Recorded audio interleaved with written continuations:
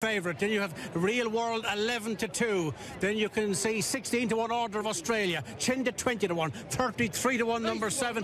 Lights On for Richard Kingscott, of course, the Derby winning jockey. Accidental Agent won the race in 2018 at 33-1. He's 40-1 to win it for the second time. And Sir Bursker also priced at 40-1. But Baid, sometimes you just don't have to have a bet to see a horse who is the best horse in the world. If you want to back him, you can put £13 to win £2. 10 each way, number 7. Well, all eyes in the parade ring are on Baid, and you can tell he even knows when we're showing the camera. Ricky Hall, who looks after him and rides out every day. And Ricky had a baby recently, but I know the baby's at home watching and cheering on Baid, I'm sure, today. But Baid is all about the crowd here. He knows exactly that they're all here to see him. He's behaving himself as well as he did before the Lockinge the last day at Newbury. We see that characteristic laid-back attitude of a son of See the Stars. In comparison, we haven't seen Real World just yet walking around the parade ring, but he has been getting very upset, very sweaty and lashing out as he walked around. So a bit of a negative for Real World, but nothing but positives for Baid. As we'll see, plenty of syndicates have runners, and Kennet Valley owns Sir Busker, who has been such a star. I'm delighted to say that lots of the syndicate members are here. Great to see you all. I'm going to grab a word with Sam if I can, in the very snazzy Kennet Valley waistcoat. He's given you some wonderful days, including here, of course, in the past. What can we expect from him today? Oh, he's a star. He knows.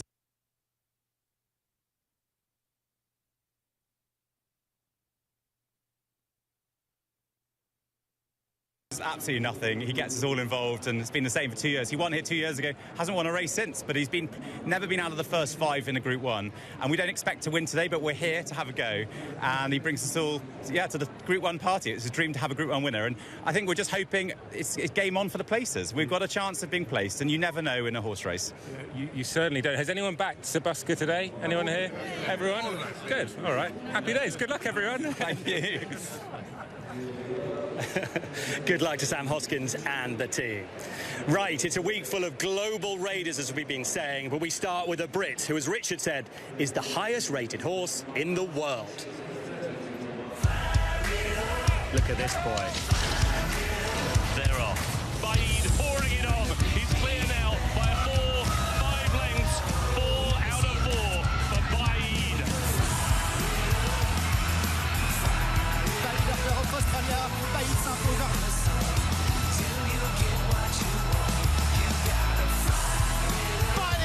Baid's unbeaten and won the QE2. Baid is going to return in triumph here in the Lockinge. 7 out of 7. Baid, some steed wins the Lockinge.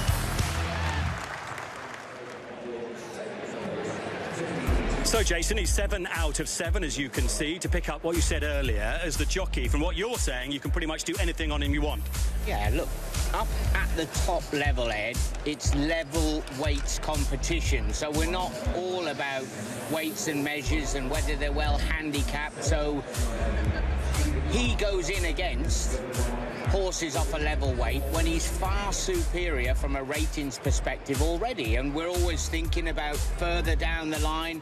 I think he rides him any way he likes. He can just drop him in, bide his time. Wouldn't it be lovely to see? We all want to see that explosive, 9-length victory. However, what a way to start the meeting if he was to come up there on the bridle and win cheekily by 2 lengths, not extended. What a great way. Confidence is absolute key for Jim Crowley here today. And yet you think, just take any sense of thing to go wrong out of their hands. What's the worst can happen? There's no pay. I don't see any front runner in the race. If I'm riding this race, I don't see any front runner. I give them a chance for the first half of furlong. If something goes and makes a run, I sit second and use him as a pacemaker. But if nothing makes the running, I jump. I be positive from the gate. I let him drift over onto the rails, and I just get him going from 3 down. Just let him go through the gears. He's a horse that William Haggis said he's going to step him up to 1.25 miles. So take any chance out of it today.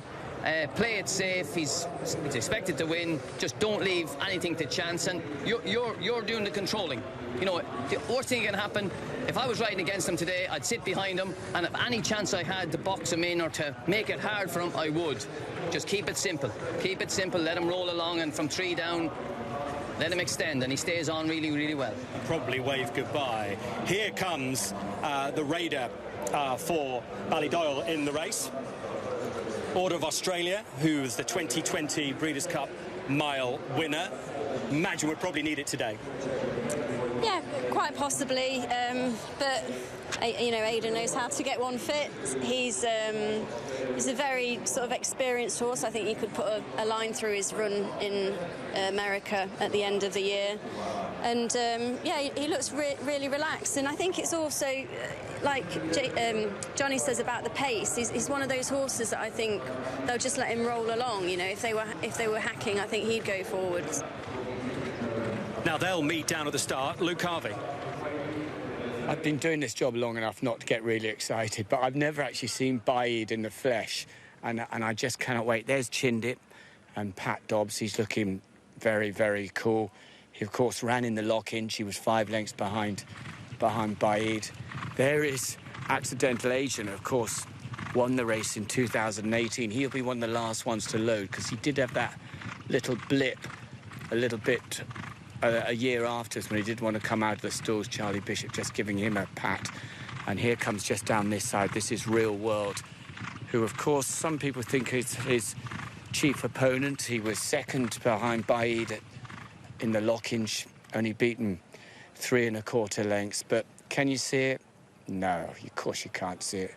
The horse there just lights on behind. He'll have a rug to go in, stalls rug, and he'll also have a blind to enter the stalls. But I'm buzzing here. Can't wait for Baaeed to arrive. Coursed out on 82 Royal Ascot winners. He's won the Queen Anne 3 times. Filly Omer, though, haven't won this race for a very, very long time. Who's the big danger to the favourite, Jason? Who might chase him home? I think that if you go down through them, the likes of a Real World put up a great performance, a really good performance at Newbury, and if we were thinking about something that had a bit of wriggle room to keep on improving, maybe he's the one. I mean, we were just looking there, Cheveley Park, massive week for them, Inspiral, obviously, amongst many others throughout the week, and she's one down the bottom who, you know, it's an interesting fact that Sir Michael decides to let her take an opportunity in here. Yeah, she was a Group 2 winner last time out, and she's just progressing with age, and I think she'll take another huge step forward for that, and I think she's been overlooked a little bit in this race at 33-1 she is. Johnny Godolphin have won it 8 times. Syed bin Sarur 7, the last, though, in 2007. Real World, I mean, brilliant in the Hunt Cup last year. We know he likes the track. Do you have him down as the biggest danger?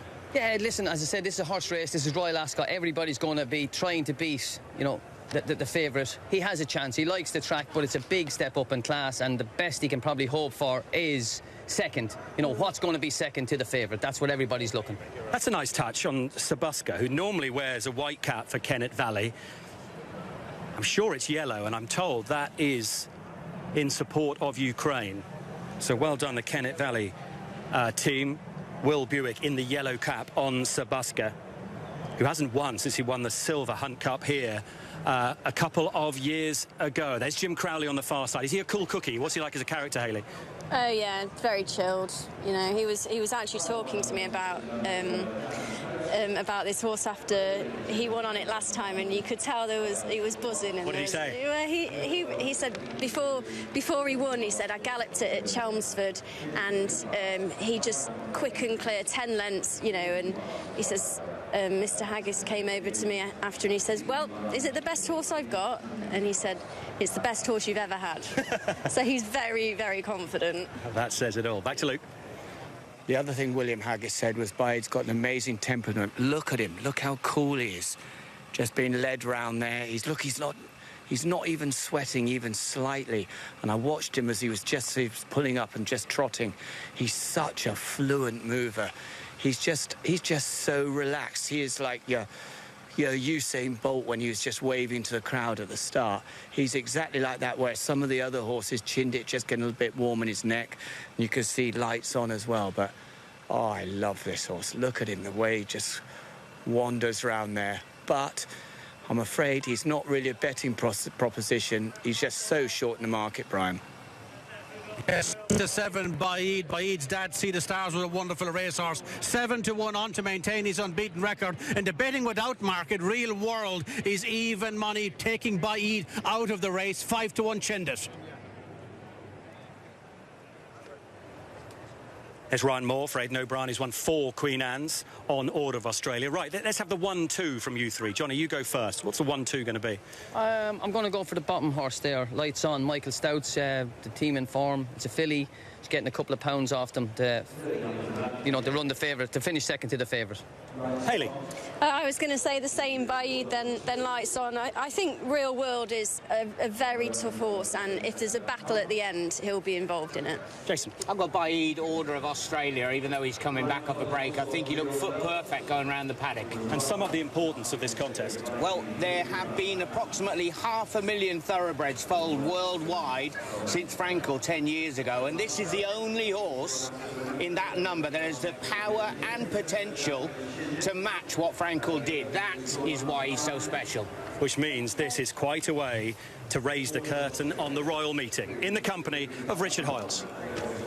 And Baid is one of those to go in. Accidental Agent, who, as you mentioned, has blotted his copybook in the start in the past. We'll keep an eye on him coming into stall number 7. Last for the Queen Anne Stakes, the Straight Mile.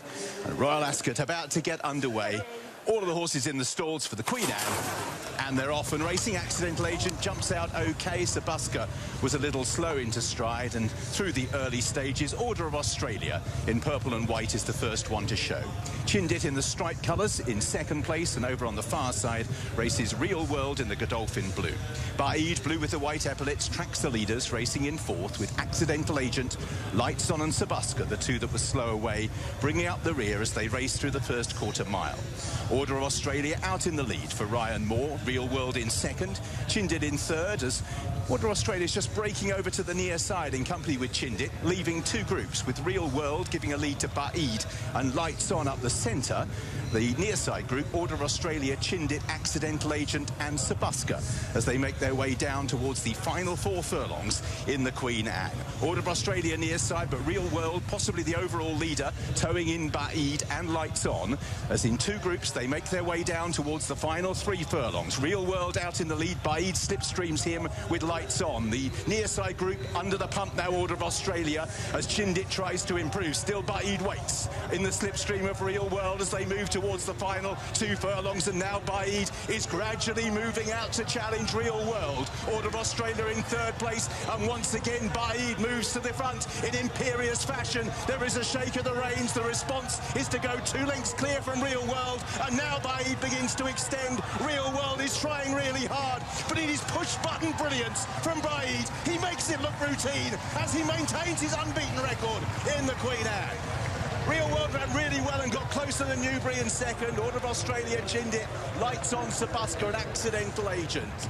It all seems so straightforward. He seems completely unruffled in his personality, in his demeanour. He moves forward. Jim Crowley can place him where he likes. He asked for a response. It's enough. And here, he wasn't hard-pressed to maintain a 2-length advantage. Let's give Real World full credit for running the horse to within 2 lengths, because he has moved clear of Order Australia and a lot further clear of Chindit than they were in the Lockinge. In 5th place, Sabuska, behind those Lights On and Accidental Agent. Some races just aren't about betting, they're just about enjoying a really good horse. Baid's progress in the last 12 months has been meteoric, and let's hope we haven't hit the ceiling yet. First reaction, Johnny Murtagh. Yeah, it was a good performance. He beat Real World by 2 lengths, Ed. He didn't have to hit him behind the saddle. It was a good performance, but there's tougher days ahead for this guy. Hayley. Yeah, I mean, it wasn't a Frankel performance, was it? But it was, bang up there. The horse is just so laid back, and if he'd been put in a battle, you wonder what, he'd have just stuck his head down. He's making it look very easy. He's getting wiser with each of his races, and when you go and get there on the bridle and then you ask them to go, it's very hard for them to really show an explosive change of gear, because there was nothing immediate when he eased him out. Real World is turning into the celebration against Frankel, isn't it? Yeah. That's the spot that he's filling at the moment. And he got himself in quite a state before the race. Real World has run well in second, but there's a little bit like See the Stars here, in a sense, of Mick Cannan, like he used to do, always looking to tomorrow. Yeah, well, listen, let's hope that's what Jim Crowley was doing. I suppose, as I said, I would have made the run-in. The guy said drop him in. When it wins, it's always great. But maybe like See the Stars, when he gets to the front, he pulls up. But as I said, if he steps up and trip to 1.25 miles, he's going to have much tougher opposition. Like today's race was a gimme. And he'll be paraded, I think, in front of the crowd. And Ricky, who Sally Ann referred to, who had a baby Grace, who I think is about 8 or 9 days old. Well, Grace, I hope you enjoyed that at home. Daddy will be very, very proud leading in Baid, the winner of the Queen Anne. 8 out of 8, 4 Group 1s, flawless so far. He remains unbeaten, winning in a time of 1:37.81. And he's the star of the show, isn't he, Hayley? Yeah, I mean, it's a great way to start the meeting, isn't it? And what a lovely, relaxed horse, and, you know, be exciting to see what he's going to bring us next. It's a great sign afterwards when they just walk so calmly afterwards. Exerted himself a little, but stayed very cool. And here is Jim Crowley after that. Relatively easy success, Jim. I mean, you've had 14 wins now at Royal Ascot. Would that be as easy as it gets? It doesn't get any easier than that, does it? No, everything went smoothly. You know, he got a lovely toe into the race. The ground's beautiful ground. We just let him stretch out the last furlong, and no, everything went clockwork. When you last spoke to me about leading up to Royal Ascot about this horse, you were talking about the fact that not a day goes by without you thinking about riding him. When you get on board and is as easy as that, how much of a joy is this in your riding career? Oh, it's the pinnacle, absolute pinnacle. You spend your whole life waiting for a horse like this to come along, and everyone says enjoy it. A lot of pressure, but I love it. I enjoy it. It's why we do it, and it's so nice. Shake hand down. We'll be looking down smiling, and I'm so pleased Shaker Hiss is here to see, and William and Mooring done an unbelievable job with him, and it's just an absolute pleasure to get on and do the steering. Well done, Jim. Thank you. And now, we really have to wait, Johnny, to find out just how good he is till he meets every generation, hopefully, coincides. Winning today at 1-6, we haven't learnt a great deal. Is the Sussex Stakes potentially where he goes, sticking at a mile for the time being, and faces possibly a Caribus and other 3-year-olds, and then we find out how good Baid really is? Yes, I think so. I think the older generation milers are, you know, fair, but he's going to have to step up against the 3-year-olds, the winner of the St James's Palace. You know, and Godolphin are strong in that division, so they'll know by real world how they're fixed. Or if he steps up to the international in York, that's a big one. That's a big one. That's definitely the target. William Haggis, who's winning his first Group 1 at the Royal Meeting. Congratulations to William and Maureen. That's going to be the target, Jason. It's just a question of whether they take the Sussex Stakes in between, isn't it? It is, and he's doing everything so correct, and we're always looking to... We're a bit greedy, aren't we? Always saying, you know, and what else? What other discipline can we throw at him and make it a little bit tougher? But that is the true test, and he carries that unbeaten record very, very well. And he's going to get a wonderful welcome back. The winner of the Queen Anne is the brilliant Baid.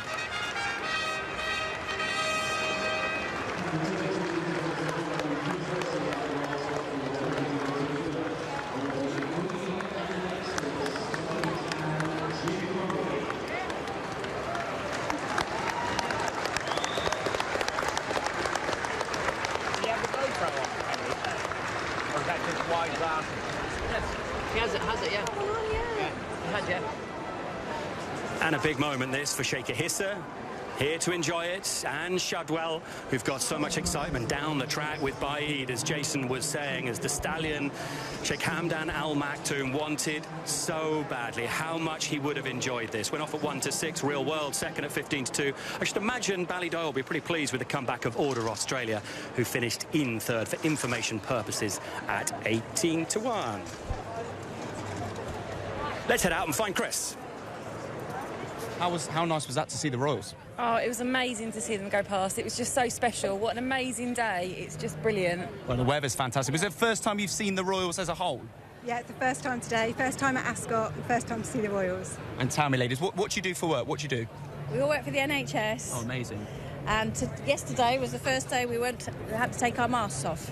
Oh, so you can see people smiling in the corridors. They can see us. The patients can see us, which is amazing. Oh, They've really missed that. I was going to say, that's a real kind of landmark then for you guys. That had been 2 years wearing masks every day at work, but they've now been stripped, so How nice is that? Oh, it's so lovely. I mean, we were the last people to let go of the mask. Everybody else has got rid of the mask months and months ago, but we've been having to wear them obviously for safety reasons. But getting rid of them yesterday was so amazing because we could actually speak to patients properly without these getting in the way. You can smile to patients, you can smile to your work colleagues. It's just so much nicer. That's amazing. That's lovely to hear. Well, I was going to say, no 4 people deserve a first time at Royal Ascot than you guys. Worked so hard over the last couple of years, and it's just nice and special seeing all these people here at the racecourse today. The 3rd year, 3 years since they've been here at Royal Ascot because of COVID. This is lovely for you guys to see. It's absolutely amazing. We're so excited to be here.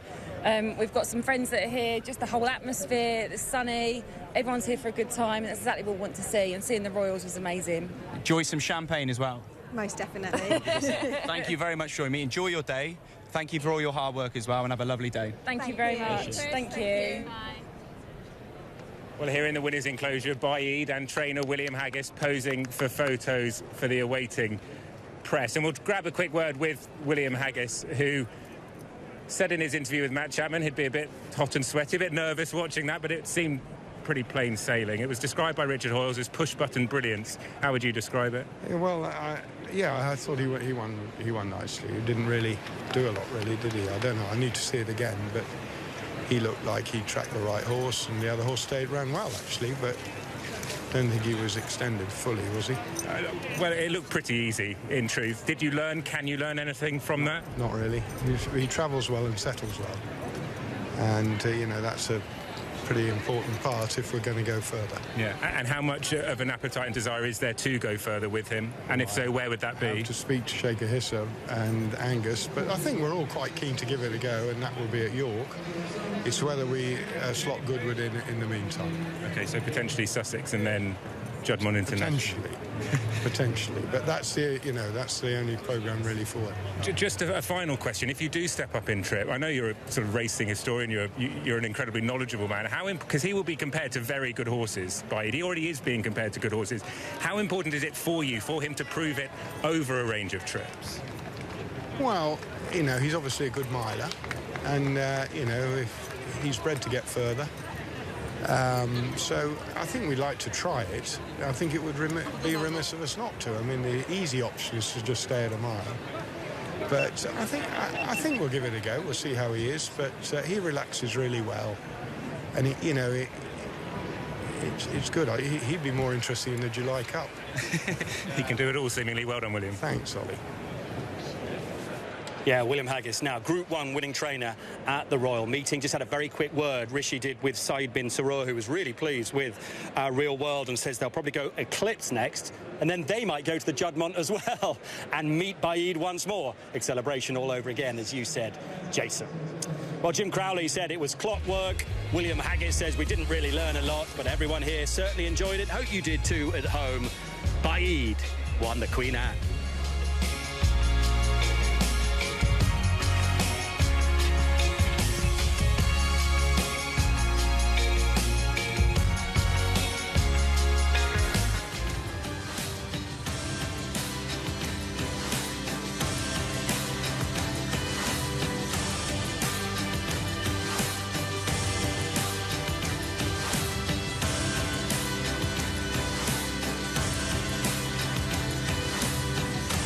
Drawn, but one thing about Frankel is that he was like a shaken up fizzy pop can, whereby just keeping a lid on him was almost the key ingredient. With this fella, Jim, he's so tractable, which will help with his future challenges. He must, as top-class horses go, he must be a lovely ride. He's very composed. He was nicely behaved in the paddock beforehand, slotted in. He travels well enough. We know he's bred to get further. He'd probably have no trouble with 1.25 miles, and he just did everything upon request for his rider. Yeah, and there were a few flashpoints last year whereby he did seem a little bit keen and a little bit free and a little bit immature. But don't forget that he didn't race at all as a 2-year-old. And last year, in the space of 130 days, he went from a standing start to a dual Group 1 winner. So he seems now to be the fully formed, mature racehorse, which is benefiting and reaping that patient approach from William Haggis in his early days. Yeah, I mean, William was quoted as earlier in the piece we did with him we showed before racing, that he was worried he might be a bit rusty at Newbury, and you said what struck you that he was much more professional, and he confirmed that. He is a consummate racehorse. He's got top-class ability, a lovely temperament, and, you know, he's a straightforward, I'll almost say, easy ride. Yeah, and time may show, looking at Real World, that it was only when Frankel was out the way that X-Celebration was able to shine. I wouldn't be surprised if Real World was able to win one, if not two, Group 1s this season when he's no longer banging heads with Baid and Jim Crowley. And let's hear now with Haley, with Jim Crowley. Jim Crowley then here with his daughters. Lovely that the children are here to watch such a special moment, Jim. Lovely, very special. Everything went smoothly. You know, he got a nice toe into the race and probably wasn't doing a lot in front. There's a big crowd here today and he's so relaxed. He's got such a great mind. It's just a joy to ride from the moment the gates opened. What was your plan? 'Cause obviously they split in single file across the track. Is that where you always wanted to be racing? Yeah, I mean, obviously, Real World stays further, and I thought they would go forward. We got a nice toe, and I had a lovely bit of cover, and I could go when I wanted to go. I didn't have horses around me. Basically, it was just a perfect race for him. Yeah, that's the beauty of riding a horse like that at a track like this. You've got the options that you want, and you can make it straightforward. It's such a seamless horse to be getting up on board? He's fantastic. I mean, look, he's going to have sterner tests ahead. We know that, but he's just doing everything perfect at the moment. Yeah, and that mile just suits him down to the ground? But yeah, it does. I mean, he gallops out very well. I don't see 10 being a problem. He's got a serious turn of foot over a mile. It's unnatural, really, for a horse with that pedigree to show such a great turn of foot. Yeah, obviously they'll probably step him up in the Juddmonte, which would be a very good race. And it's great Shaker Hisser is here to see him. It's just fantastic. Are you feeling relieved right now with a horse with such a build-up, an unbeaten record like him? I'm glad it's the first race. Yeah. But no, it's great. I mean, I had every confidence in him. And you've still got 2 good chances to come. You must be looking forward to both of your rides. Yeah, they've got great chances. Got some nice rides all week, so hopefully he's not the only one on the scoreboard. Good luck later. Well done. Thank you. Thank you. Yeah, well done to Jim Crowley. Now, as you can see, we've got Oisin Murphy with us today, but there's a reason for that, Oisin. Obviously, you would much rather be out on the track, but you're here with us because you're serving a 14-month suspension for breaching COVID protocols last year, misleading the BHA, and 2 alcohol failed tests. It's been a rough time for you. Just take us back to then and how dark things were for you at that time. I went to Mykonos in September 2020, and in March 2021 the BHA were aware of my COVID rules breaking my COVID rules, and I suppose I was coming into this meeting not knowing whether I would be riding or not, not knowing when the BHA would stop me from riding. So I got through Royal Ascot and I was leading rider here, and that was brilliant. I managed to stay sober that week, and I had my parents over, and it was probably a highlight of the calendar year. But by the time Goodwood came around in August, I couldn't really deal with the pressure. I was in front in the Jockeys Championship, but I found the day in, day out workload unbearable. I suppose all this pressure was I put on myself. The trainers and the owners, they obviously want me to do my best, but they don't tell me, oh, if you don't win on this, it's the end of the world. So in October, I failed my 3rd alcohol test in 3 years. 2 of them were breath tests, and 1 was alcohol in a urine test. I never got up and drank in the mornings, but I drank far too much the night before. I would black out most nights and get up and ride out, probably still drunk, and some mornings, okay, I'd be sober, but that life is unsustainable, and I let a lot of people down because people tried to help me. Racing Welfare were in touch with me. My employers all said I need to deal with my drink problem, and I had periods of sobriety. That Royal Ascot last year, but then I would go a week, sometimes a day, but I couldn't stay away from the drink, and I'm afraid it took failing that breath test in October for me to deal with the issue. I got to Breeders' Cup in November, a month sober, and I won the Breeders' Cup Fillies and Mares Dirt, which a Group 1 winner kind of really helped my enthusiasm, and on a personal level it showed the world that I could be sober and still ride at the top level. I got to February and I was handed 14 months, so I've had a lot of time to think about kind of my past success in the saddle and how I've dealt the highs and the lows, and I'm afraid I've got a long time left to think about it. You're one of the best riders in the world. Was there ever a moment when you thought or you think that you wouldn't come back to race riding? Well, my head was not in a good place to make those decisions. You know, I was very angry with my own behaviour and with the way that I didn't deal with it better. But, you know, to just reiterate, I was waiting for a suspension a whole season. I didn't know when would be my last meeting. I don't think that helped my alcohol intake, but I have to own that responsibility, and I do. Are you getting plenty of support and help now? I'm in the AA, and I have a counsellor once a week.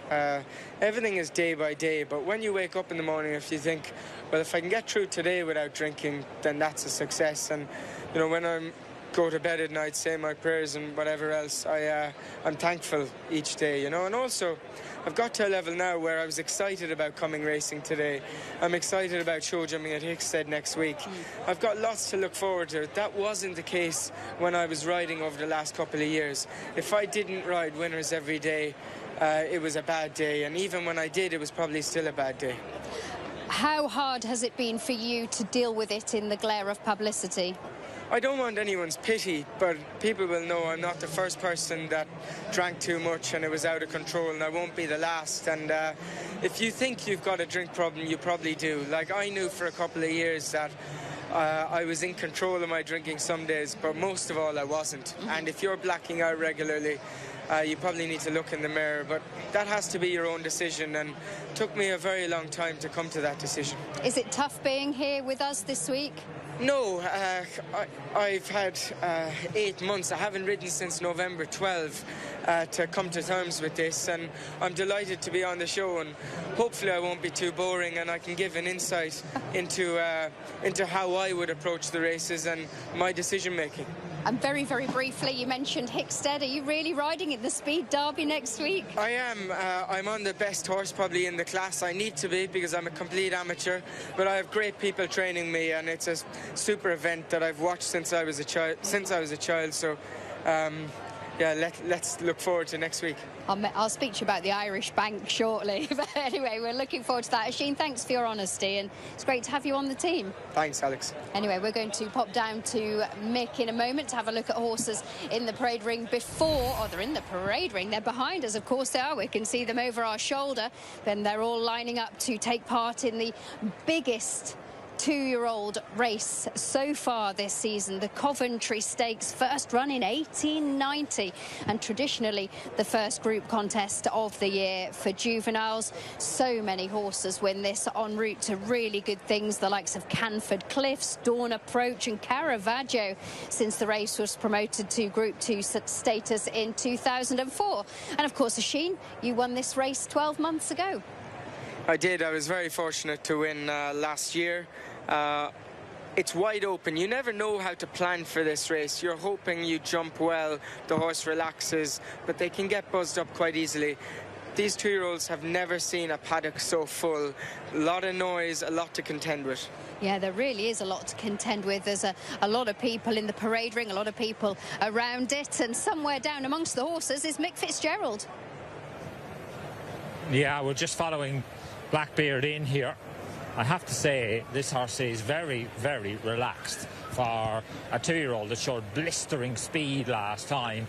He has obviously got an on-off button. Certainly looks well. Aidan O'Brien, Pat Keating, you'll see in the... He really did catch the eye.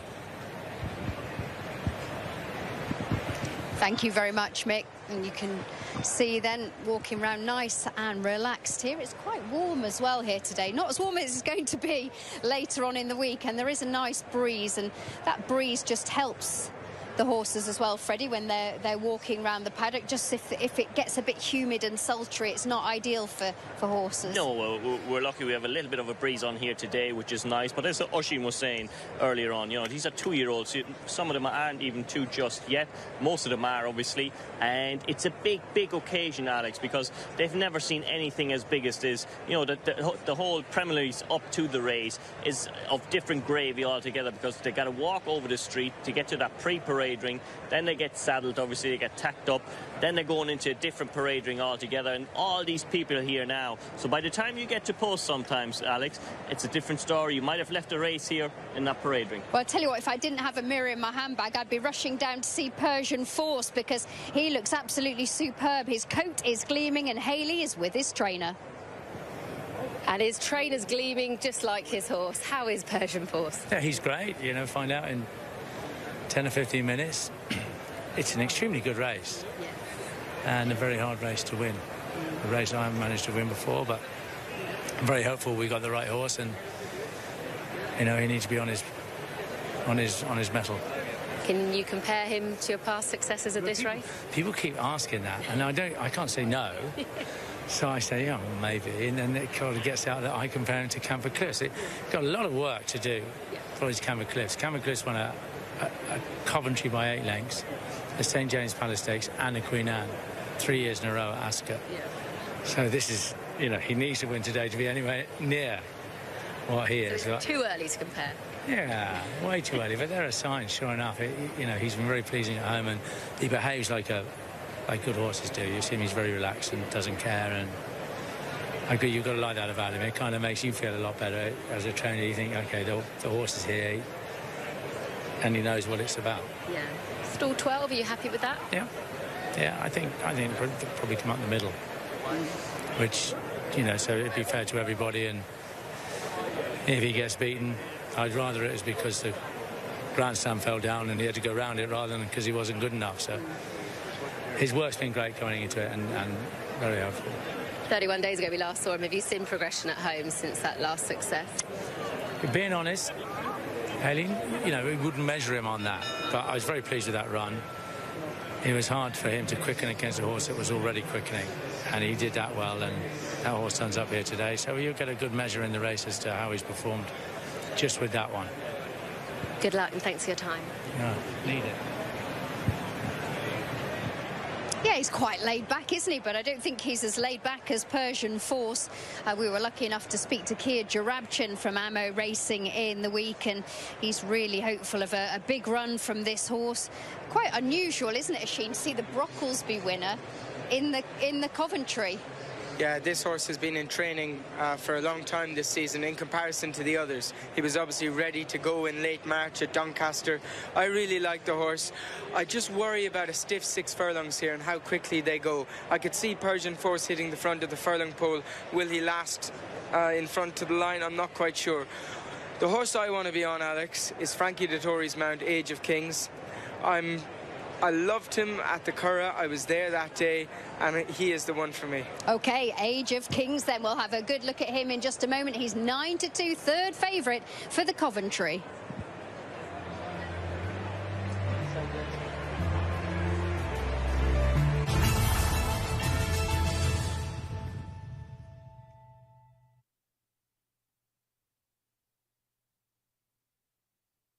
Race trained by that man, Clive Cox, in conversation with jockey Adam Kirby.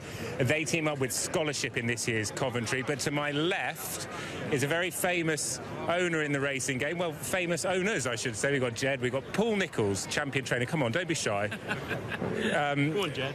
Come on, Jed, in you get. How are you? Yeah, good, enjoying the day.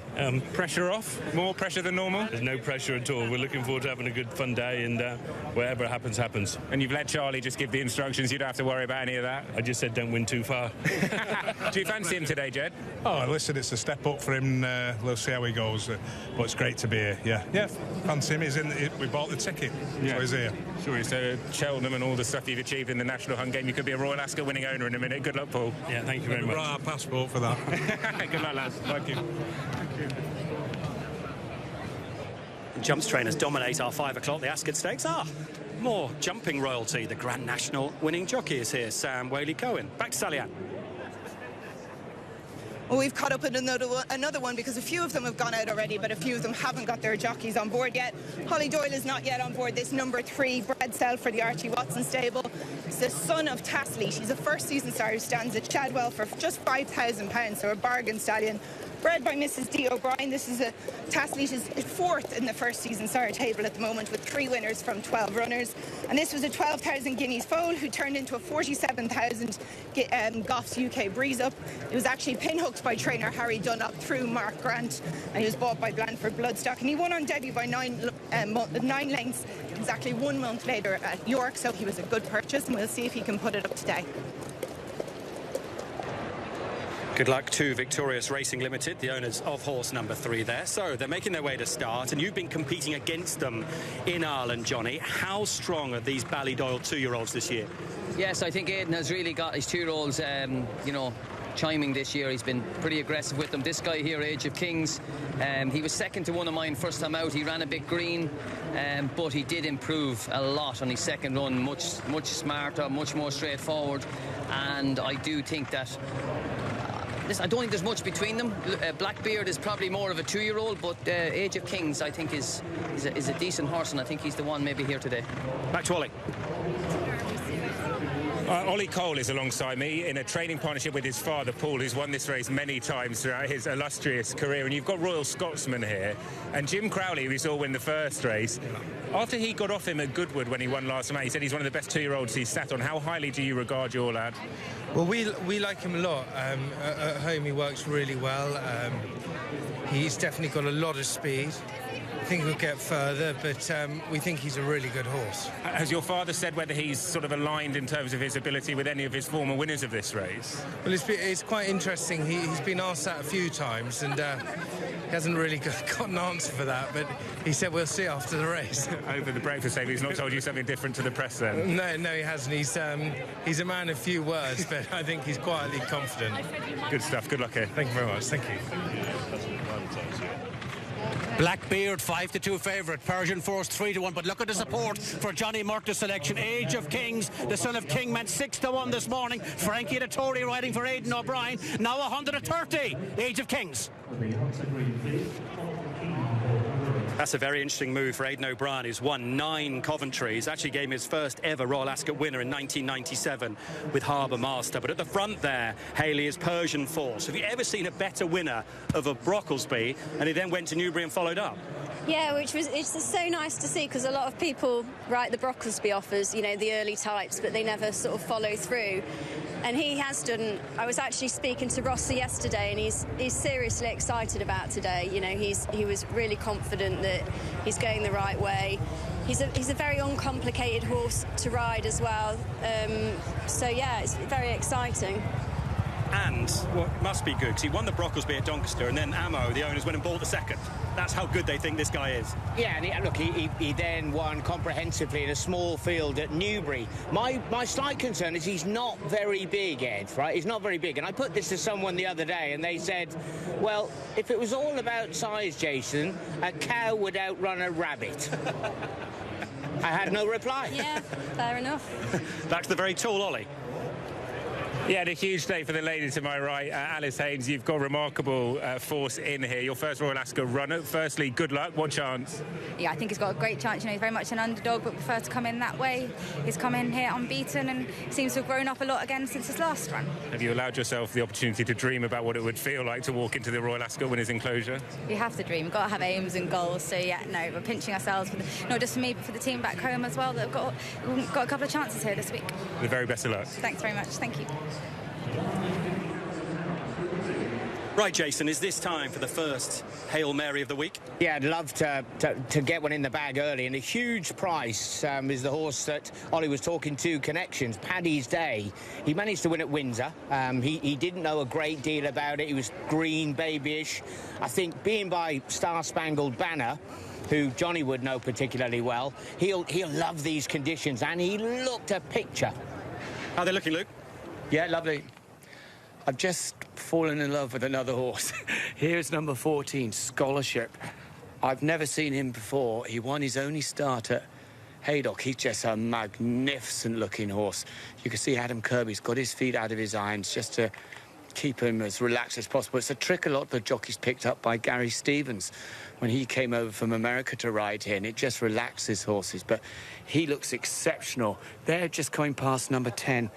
That is Persian Force, the unbeaten colt. He's won 2. He's much different to Scholarship. He's smaller, he's stronger behind the saddle. He's got a lot of muscle definition. So, although I've tipped up Persian Force, I must admit the one I'd take home is definitely Scholarship.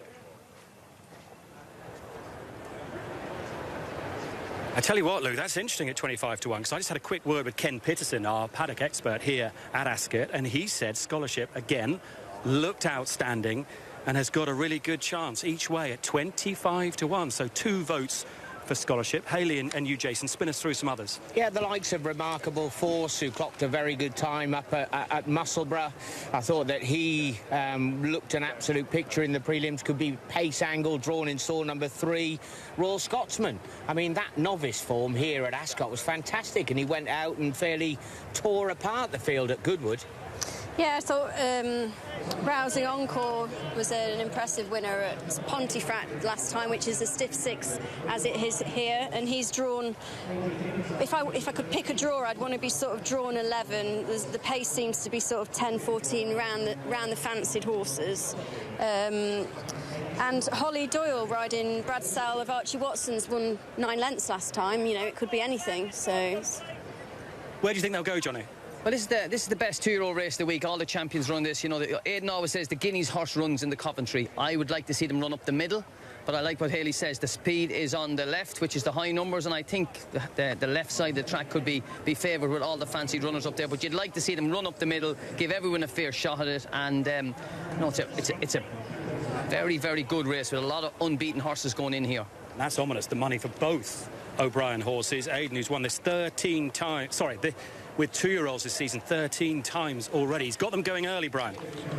Yes, Blackbeard, late support for that into 9 to 4, but you can still get 5 to 2 if you shop around in the ring. 3 to 1 now, Age of Kings. That was 6 to 1 this morning, Age of Kings. Good race, though, isn't it? The Chesham's really grown in stature in the last few years, Jason, but this is still the daddy of the 2-year-old races, isn't it? Absolutely, absolutely. And we get to see, of course, the first international challenger, if you like, haven't we? Late September with Colin Keane on board. He managed to win over 4.5 furlongs last time. He reeled in the front runners, if you like.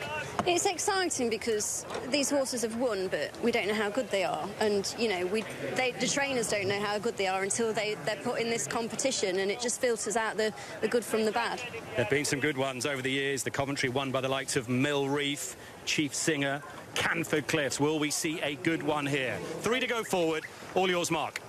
Thanks very much indeed, Ed. Remember, Blackbeard comes out of stall number 14, so he is towards the stand side rail, bidding to make his career record 4 out of 4. Aidan O'Brien already owning a record 9 wins in this race. Ryan Moore, a record equalling 3 victories. This is Waiting All Night, the son of the 2017 winner, Raja Singh, also trained by Richard Spencer for success. Here is Scholarship and Adam Kirby looking for his 2nd win in the race. He was aboard that huge price winner Nando Parado in 2020, who won at 150 to 1, also for trainer Clive Cox. And it will be Blackbeard and Ryan Moore to complete the lineup. Ryan with 66 winners at Royal Ascot during his career. Aidan O'Brien with 76 winners at the Royal Meeting during his career. That's it. The last one moves forward. 2-year-olds are in the gate. A long hold, and they're off. They race over 6 furlongs in the Coventry Stakes, Group 2, and it was a pretty level break right across the track. Ticento over on the far side with Royal Scotsman showing early speed. Meanwhile, on the near side, it is Rousing Encore, and Rousing Encore now has cleared off and got a clear advantage over Harry Time, who gives chase racing in 2nd. Blackbeard not too far away in a share of 3rd with La Clota Blue, and then Hole Gwyn, and then Royal Scotsman, who's towards the far side, racing alongside Brad Sell. At the moment, the American Raider, Late September, is the back marker. Show Respect is towards the rear of the field. So too is Scholarship, and also Waiting All Night. But they're still very tightly grouped. They're through halfway. 2.5 furlongs to go. Over on the far side, Royal Scotsman with Brad Sell and Ticento. Meanwhile, towards the near side, that's Harry Time, who's coming through now to take the lead from Rousing Encore. Then over on the far side, trying to pick up now, is Persian Force, but it is Brad Sell who has got the lead with a furlong to go. Bradsell and Holly Doyle to Royal Scotsman in second, continuing to surge. Persian Force towards the grandstand side, but is Bradsell out in front? A third win at the Royal Meeting for Holly Doyle. Bradsell has won the Coventry. It was Persian Force who got up for second, Royal Scotsman in third, and then Waiting All Night involved with Blackbeard, and the last to come home was the American Raider late September. Holly Doyle wins on the 8-1 winner, Bradsell. Holly's third win of her career here at the Royal Meeting, and has travelled beautifully despite being on the wing, having broken from stall number 2, and has won by a couple of lengths to beat Persian Force, who has lost his unbeaten record today but run well in defeat, with Royal Scotsman, another one to break over on the far side. The winner has come from stall 2, the third has come from stall number 1, and back in 4th that was Blackbeard. In 5th came Waiting All Night, followed by the early Trailblazer in 6th place, Rousing Encore. A horse that cost $12,000 in the colours of Victorious Racing has won the Coventry. The headline maker, though, Hayley, more Royal Meeting glory for Holly Doyle. Yeah, it's amazing. She's kept it very uncomplicated. She's been stuck out on the wing in stall 2, but she's just let him find his feet, sat him in a comfortable rhythm, and just really made his mind up for him. And he's a horse that obviously enjoys his racing, and he's just got his head down battling, even though there's nothing for him to battle with, really. Great result.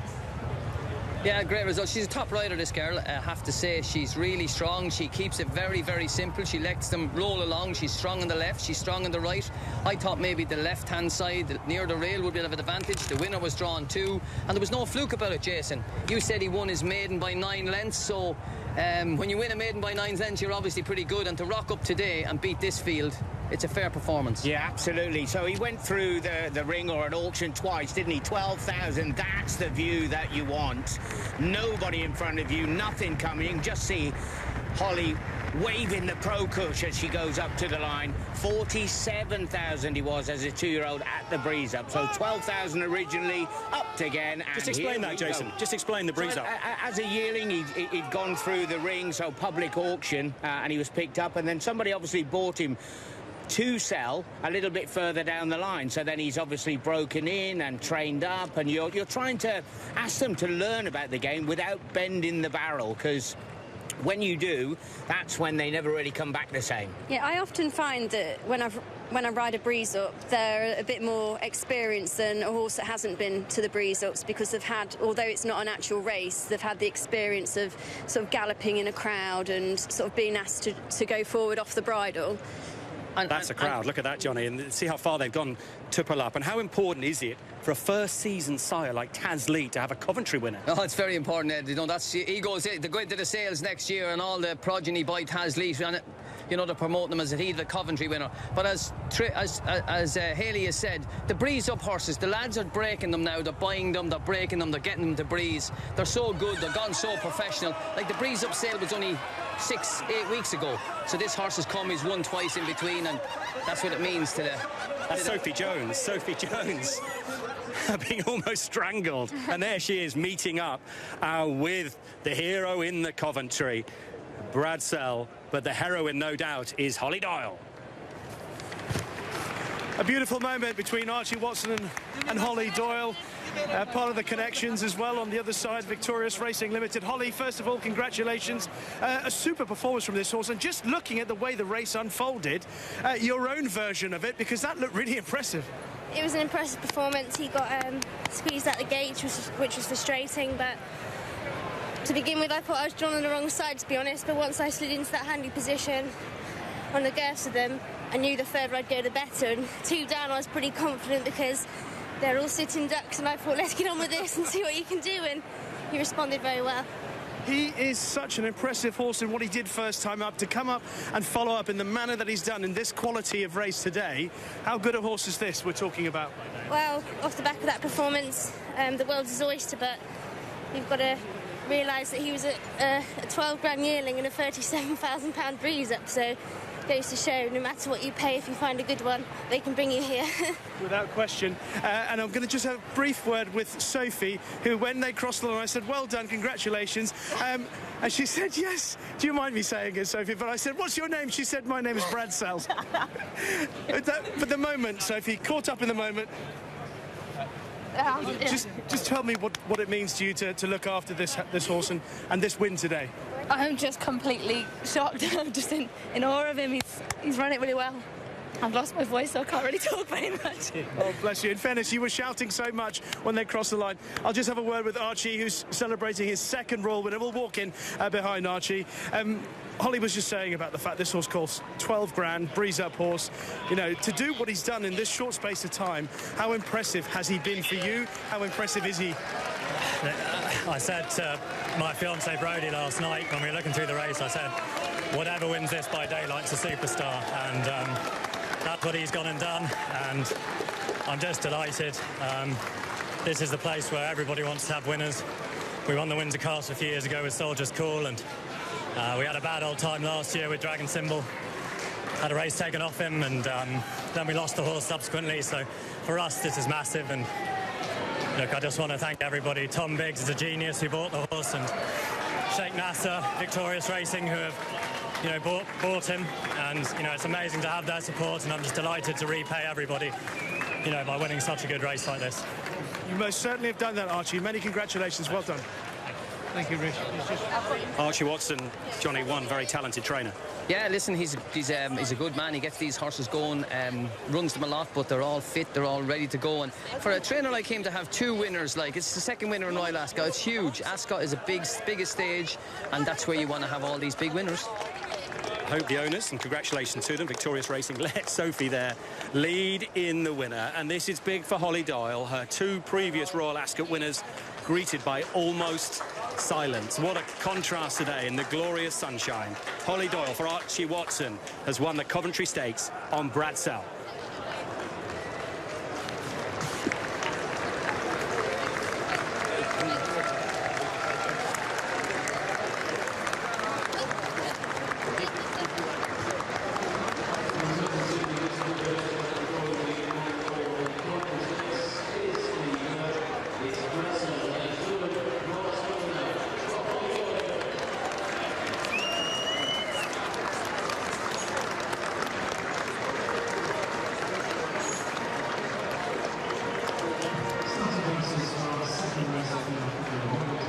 So this was a horse bought late last week in the yellow waistcoat there, the Crown Prince of Bahrain. Congratulations to him.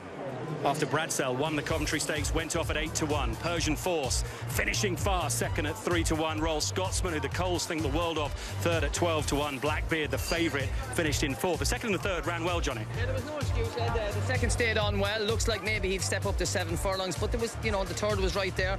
No hard luck stories. Blackbeard was off the bridle a little earlier than expected, but stayed on well. But the winner had too much speed, and when he let him go, or when she let him go, he quickened up. He had them few lengths, and you could see in the view cam he was clear from a long way out.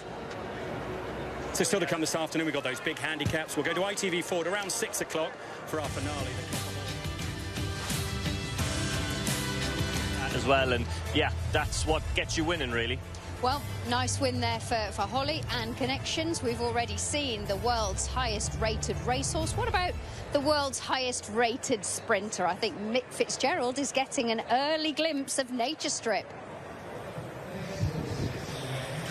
I am indeed, Alex. You can see he's wearing the white bridle, the red hood, and that red hood really, it's, some people call them pacifiers, but really they're just, the ears are padded and it just blocks out a lot of the noise for horses, and that red hood will have to come off before the horse starts to race. So that is just something that when they wear the red hood, it's different from any other particular colour. But looking at this horse for the first time, he is an 8-year-old, and when you see him, he's like, it's hard to believe that he is, well, the equine form of a sprinter. And he is strong, he's big, like he's really big, but he's not all power behind the saddle. He's just nicely proportioned. He really is so chilled, and I think he's enjoying the sunshine here at Ascot. He's taking all of it in, and I have to say I'm really impressed with what I see, because, you know, it's hard to believe that these horses go from 0 to 44 miles an hour in, well, 2 seconds. And it's amazing that this horse can turn that switch on like he can, because he really is so chilled here in the pre-preg. He is, and he's probably enjoying the great British summer, because it's the Aussie winter at the moment, albeit I have a suspicion the Aussie winter probably isn't that harsh. But anyway, it's good to see him very relaxed, and I can't wait to see what he's like when he puts on the afterburners. Now, that, of course, is the King's Stand Stakes, which is coming up next, and we've got an insight now into one of the leading contenders, a horse called King's Lynn, who, of course, ran in the race 12 months ago. Equine Productions have been making a fascinating documentary series called Horsepower, which features the Balding family and Sheen Murphy. The King's Stand Stakes is 1,000 metres. It's for the fastest horses on the planet. It's going to be a proper burn-up. It looks like stacks of pace. Batash comes forward. Can he win this race for the second successive year? There is King's Lynn about to go forward, just slots into his stall. Walk straight into the gates, lined up. They're off. They race away for the King's Stand Stakes. 5 furlongs is the trip. Fast out from the stalls is Winter Power. Liberty Beach and Glamorous Anna showing good pace. Acklam Express is behind these. They're going very fast. Some of these sprinters at the back are already outpaced. Towards the extreme right then is Winter Power. Blue on My Jacket. Big run from her. Maven is behind these. Then King's Lynn from Liberty Beach, and behind those is Harris Barr. As nearest to us, Winter Power. Batar's coming to join issue this pair together. The Pink Jacket of Oxted is running on, but it's Batar's in front to the pink colours of Oxted down the centre. Oxted now coming through with Kieran Fallon to take it up and beats Arecibo to second. Extravagant Kid and Batar should keep busy. King's Lynn and Liberty Beach behind those. Yes! Come on! The horse had not even got out of 4th gear. King's Lynn gets denied a clear run. I could see him past the winning post, I mean, full of running. What a disaster. I was just getting going. The second you get held up, the race is gone from you. They always describe racing as the great leveller, and I think that's absolutely right. It has no respect to who owns the horse. When horses line up in a horse race, there is no privilege. There is no privilege, and that will be a magnificent insight into the world of horse racing. And Asheen, they've been filming this documentary for some time. Yeah, the cameras have been following me around for about 2 years. So you have a proper insight into a jockey's life, and also the stable of Andrew Balding. Yeah, and I think it's going to be a 5-parter. Horsepower is its name, and that will be coming to a screen near you. But King's Lynn, really unlucky, as we saw in 2 races at Royal Ascot last year. First big chance this week for Her Majesty the Queen. There'll be quite a bit of pressure on Connections today. Absolutely. He won at Haydock, the Temple Stakes last time over 5. A flat 5 is quite fast for him. This stiffer track at Ascot plays to his strengths. On what he's achieved, he's nowhere near Golden Pal and Nature Strip, but I'm telling you, this horse is in super form. He's an each-way price, and I hope he'll be bang there for Her Majesty the Queen. And of course, it's a horse race, and as Andrew said in the documentary there, racing is a great leveller. Anything could happen, and of course we've got these 2 speedsters, one from America, one from Australia, and who knows if King's Lynn might not just be capable of picking up. We could see in some of the races earlier, in the first race in particular, in the Queen Anne, where the horses split. I think they could do this again in the King's Stand. Winter Power is drawn low. She's a very, very fast filly. She won't be looking for cover, in my opinion. She'll do her own thing on the right-hand side. Golden Pal and Nature Strip are unlikely to eyeball each other. The jockeys on them, Irad Ortiz and James MacDonald, will be trying to find some space. Jockeys will have options what horses they follow, and it's an interesting one. Whoever gets it right could be running on, but Nature Strip might be away and gone at that stage.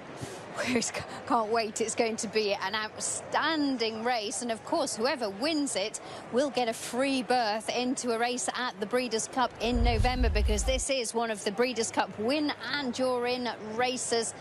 You'll get a place in the turf sprint. That includes $30,000 in entry fees paid by the Breeders' Cup. There's also a very valuable award to the person who nominated the foal or horse, and a hefty travel allowance for horses outside of Kentucky. Now, this is going to be an outstanding race over the Flying Five, and Jamie and Jim will be really looking forward to it. Over to you, Jamie. Yeah, this is going to be racing stripped down at its very fastest and its very finest. Two of the fastest horses in the world converging at Ascot, Jim. And Wesley Ward himself has said this guy is the fastest of the fast about Golden Pal. We have seen that many times in America. This is last year's Breeders' Cup Turf Sprint. And this is a race that's effectively over in the first 100 yards. We talk about gate speed, or the Americans talk about gate speed. He's immediately got a length on his field, and the more he can control the race and his pace thereafter, the more formidable he is. So, Jim, on a turning track like this at Del Mar, he's almost unstoppable. But the difference between this and when he's been to Britain before is we haven't quite seen the same. No, he was just touched off at Ascot. But then last year I was at York when he ran. I mean, he knocked your eye out with his well-being beforehand in the paddock. But you have to say he was bitterly disappointing there. I mean, you've made some interesting analysis about stride patterns. Yeah. I'll tell you what I think would be really interesting to do another day is when a horse flops like he did at York, to look how his stride functioned that day. Was there something, was it not as efficient? Was it shorter? Yeah. And let's have a look at those stride patterns then, because we can compare via the data collectors at Total Performance Data. Look at the stride of Golden Pal and compare him to last year's winner of this race, Oxted, and also probably the fastest horse in Britain, Winter Power, as proven in the Nunthorpe last year. Now have a look at this, because there are a couple of interesting figures here. Golden Pal, look at the frequency. This is strides per second. So his strides per second, his turnover effectively, there's nothing different between that and Winter Power and Oxted. But it's the length per stride in feet that is the real telltale sign of the magic of Golden Pal. Think of it almost like Usain Bolt. He's not built like your archetypal sprinter. He's got a long leg span, so to speak, and that is what sets him apart in his heyday. And Golden Pal has also got exactly that. We mentioned about his trips to Ascot before, and it's just worth looking back at this for two reasons. Number one, to see how he did come to the end of his tether the last time he was over this course and distance, and number two, something that Oisin will be happy with, because this is the Learjet aboard whom Oisin Murphy grabbed Golden Pal in the finish. And you can almost visually and vividly quite see, Jim, that long stride that he's got currently. It just starts to shorten in the critical stage. The Ascot stiff finish just plays against Golden Pal. Yeah, and I think also when a jockey can ride a horse round a turn, to an extent, and I'm not saying they're not going very fast, they obviously are, but they're probably not going as fast as they are able to do on a straight course. So the combination of that kicks in late on. I mean, he's exceptionally fast, but he didn't quite get home, although he did beat the other horse, the horse who was third, by quite a long way. Yes, so that's Golden Pal. We know his stride, and who knows him well? Irad Ortiz, unbeaten on him so far, and a lot rests on him. Let's go out to Mick. We have eyes on Golden Pal for the first time, and I tell you, this fella looks like a firecracker. Nature Strip is very chilled. Now, you're going to have the absolute contrast of these two horses, because Nature Strip is actually leading Golden Pal around the pre-parade ring. Is that the way it's going to be in the race? Looking at both horses individually, Nature Strip is a much more relaxed, sort of loose walking type, whereas Golden Pal is, like I say, he's like a firecracker. And I think that's a simple case with Golden Pal. When you say go, there is no stop. He will be going.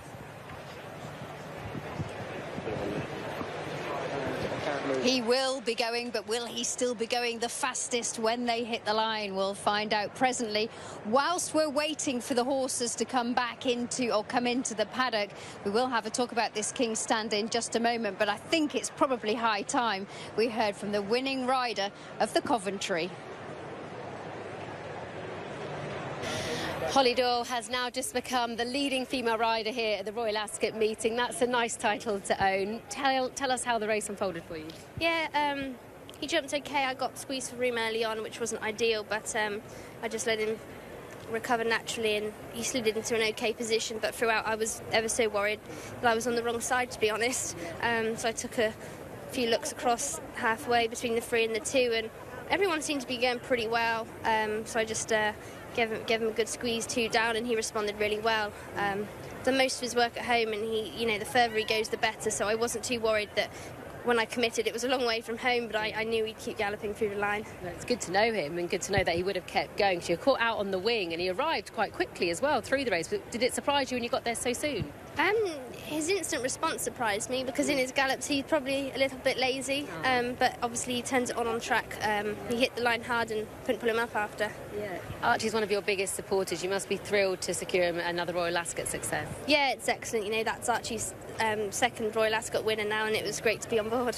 Yeah, it really is. And what about leading as a female rider at Royal Ascot? Another proud achievement for you? Yeah, for now. No, it's nice, isn't it? Yeah, thank you.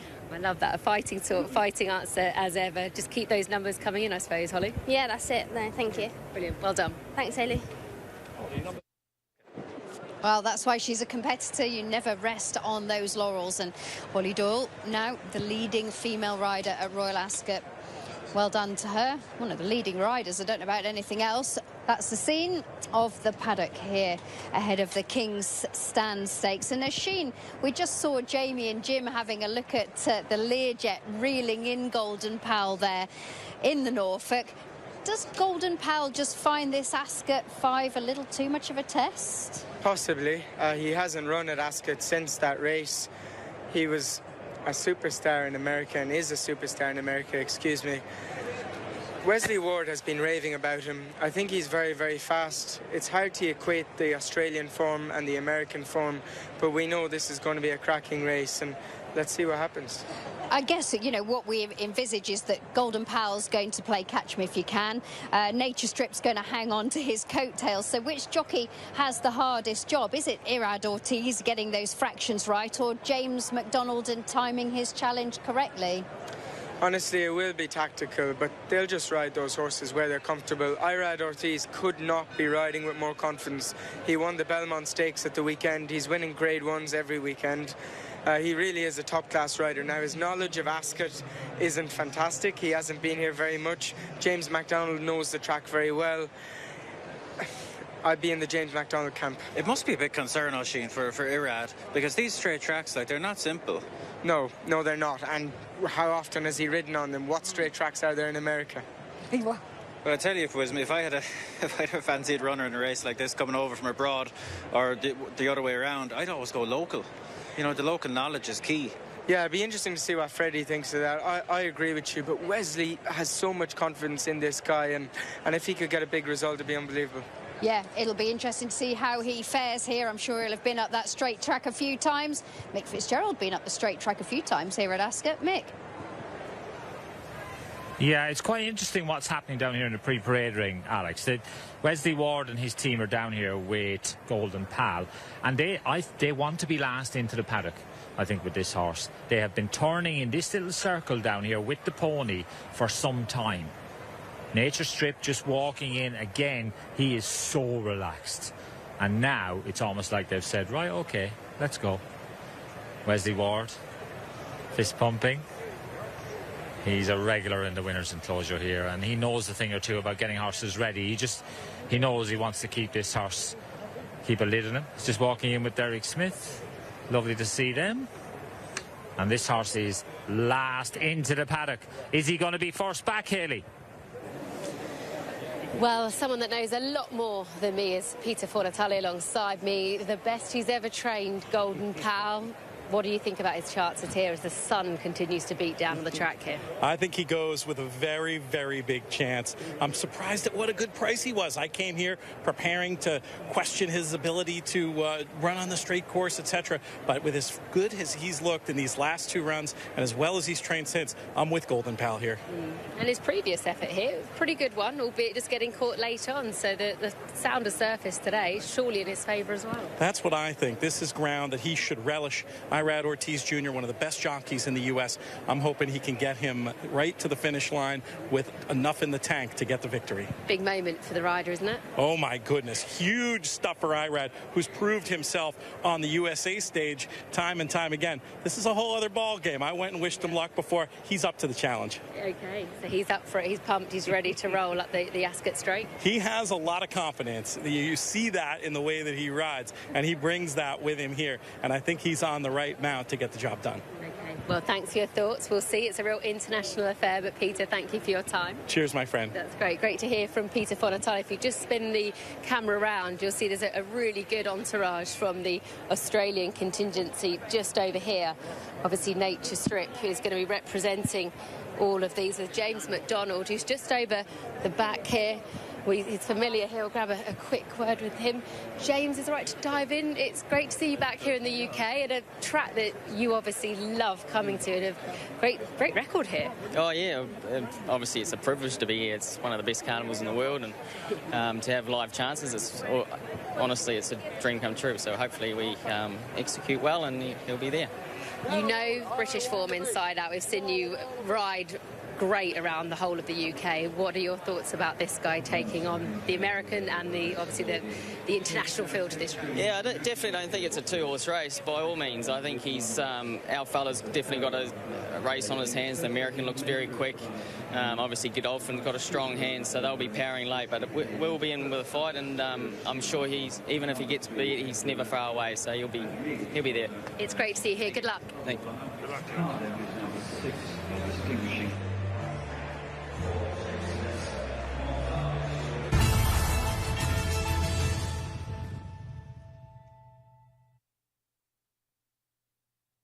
On the right, 37 races won by Nature Strip, and just look at the prize money. That tells you an awful lot about racing in Australia. Nearly £10 million. And Golden Pal has done pretty well, and Wesley Ward full of hype, the best he's trained, and so on. Let's hear from him. And Wesley Ward is here, about to give his jockey the leg up. The confidence seems, Wesley, sky high. How are you feeling now? Mira, va para allá, porque ¿sabes qué? Va a venir Blake. Él puede subir usted. Él está caminando con su caballo. Está caminando con su caballo. Translated is very confident, ladies and gentlemen. How confident are you? Very. Yeah, very. I was right. Yeah, you were. What is it about him this time round that you think is different and will enable him to get his neck in front here at Royal Ascot? He's just older and more mature, and he's really coming into himself. He's always was a extreme talent at 2, but you know, and as time developed, he really developed into it.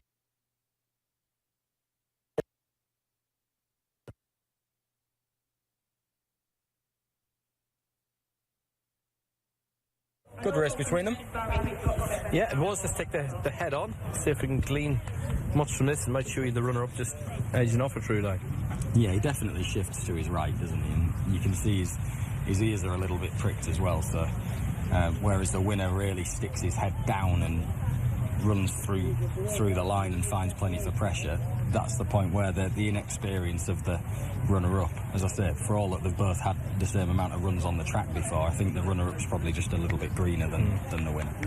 He shies away from the whip, doesn't he? He does a little bit, yeah. Okay, that's the way of things. Bay of Honour wins our 4th race. Yeah, just got to run up the inside, didn't he, Benoit de la Sayette? And Bay of Honour found enough to win for Charlie Appleby. Runner-up, but he stuck to his guns in good style. But I'm going to ask whether the runner-up should have just stuck to the rail and made Benoit de la Sayette come round him. But he didn't, and he was hanging out to his right a little bit, the runner-up. Pretty tight in the end, though, wasn't it? As Bay of Honour, 3rd career start is a win. He was evens. He beat Positive Impact, who was 15-8 in 7 round. Let's check the time out. 4.89 outside standard. First race on the round course at Thursday today.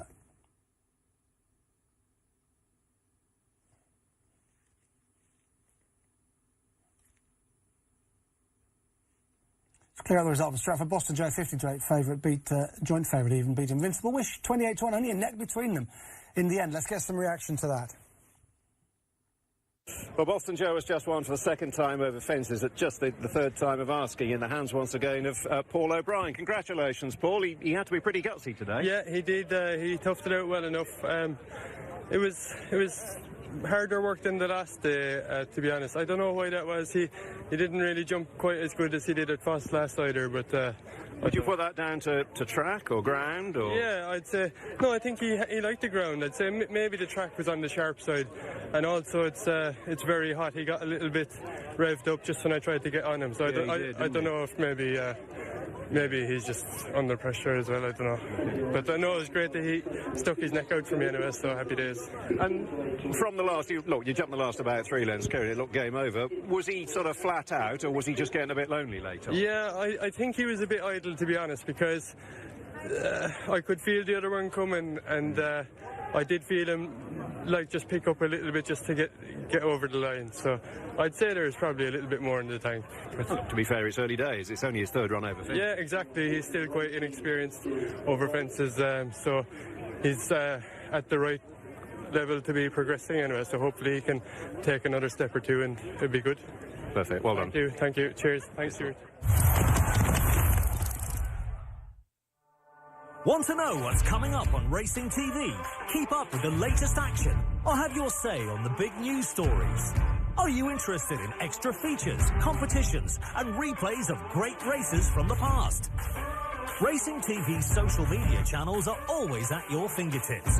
Watch the day's big races again and join the debate with others. Read tips from the experts and catch up on the breaking news from the Racing TV website. Enjoy highlights from the channel and the expert insight that you might have missed. Racing TV's social channels already have over 500,000 followers, keeping themselves in the know every day with updates around the clock. Wherever you are in the world, you can stay ahead of the pack by following us on Facebook, Twitter, Instagram. We're having a good season, Freddie, but they could probably do with it being great once again. Of course, they've won the Guineas and such like, but yeah, a win here would just get them on their way again. It'd be nice, yeah. Look, this horse was highly thought of over in Maidan. You know, he was compared to Blue Point when he won his trial, and he won his trial very easily. But then on the big night in the Alquas, he disappointed, and therefore there's just a couple of question marks after him. He goes well fresh. He loved that firm ground. But I'm just not sure whether or not he'd be good enough for this occasion. Look at Nature Strip. He's just going down on the buckle end there, Rasheen. Yeah, what an unbelievable horse. He looks like a chaser walking around the paddock. He's the biggest, heaviest and most imposing horse in the parade ring. Yeah, he looks great. And Kevin, let's talk about the race as a whole, because there are 2 horses dominating the market. Do you think it is a 2-horse race? I wouldn't like to say that, but look, there's a very realistic possibility here, Alex, that Nature Strip is in a different league. And the way on this day, because Golden Pal that we see in picture, you know, he's going to go. We know he's very fast. Nature Strip is drawn very close to him. One assumes he'll follow. And you just worry about that last 100 yards for Golden Pal. All we know about him, you know, the damage he does is early and mid-race, and he might just be wilting late. You know, he'll love the ground, but that's the way I'm reading it. And it's a case of, can any of the more locally trained horses find the improvement that they'll need to find to get on top of a Nature Strip? The closer we get, the more I think this might be an Australian day. It could be an Australian day, but Ryan Moore, you may remember, teamed up with Henry Candy with Twilight Sun to win the Diamond Jubilee. They team up with Twilight Twilight Calls here, Rasheen, and you think he's quite a nice horse? He's an improver. He ran very well behind King's Lynn at Haydock. They were head and neck to the line. I think King's Lynn and the Twilight Calls are the each-way play here. I think they'll both be finishing strongly. David Probert knows his horse very well, and they're uncomplicated. Yeah, and as you say, knows the horse as well, and they'll both appreciate coming off this hot pace. Definitely. You know, there'll be an awful lot of horses happy to drop in here, Alex, and they'll be hoping the Golden Pal goes as fast as we all think he will, because if he goes more of a medium pace, there'll be a lot of them too far out of their ground, I suspect. Would you like a stat, Alex? Yeah, I love a stat. We talk about prize money all the time, and the prize money in Australia, if Nature Strip wins today, he'll only add about 2% to his lifetime earnings. he's won the bones of £10 million in his travels in Australia. It's incredible, really. It's incredible, isn't it? Yeah, he's won £9.9 million in win and place prize money. But it's about the prestige, it's about being here at Royal Ascot, and they have been brave enough to take on the challenge. We'll be back in just 30 seconds.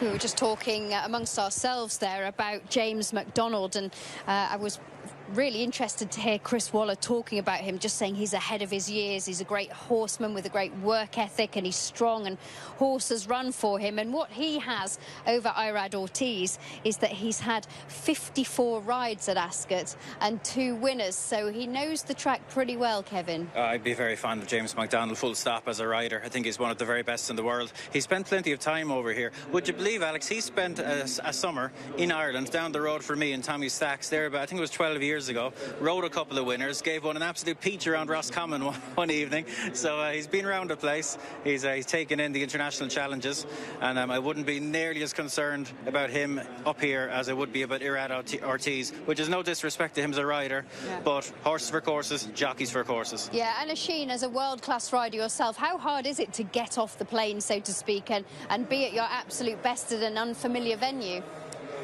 That's very kind, Alex, but the bottom line is you just try and do the best by your horse, and Irad will know that this is a stiff 5, there's no turn. He will try and save a bit of energy and get Golden Pal to take a breather some stage through the race. It's a brilliant race. I'll be very interested in seeing what wins it. I don't think it gets any better than this. They could break a track record here. Yeah, and it'll be interesting to see if that 5.7.44 is lowered. Going forward is St. Lawrence there. Andrea Razzani riding for Roger Varian. Final thoughts, Kev?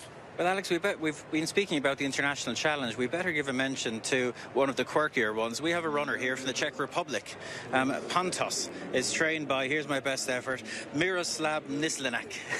All the way from the Czech Republic, and showed a high level of form last time. There's a big price here, but fair play to them for coming, having a go, and hopefully he rewards them with a big run. Yeah, and ridden by Tomas Lukasek, so good luck to the duo there. We've also got a none-thought winner here. We haven't even mentioned Winter Power for Tim Easterby. She's drawn in 1, which after the previous race, Freddie, might not be such an inconvenience. No, it might not, and there you go. Look, but what'll happen here is she'll do her own thing up on the far side, whereas, you know, the more fancied horses are closer to the middle, if not stand side rail. Golden Pal's drawn in 13, and obviously Nature Strip is in 10, so I can see the race unfolding not really to her liking, because there'll be nothing will be able to go with her on that far side, whereas they'll be able to go with Golden Pal and Nature Strip over closer to the middle. Yeah, she's not been at her best yet this season, but Tim Easterby said she just takes a bit of time to come to hand. You have to just let that happen naturally, and they feel that she is coming to hand now. There is Ryan Moore on Twilight Calls. He'll be coming out of stall number 6, but it promises to be potentially the race of the day, if not the race of the meeting. There's Mondamedge. We know he can be a little bit of a handful, but what a horse he's been for Anthony Britton since he picked him up for just 4,000 guineas in August 2020. One of the things they've had to contend with, though, is his temperament, Freddie. Yes, he can be a little bit tricky, but Cam Hardy's on board here, and Cam has ridden him every time he's ran for Anthony Britton, so every start he's had so far, 27 starts, 6 wins, so Cam surely knows this fella inside out, and vice versa. Absolutely, but he's going to have to be at his best here, Kevin, because it just looks like he's giving them 1 or 2 problems down at the start. Yeah, and this is tough. It's a debate, really. You know, I think these tricky ones should have to go in first, because I don't think it's fair on the horses that do everything correctly to be made wait when one plays up like this. So look, hopefully for his connections he goes in, but there shouldn't be an undue delay, I don't think. I don't think that'll be fair to the rest. No, I think not, and you can just see Existent going forward, Marco Gianni for Stuart Williams, and then hopefully those that were being a little bit tricky will be okay. as the big guns come forward. The King's Stand Stake, the second Group 1 at Royal Ascot, is called home by Ian Bartlett. They race away for the King's Stand Stakes. Mondamage not with them. Pontos is very fast away. Winter Power is up there as well. Acclim Express and Lajulai behind these. He missed the kick on Golden Pal. He's making move already. Nature Strip in the red and yellow stripes is up there as they make their way already down to the halfway stage. 'Tis Marvellous is behind the leaders. Then comes Equilateral, Lajulai, and one loose one. Cardim, I think, is running loose at the back of the field there. Has got rid of the pilot as they head down with 2 furlongs to go. On the left is Winter Power. Golden Pal on the right. Nature Strip, the white bridle down the centre. Pontos is there. Acclim Express not far behind these. They're followed by King's Lynn, and then comes Twilight Cause as they head down to the closing stage. There's a furlong to go in the King's Stand, and as they do so, Nature Strike leading to Acclim Express in second place. Twilight Cause coming home in third position, but it is a great Australian sprinter, Nature Stripe and James McDonald, and look how far they've won by. Second will go to Twilight Cause to Acclim Express, Monista behind those, and then came Equilateral and King's Lynn, and behind this was Lajulai, a man of promise. This is all about Australia. It's been won by Nature Strip. The only horse that could live with him was the loose horse Cardim. We'll let you know what happened with him as soon as we can, but it's a win for Australia. What a performance by this horse who, as we told you, is a massive money earner in Australia. Choisir was the first Australian trained horse to win in Britain. He doubled up 4 days later in the 6 furlong Platinum Jubilee, and incredible that this horse is another winner for Australia. Twilight Calls in second, Acclim Express in third. We'll get reaction after the break.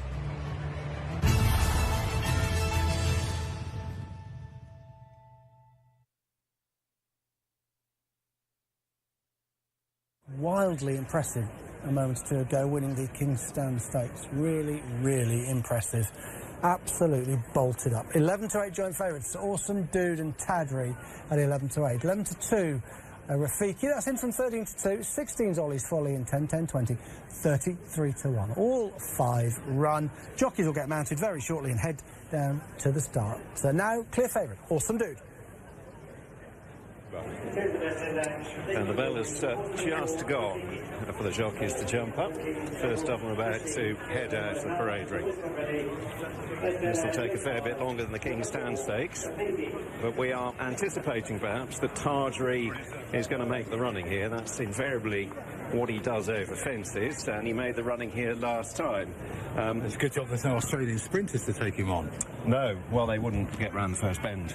Oh, no, they do run round the bend, sprinters in Australia. Do they? I don't know. I think so. He did jump slightly out to his right, Tadri, didn't he, over hurdles here last time? Yes, yes. Well, which, neither here nor there, really, but... No, but mention it for what it's worth. Good. We have a lot of time, after all. We do have 4. Well, I'm going to talk for a long time about Rafiki. OK, well, before you talk for a long time about Rafiki, do you want to have a look at Awesome Dude winning at Huntingdon last time? Right, well, that's going to appear, Awesome Dude winning at Huntingdon. That's excellent. And he won pretty convincingly. He did, in a race where something went blazing off in front, and he's made the running himself, but he looked quite happy tracking and ended up romping home. Romping home.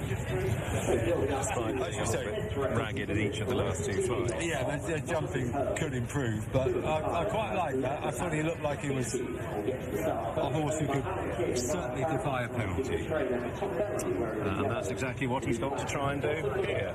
Defy a penalty. OK, go on. Well, you know, he had a 5 times for James Ferguson.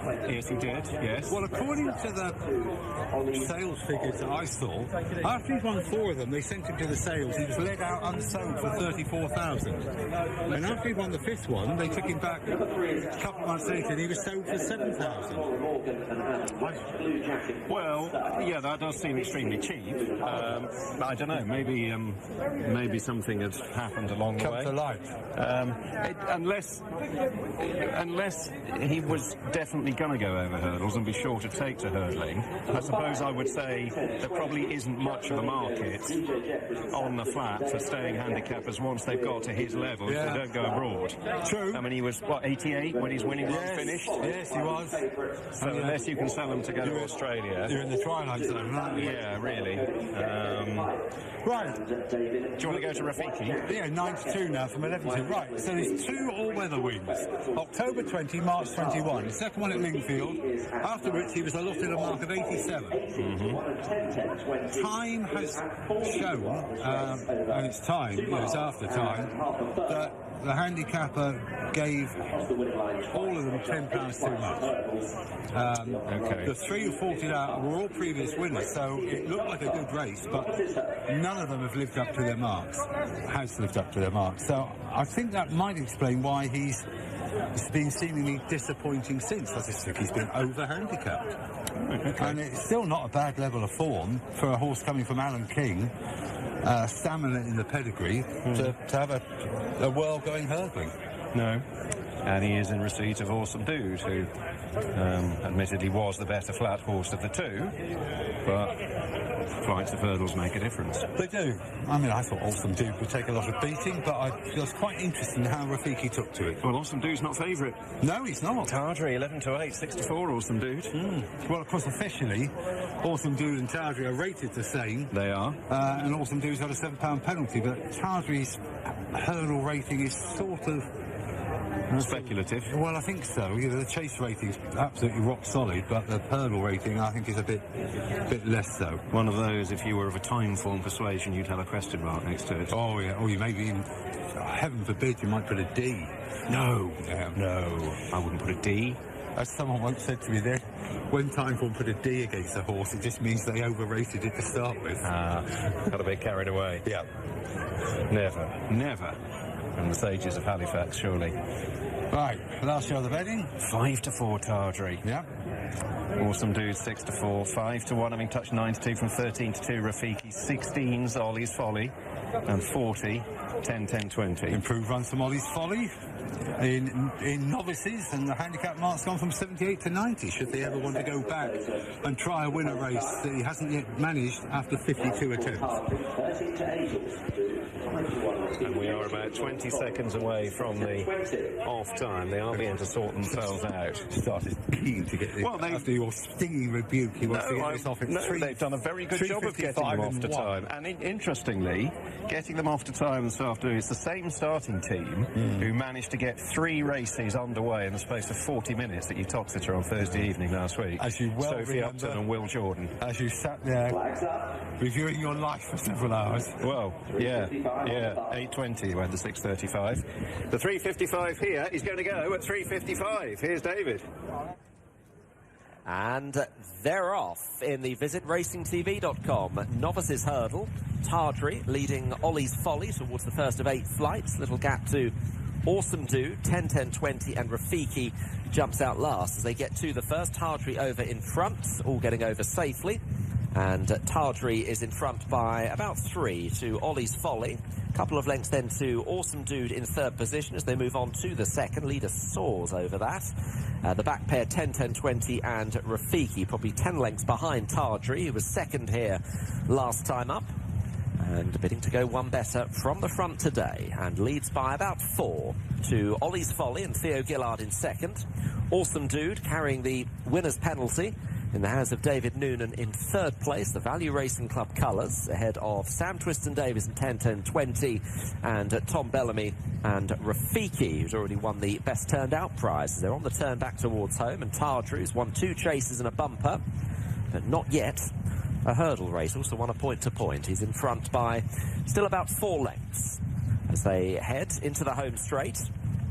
Ollie's Folly is in 2nd place with Awesome Dude, the Huntingdon winner 4 weeks ago, on the outside as they get a bit closer to Tardri. Adam Wedge just restraining the leader a little bit as they get over what will be the last next time. 10-10-20 and Rafiki, the back pair. So Tardri leads the way. Awesome Dude, the chestnut, he won 5 out of 11 on the flat as well. And he's just about shading 2nd, sharing it with Ollie's Folly, 1 circuit in front of the field. And Rafiki and 10-10-20 are minding their own business at the back at the moment as they head on towards the 4th. going out on this final full circuit.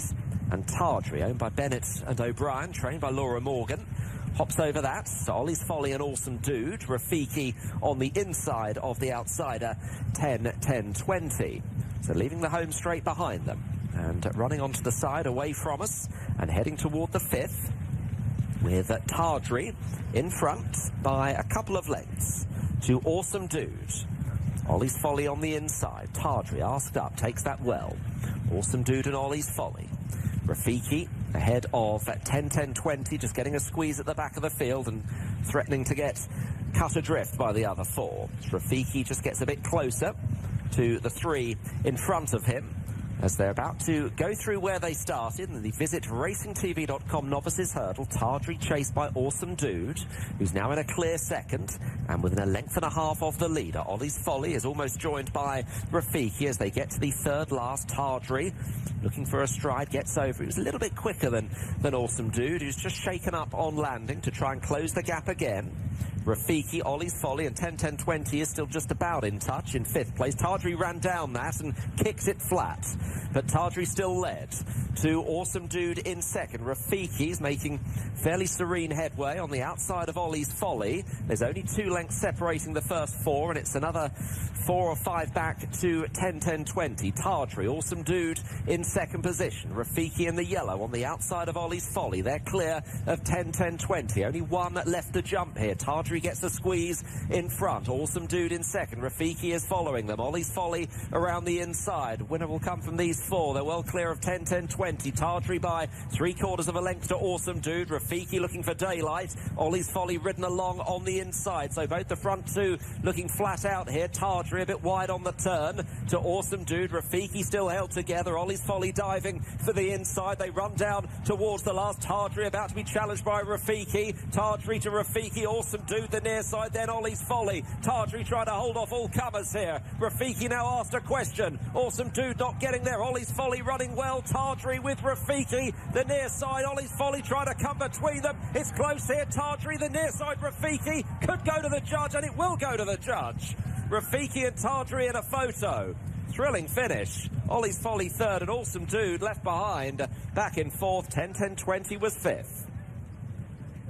Rafiki and Tardry flash past together. It might just be Rafiki and Thomas Bellamy who's prevailed. Yeah, I think it is. Far side in the yellow. Yeah, and unbackable now on the exchanges once that angle has been shown. And Rafiki has just got there. It was a traditional stuff in the closing stages, wasn't it? But Rafiki's beaten Tardry and Adam Wedge. And with Ollie's Folly back in third place, they all came quite close together, but it is Rafiki who has got there. We'll see them coming across the road, crossing and down to the last. Here's the result Rafiki. of the photo finish for first Here we place. go. First, number 4, Rafiki. Yeah, officially called now. I thought Rafiki was going to win easily because he came on the bridle turning for home and he cruised up, and I thought he'd find loads, but he didn't find as much as perhaps he threatened to, but he found enough under a hard drive from Tom Bellamy, and he's just got up. There he is, coming back in. And he has returned at 5-1 for the Alan King team.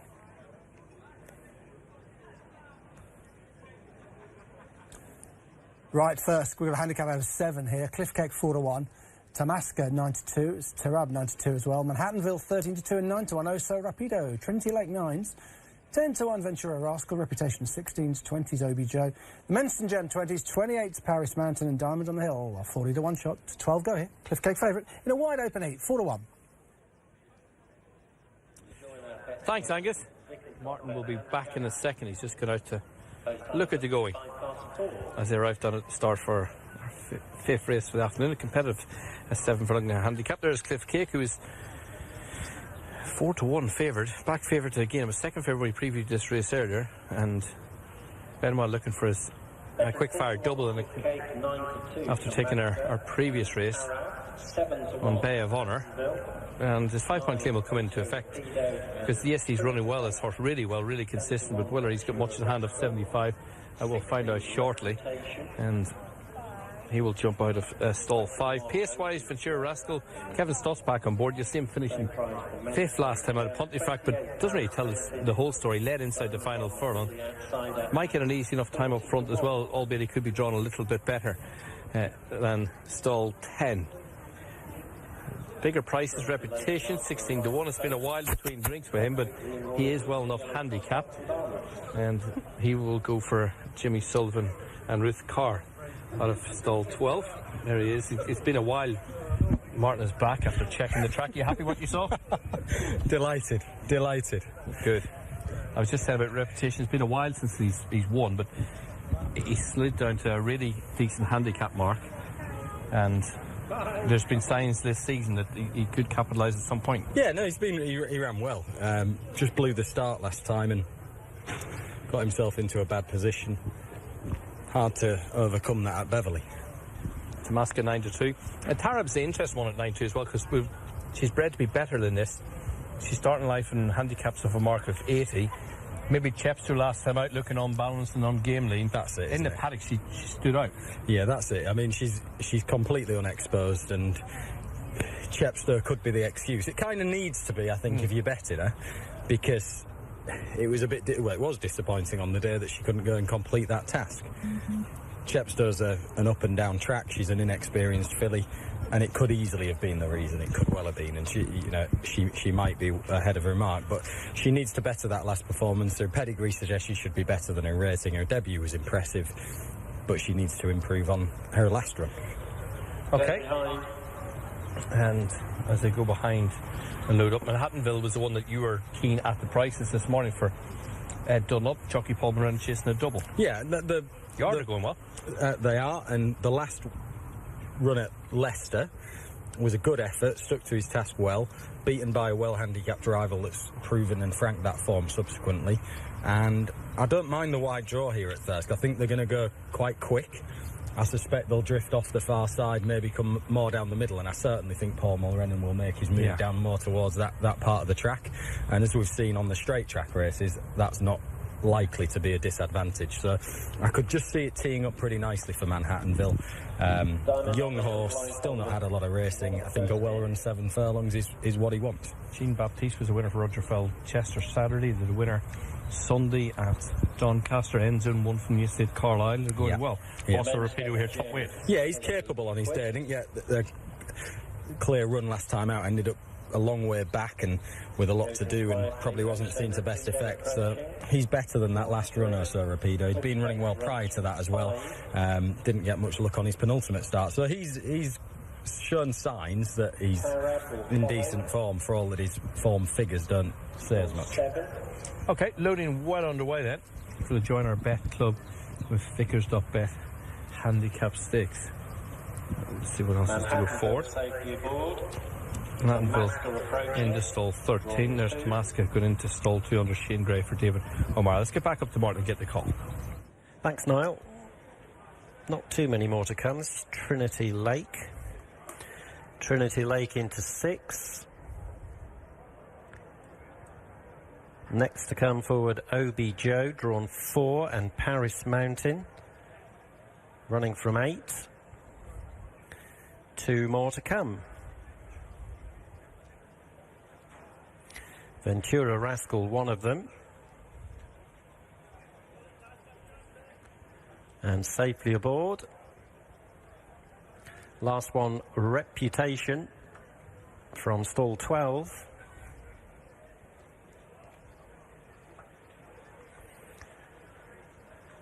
Approaching, incoming, all aboard. And off. 7 furlongs in front of them for the Join Our Bet Club with Vickers.bet handicap. Tarab was slowly away, crosses to the inside, but is amongst the back markers as Oso Rapido, Tamaska and Diamond on the Hill, who runs the rail, cut out the early gallop. The Menstone Gem is prominent, so too out wide is Ventura Rascal. Tucking in behind the speed is Trinity Lake and Paris Mountain, as Diamond on the Hill leads them at the end of the first quarter of the mile. Reputation's right out the back, Tarab's in rear together with Manhattanville, and Cliff Cake's in the last quartet with OB Joe immediately in front of him. Diamond on the Hill will lead them into the straight, just over 3 to go, with Tamaska a length down in second. Oso Rapido on the inside of the Menstone Gem, a third and fourth. They're being hunted up by Ventura Rascal, Paris Mountain, Trinity Lake, who's ridden along in the mid-division. Making headway on the outside is Manhattanville, followed through by Cliff Cake. OB Joe flat out, passing the two on the inside. Tarab and Reputation still in the rear. All change in front. Diamond on the Hill giving way to Ventura Rascal. The Menstone Gem down the outside. Cliff Cake and Manhattanville coming to join issue as they race well inside the last. Cliff Cake over the top of Ventura Rascal, running up towards the line. Cliff Cake goes on to win readily. Manhattanville for second from the rear. Reputation up for third, and they were followed in by Ventura Rascal. 2 in the day for Benoit. Cliff Cake wins for Roy Bowering. Well done to Connections. You look at this horse's form figure, it's been a model of consistency. Beats Manhattanville in second place, Fred Dunlop and Paul Mulrennan. And the first two clear from Reputation for Ruth Carr and Jimmy Sullivan in third. Yeah, he's had some 6 or 7 months, this horse, hasn't he? He's been really, really progressive. Well backed again today. Benoit, as you say, that £5 clearly helped. But he came with a strong run down the outside. Notable that the first two both came down that part of the track. Cliff Cake widest of all. Manhattanville and the third, Reputation as well. Yeah, he was down that strip of the track as well. So I don't know whether, I mean, to be fair, our last winner came up the far rail, didn't he, in the novice race? But them two were miles clear also. Yeah, but Cliff Cake, he's done it well. He's well on top at the line. He's a horse with a fantastic attitude. He's shown that all-weather improvement that he made, he's managed to continue that onto the grass now. Start life for Richard Hannon, half-brother to Tomoly. He's done really well. It's quite rough early, down towards the inside, a bit of scrimmaging. We picked the winner up. He's sort of slightly worse than mid-div. Yeah, they've gone. The first three are out the back, aren't they? They've gone quick in front, and the horses in those first 4 or 5 positions end up well enough beaten. And you can see Cliff Cake held up, Manhattanville held up, and the third horse is last of all. So it looks like they've gone pretty quick. It suited the hold-up horses. Trinity Lake, he didn't really settle early on through the race there in mid-division. He's not helped his rider out. Tamaska was a little bit below what he's been doing recently, but it was under a positive ride, and perhaps he's used up a little bit too much. It's one that's of 75. Carlisle Bell next week. Yeah. He'd get a penalty, but might get him in. Yeah. A mile, obviously he stays a mile as well. Just he's in rampant form. It'll get him in it. Yeah, no, it could be a nice target for him potentially, and he's a horse that you know, he sees his races out well, doesn't he? So maybe Carlisle would be a track that would suit him. The horse, the Midland Park horse there, Ventura Rascal, has run really well, hasn't he? Because he was a little bit in a different position, I suppose, always sort of handier than the other principals. So he travelled well through the race, and it's probably just a little bit closer to a strong pace than was ideal.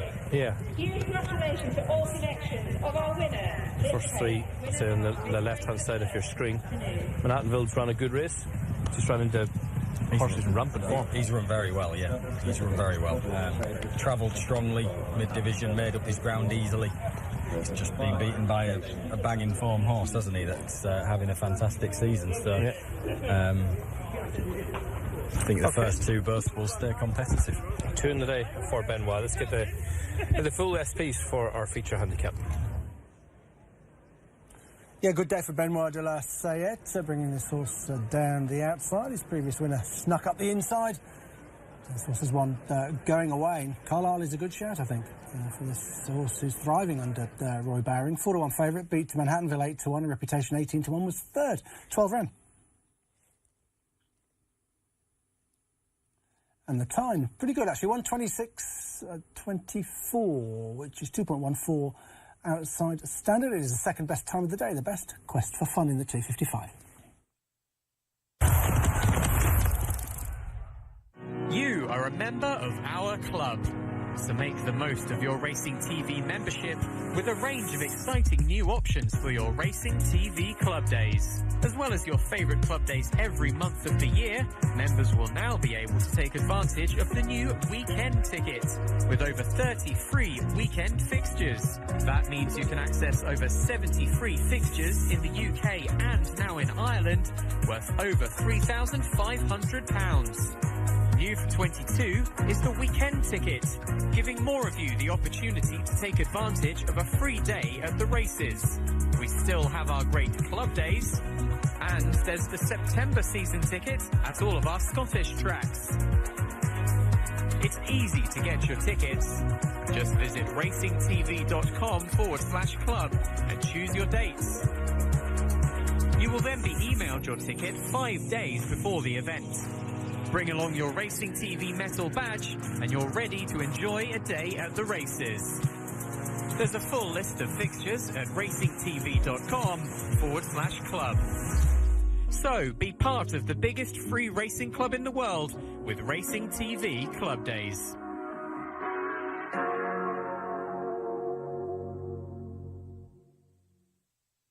When you bet fair at Royal Ascot, you get royal rewards.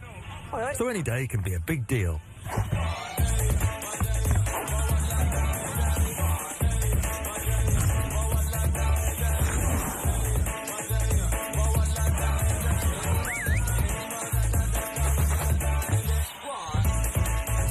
Boost your odds on every race at Royal Ascot with My Odds Boost. Because we're Betfair.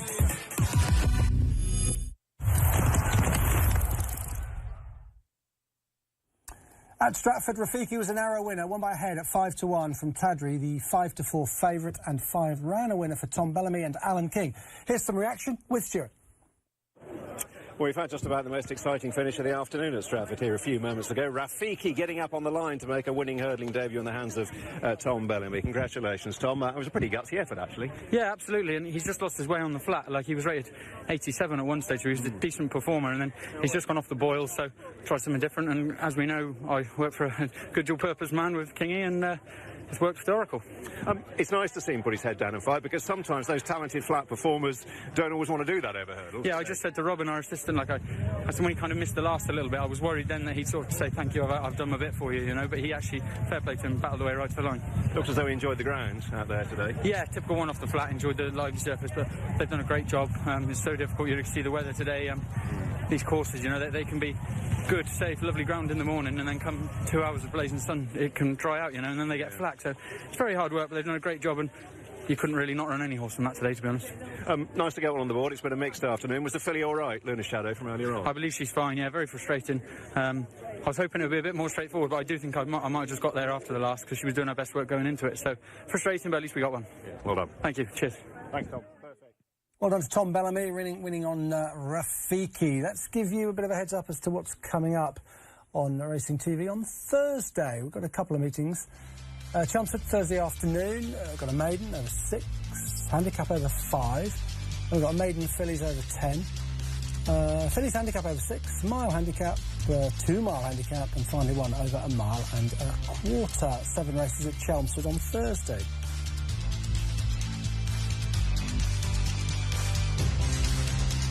Leopardstown, Thursday, 5:15. We've got an auction series race over 7. Handicap over 7 then. Horses rated 47 to 70. Handicap over a mile at 6:50. Got a handicap again over a mile at 6:50. Another handicap comes up at 7:20. Horses rated 47 to 65. That's over a mile and a furlong.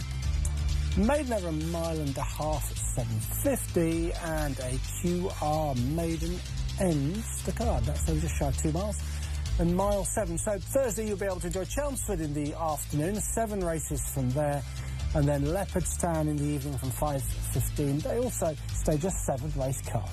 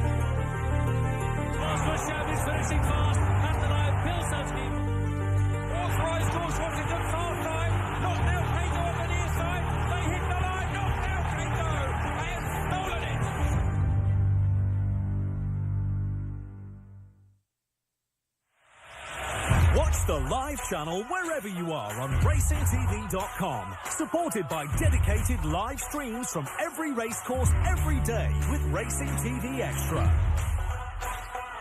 Missed a race? Every replay can be found alongside an unrivaled archive of interviews and features via our on-demand section. Find tips, odds comparison and time form ratings on our race cards and use our replay library to complete your form study. You can even register for your next free race day through the improved Racing TV Club, including the all-new weekend ticket. Simply visit the club section on racingtv.com, select the day you'd like to attend, and we'll see you on course.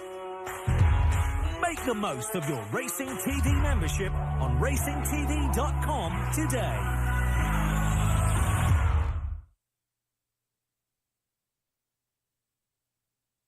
Things about Native Trail in the Irish 2000 Guineas. It was the exact same setup, you know, drawn low, around a bend, you know, in a field where no one was going to do him any favours, and he was on the best horse, and when he needed the gaps, he had enough horse to get through them, you know, and that could well be the case here, because this lad is a faster horse than Native Trail. Like, he's always looked at, like, the biggest problem they've had with this horse is harnessing him for long enough. You know, he got, the one day he got beat, it was because he ended up in front too soon, because he has that much pace and he was travelling so well. So Buick might just be happy to get plenty of cover for a long time, and we might get to see this horse turn a foot in, you know, quite late. But I'd be surprised if this wasn't without complete, if there wasn't a fright along the way. Is it in the back of your mind that William rejected him in the 2000 Guineas? It was a tough choice, but at the end of the day, you know, as a European champion 2-year-old, you know, unless there was something, you know, that had won a trial, it would have been extremely hard to get off him, no matter how well Corbus was working. So I wouldn't take it as a negative myself, and he gets to get back on now. He's in a great position. Just to remind you, 2 non-runners here. Check and Challenge doesn't go. That one has a bad scope, and Light Infantry has also been taken out because of the ground. So 2 absentees, leaving 11 going to post. But by no means a one-horse race here, Rasheen. I mean, you've got the likes of My Prospero for William Haggis, who looks like he could be a real danger, and he's now as short as 4-1. I'm not surprised. He's the obvious pick to chase Corbus home. Mighty Ulysses was beaten in a handicap last time, but the form has really worked out. It was Miles back to 3rd, and he bolted up in a handicap at Chester since. Maljum missed the break in the German Guineas, had to do it the hard way. He was ridden by Stevie Donoghue that day. Kieran Fallon takes over today. Lusail, I'd be worried about the trip. Maybe ground as well, but a Son of Memas, this stiff mile, will be too far. And he does hold a July Cup entry, so that would maybe lead you towards thinking what their contingency plan could be if things maybe don't stretch out for him over the mile here. And just in general terms, Alex, if you were looking to take on the favourite, for me, I think you have to play the position angle. You know, I think you want something that's going to be handy, that's going to be in pole position, and if he can come and pick them up, so be it. You know, I thought Eichel is a huge price for Aidan O'Brien. It's like Frankie's just taken his own hood off. Not that he needed too much calming down, Mighty Ulysses. He looks very, very quiet indeed. There in front of us, that's Berkshire Shadow, Andrew Boarding's horse, who ran well in the 2000 Guineas. Do you know what? Believe it or not, it's so hot down here. Yeah, these horses, the older horses, these middle distance horses, they take it so much better than the sprinters. That was almost scary down south. Just very quickly, Kadam that didn't come out of the stalls or got rid of Jamie Spencer. I was watching, and literally as the starter pressed his button, the horse reared up. Jamie had no chance. And just confirming the steward saying a non-runner, Cardham, so you'll get your money back if you back that horse. Here's Angel Blue in the Mark Chan colours for Rafe Beckett and Rob Hornby. Where does this one figure in the market? Yes, Caribas, look at the price, 11 to 10 from 5 to 4 on this morning. As I changed, the Royal Ascot Stock Exchange is gone back to evens, Caribas. So evens Caribus, just slightly on the drift there. Who do you like to ride, Jason? I think that you'd probably pick Caribus, wouldn't you? I just got a sneaking feeling he probably looked like he will come on. I'm fascinated to see how Akel gets on for Aidan O'Brien. You know, he's returning, he's probably a bit burly, and he's obviously not been the easiest, or he's taken an age to come to hand. So I'll keep a close eye on him. There's Caribus on the left, having his first run outside of Newmarket, round a bend today as well. New energy, big day for the Laveries. It is, yeah. First run in Royal Ascot, very nice horse. Travelled very well in the Irish Guineas. For me, he just has to get home. Maybe didn't get home in the Irish Guineas, but it was a straight mile. The round track will definitely help him. He's a horse that travels really strong, and you know, I'd love to see him run a big race for Sheila Lavery and the team. Small team at home, but doing extremely well. I said earlier, first Royal Ascot runner, be her first Royal Ascot winner, and the first in this country of real note as well. A 28-1 chance. Berkshire Shadows one, Hayley, that no one seems to be talking about. He's a Royal Ascot winner already. Yeah, and ran an absolute blinder last time out. He's a very consistent, solid horse. He'll run his race. He puts in 110%. He's a great horse to have on side. And will absolutely love the ground. Roger Very and Jason Scott, Bayside Boy here. Yeah, and they're sort of forgetting him off the back of just one bad run over in France. And it didn't happen for him at all. He was pushed a little bit wide in that contest and never really got back into it. So we are underestimating him on one bad effort. Do we underestimate the German 2,000 guineas, which won by Maljum? He's unbeaten. You like horses coming in with unbeaten records. It's a big step up, and he has to run a career best today. So it's another Group 1 that dates back to 1834, St James's Palace, the royal residence in the Tudor period, and a big field for Mark. And they start right at the bottom of the hill. Remember the first race this week on the round course as Mighty Ulysses, the pace angle in the race, moves forward into line. Now in goes Loose Sail into stall number 4. There is Kevin Manning on Wexford Native in stall 3. And so the last one about to step forward now. Last one going in is Caribus with William Buick. That's it. They're in the gate. And they're off in the Group 1 St James's Palace Stakes. Just hustled along early is Wexford Native to go the early gallop. And one of the first ones away is Loose Sail. He's being taken on towards the outside by My Prospero. And towards the inside is Ical. But it is Loose Sail who has the lead. Ical racing in second. My Prospero out wide in third. Wexford Native hustled up early but now lit up and keen. And also Caribus is very keen racing against the rail. The all-blue jacket in 5th position, and he's really strained the reins early. On his outside is New Energy. Another one who's keen in behind is Angel Blur. Then on the inside rail is Bayside Boy, who's racing alongside Mighty Ulysses. Frankie did not go on. In fact, he's sitting chilly towards the rear of the field. So too Berkshire Shadow, and the back marker is Maljum. They're very tightly grouped as they head now on inside the final 3.5 furlongs of the St James's Palace Stakes, and it is Ical on the inside of Loose Sail. These are still the first two. My Prospero just a length away towards the outside in third. William Buick in a pocket at the moment on Caribus, looking for racing room. So too is Wexford Native. Then towards the outside, Mighty Ulysses begins to unwind. New Energy is travelling really well in that red and yellow striped cap. That's Robbie Colgan, but they're racing inside the final furlong and a half. It's Loose Sail who has got the lead. Now Caribus has got a seam up against the inside rail. My Prospero is boxing on. Here's Mighty Ulysses down the wide outside. Berkshire Shadow is another one picking up. A half furlong to go. Caribus a slender lead. Loose Sail is gamely fighting back. My Prospero is there, and it's Caribus. Caribus has just got the head bob. Flying was Maljum, but Caribus got there. My Prospero, Loose Sail, and also Maljum all involved for the minors.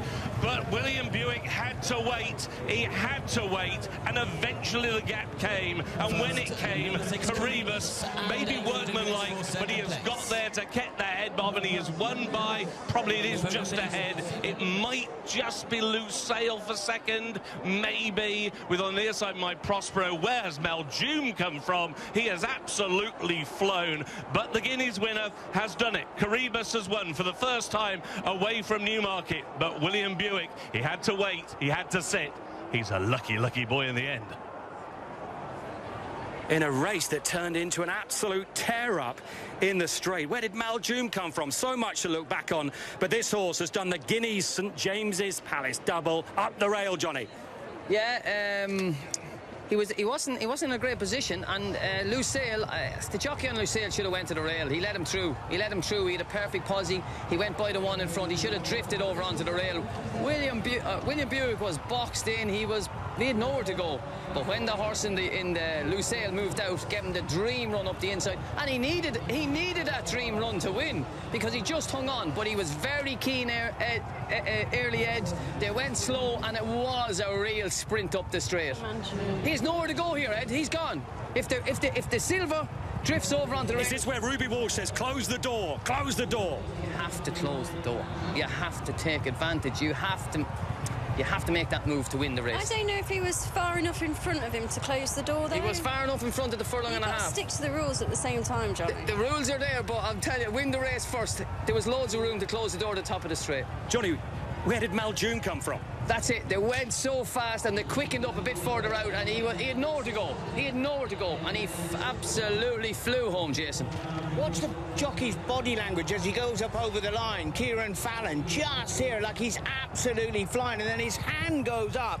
It's nearly like, what on earth has happened there, as if he's had an absolute flying finish on Maljoom from nowhere. Look at that. Caribus the winner on the far side. Then you had Maljoom between Lucille. Then My Prospero right in the mix. You had Frankie on the wide outside on Mighty Ulysses. Is that because they crawled early? Yeah, it is, but they've gone not much of a gap. Caribus, when we look back at this and you realise how much petrol he used on the way round, being very, very keen, he must have an enormous engine. Enormous. And some turn of foot as well. You could see from the celebration what it meant to Will Buick. Oh, William Buick, congratulations. What's the first relief at the line, or was it... what were you thinking? You have to enjoy these good horses, you know. I'm very privileged to be able to get on these good horses. But at the same time, it's a case of getting the job done, and this was one of those races where it was tricky, you know. Good draw, but good draw can turn into a bad draw very quickly. You know, as you saw, he travels extremely strong, and you know, you just want him to drop his head. And in the straight, you know, I had no option to go already, but there was enough room, and he ended up getting a lovely run through. He's a very good horse. It's only his fifth run, so you know, of course you enjoy it, but you want to get the job done. The moment, Will, when you turn into the straight and you've got horses all around you and you're looking for the out, what's going through your mind at that moment? Well, I had two options. I could have come back astride and gone around him, which I was prepared to do. But when Dobbsy went on and so he didn't go to the fence, it was a very natural place for me to go, you know. And this horse really took me in there, and he's brave, he's got a turn of foot, he stays, he's got a great temperament, he's got a will to win. He's got everything you could ask for in a racehorse. Did you know you won at the line? Yeah. Well, how close was it? It was close enough. I mean, standing around a few of your teammates here, no one was entirely certain. But glad to know you were confident. And just about Caribus to have won the Guineas and now come away from Newmarket and win here. How good a horse does that make him? Yeah, well, this is like, you know, the St James's Palace is always the confirmation of the top 3-year-old miler. Obviously, he'll go on from here and take on the older horses. So, but you know, this is of his generation. He's now, between himself and Native Trail, they're the best milers around. Well done, Will. Thank you. The fine margins, brilliant from Will Buick. Kieran Fallon, Ollie Bell just had a quick word with him, and he simply said, I should have won on Maljoom. Just couldn't get out when it mattered. He should have won, he says. But here is our winner, Caribus, winning the St James's Palace Stakes, pulling off the double, the 16th horse to do it, winning the 2,000 guineas at Newmarket, and now coming to Royal Ascot and winning the St James's Palace. And the next question, obviously, looking forward, Johnny, is who would you ride in the Sussex Stakes, Baid or Caribus? I think Caribus has a lot of speed, and it showed me today that he just about gets the mile. A slowly run mile today, he was far too keen. He just got home. He was at the pin of his collar. I'd say Baid would outstay him in the Sussex.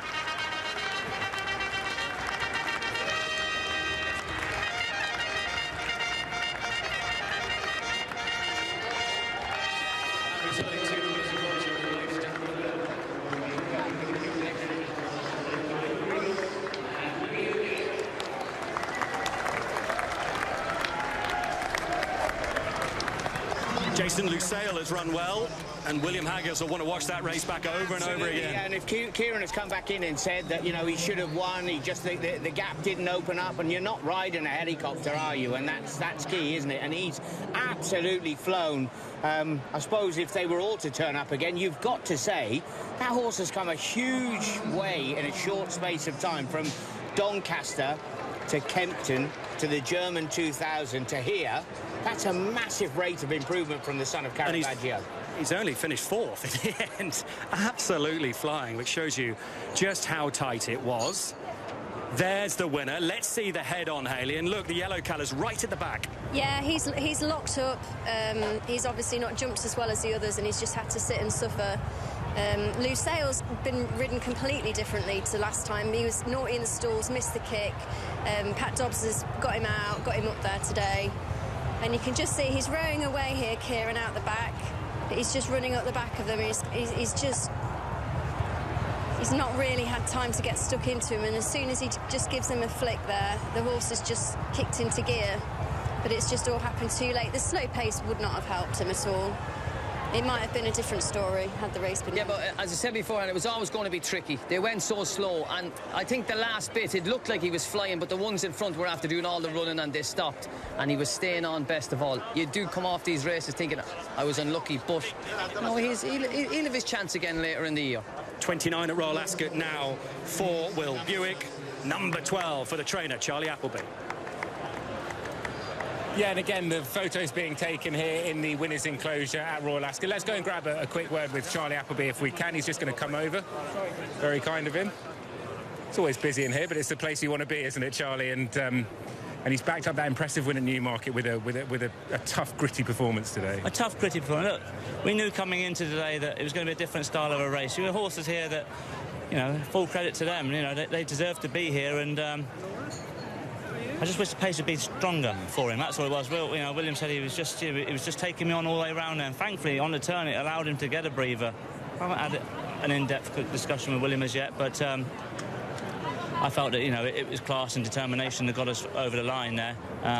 Going forward, we'll probably have discussions, but I think we might head to, obviously the Sussex is there as an option, and we got the Prix tomorrow as well. So, but wherever we go, I would like to ensure there's pace there. Goodwood provides the clash of the generations, and for many years we've had duels on the Downs. I think we're in our sort of 8th different duel on the Downs. William Haggis mentioned that he might go to Goodwood with Baid. How much would you be looking forward to taking him on if indeed you both get to Goodwood? I'm sure it's a discussion that we'd all like to have now over the next coming weeks, should we say. But as we know, His Highness Sheikh Mohammed and Team Godolphin, they never shirk away from a challenge. So, it'll be a good, healthy conversation, and I think it's something that will be strongly looked upon. It probably goes without saying, but will you be mindful to avoid running Native Trail and Caribus against each other? They're both very talented milers. Yeah, Native Trail this morning, when I saw him going off for his second canter, I half wished I was bringing him here this morning as a second bullet, but he looks fantastic. As we know, Native Trail is going to step up to the mile and a quarter there in the Eclipse, and I'm very much looking forward to it. So hopefully that might, sort of keep them apart for the time being anyway. Okay, well done, Charlie. Brilliant, thanks very much, Ollie. Take care. Delighted to hear that. The Native Trail goes to the Eclipse. You saw Chris there leading away the winner to have a well-deserved drink. He did those videos for us heading out to the Breeders' Cup, and led up today by Kadir Mohammed. Well done to them. And you wonder, Hayley, why didn't they run a pacemaker, some of these outfits, in a race like that? Because the winner wanted more pace, and just feels a bit unsatisfactory. The winner wanted more, the third horse wanted more, the fourth horse wanted more, and I think there'll be a lot of trainers going back, if they'd got on a stride we might have won, but it's almost like you're getting false results. But Caribus pulled hard early. Charlie Appleby just said he needed more pace. So you could say, you know, there was unlucky horses, but it's a little bit frustrating because it wasn't an obvious, you know, Find dominant a way to win. Find a way to win, irrespective of how the race is run. And he had all the attributes, the same as his rider. Was in a pocket, in jail, where you going to go, what's happening, back to the fence. It was there. He's come back underneath him. Thank you very much. Someday. We're only just past halfway, folks. We've still got 3 live races for you to enjoy this afternoon. We'll switch to ITV4 later on for the finale at 6:10. Our latest winner on a day for the big guns. Caribus won the St James's Palace.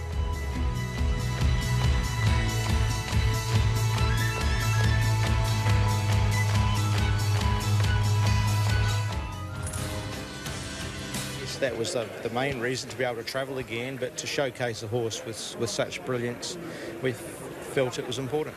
I remember the pressure everyone was always putting on you to bring Winks over and travel. So as a trainer, for you to tick the box, that must be nice. Yeah, you've hit it in one there. So, yeah, we make decisions, and Winks didn't unfortunately come, but she had so many expectations back at home. But this horse, he's flown the flag in both countries. Yeah, the things he's achieved have been quite remarkable. Has he always just been a superior sprinter for you? Yeah, he has been. He used to race on just sheer adrenaline, and we needed to harness that a little.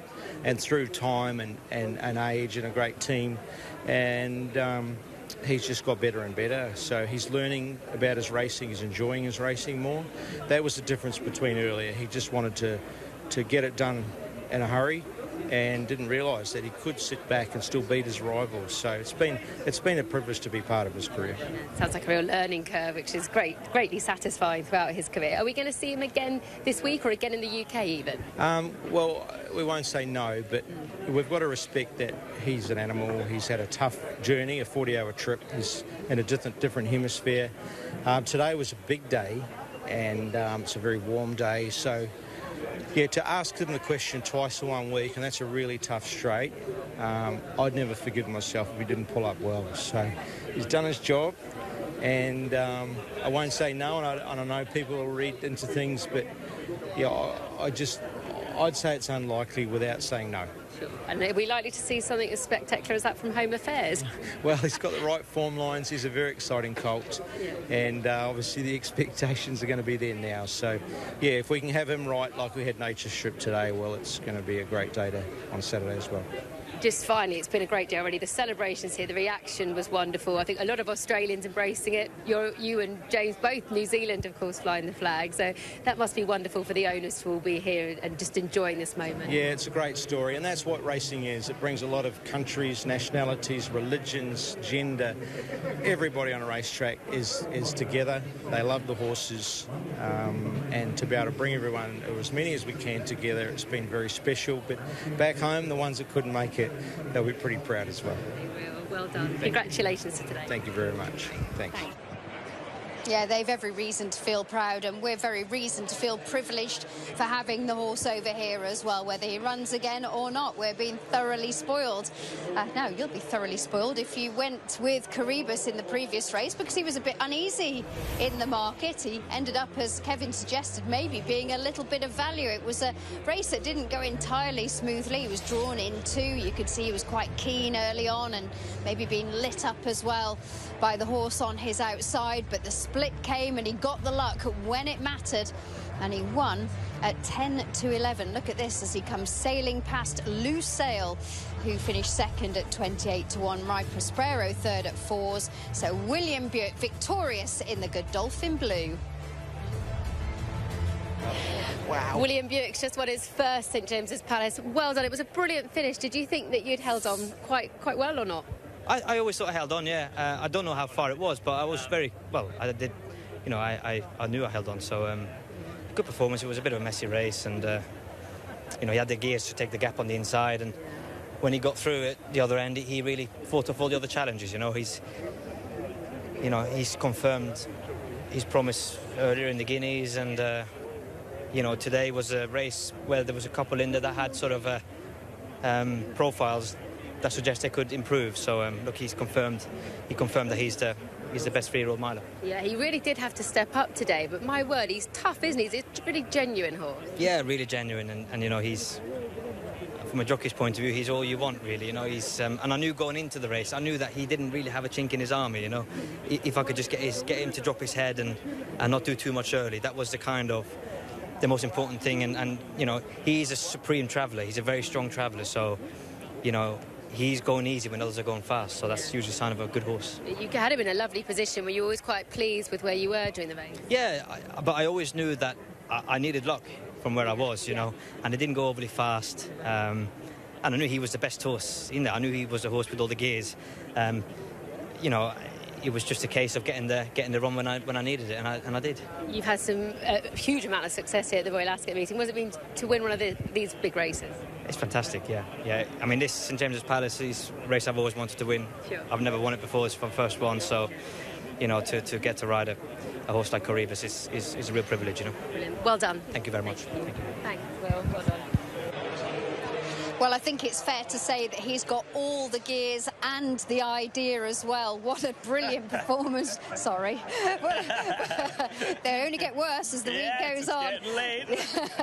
But, I mean, it was great to see him, you know, go and follow up that Guineas win, because when the first jockey rejects a horse in the Guineas, you just feel they've got to go and prove it again. Yeah, I suppose it was great, but then again, Alex, it was expected, wasn't it? Yeah. If he wouldn't have won, you would have thought, you know, and you might have blamed the jockey, because obviously the jockey always gets first blame, but no, I think William is delighted that it worked out from a tricky draw, tactical affair, and therefore, you know, to me, he's the true champion jockey this year anyways. Yep, it was. It probably will be as well. He said that Sheen's gone now. But anyway, we're going to go and look in the pre-parade ring now with Mick, because one of the horses that I really like today and one of my best bets on the card is the one in shot, Bring On the Night.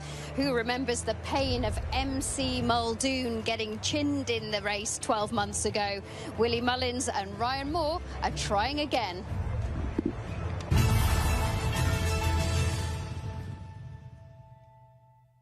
82. You just cannot believe it. This is my mum. She looks phenomenal. Kim and Barbara, and I have to say, you are two of the most fabulous looking ladies here. You look lovely. Can we just take a moment to appreciate Barbara's shoes? They're gorgeous, aren't they? They are fantastic. You are absolutely rocking it. Lovely. Great. Enjoy the rest of your day. Thank you so much. Being here with the Queen. It's wonderful. I love this. Hopefully the Queen will be here later in the week. See you later. Thank you. Yeah, fingers crossed for Thursday, potentially being Gold Cup Day, of course, and Her Majesty with a number of chances of a win, headed by Reach for the Moon on Thursday. Let's get more reaction to the big race we've just seen, the St James's Palace. Mixed fortunes today for William Haggis with Rishi. Well, I wonder how William Haggis feels after watching two very fine colts in My Prospero and Majlin run really well in defeat. So, William, what's the reaction to that? Well, I'm first and foremost thrilled with the way they ran. Possibly an opportunity missed for the fourth horse. I'm very sorry for His Highness Sheikh Ahmed, but the horse ran a fine race and he will be fine. It was just an Ascot race, a little bit got too far back, but he was slow away again, and we think he's fine in the stall. It's just the noise, I think, seems to put him off, and that's ultimately cost him. My Prospero was also, even at the end, it looked as if he was still getting into top gear and getting his stride going. I mean, I've said all along, I think he's a mile and a quarter horse, and he is, and he nearly got away with it today. You know, we're sorry neither of them won, but we're very keen to have another go at some stage. Would you be keen for both of them to step up and trip, or Majlin, or My Prospero in particular? My Prospero, I would think that will be his last race over a mile. Majlin, I think we'll keep him at a mile maybe. He looked very well today. He's really starting to thrive, and a nice-natured horse, and he probably thinks he's won, so it doesn't really matter. It's just a bit unfortunate, and poor Kieran is devastated. He's a young man, he's a very, very good rider, and he's just had a misfortune today, and we mustn't lambast him, and we must be, you know, supportive. Yeah, absolutely. Sorry, I couldn't find the right word, and I will be, and his day will come, and hopefully he'll ride lots of Group 1 winners in time. William, thank you. Thank you very much. Typically classy from William Haggis, really standing by his jockey there, Kieran Fallon. in the heat of the moment, desperately bad luck as well. Those rematches are eagerly anticipated. And they call Royal Ascot racing's most colourful and interesting stage. This sums it up. Lots of people having a really good time. That's where we'll finish our day. When we're on ITV4 later on, you need to switch over at about 10 to 6. We'll show you the 6:10, and then we'll head to the bandstand for the traditional sing-song. And in amongst it, that is somehow, I've seen that a couple of times, my goodness. In amongst it is Chris. So I'm here in the 5 Shillings lawn in the Windsor enclosure. Now, this is one of the most affordable places at Royal Ascot. So if you want to come racing, there are tickets still available. Saturday is a sellout, but there's tickets for any other days of the week. So make sure you talk to your bosses, get a little bit of time off work and come and enjoy this sunshine. I'm going to bother you guys for a moment.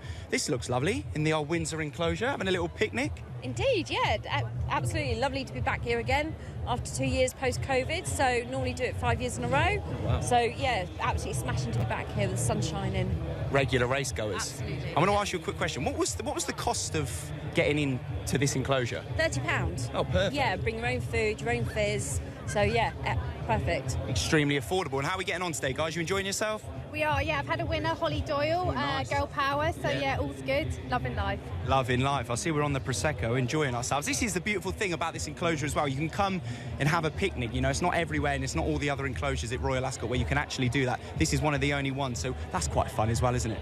Love it here. Love the racing. Love the atmosphere. Love the fact that we can bring our food and drink. Brilliant. Absolutely love it. And I believe for work, guys, this is quite a nice moment for you, because I think you actually booked these tickets about 3 years ago, and you know they've rolled over. But you work with paramedics In the ambulance service, yeah. So no, it's been hard a couple of years, but so yeah, rare day off. Yeah. But very rewarding, you know, when you can come let your hair down. I can see you with the flags, very patriotic. You're obviously enjoying your day, and you work so very hard, so enjoy yourself.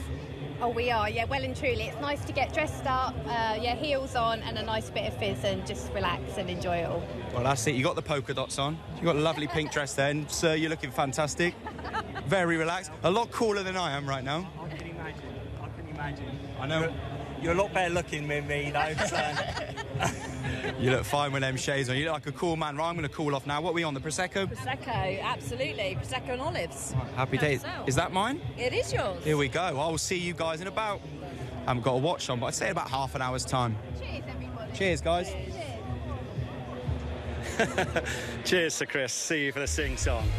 Well, they call it the sport of kings, but racing is a sport for everybody. And on a glorious day like this, in the sunshine, nothing beats it.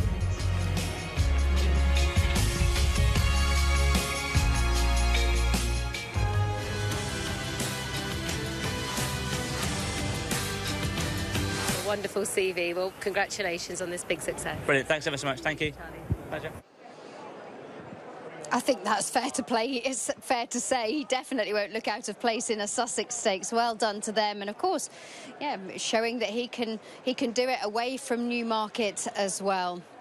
Horses in the paddock then for our Ascot Stakes, but whilst they get them sorted out, let's just show you something else that's going on here at Ascot today. Now, if you're a viewer of Sky Art's Landscape Artist of the Year, which is now in its 8th series, you'll be interested to know that Ascot have welcomed them to the Royal Meeting to film a heat for their next series, which will be screened in January. The artist set to paint a view of our spectacular grandstand. Now, if that doesn't inspire those artists, I don't know what will, and I can't wait to see what they come up with.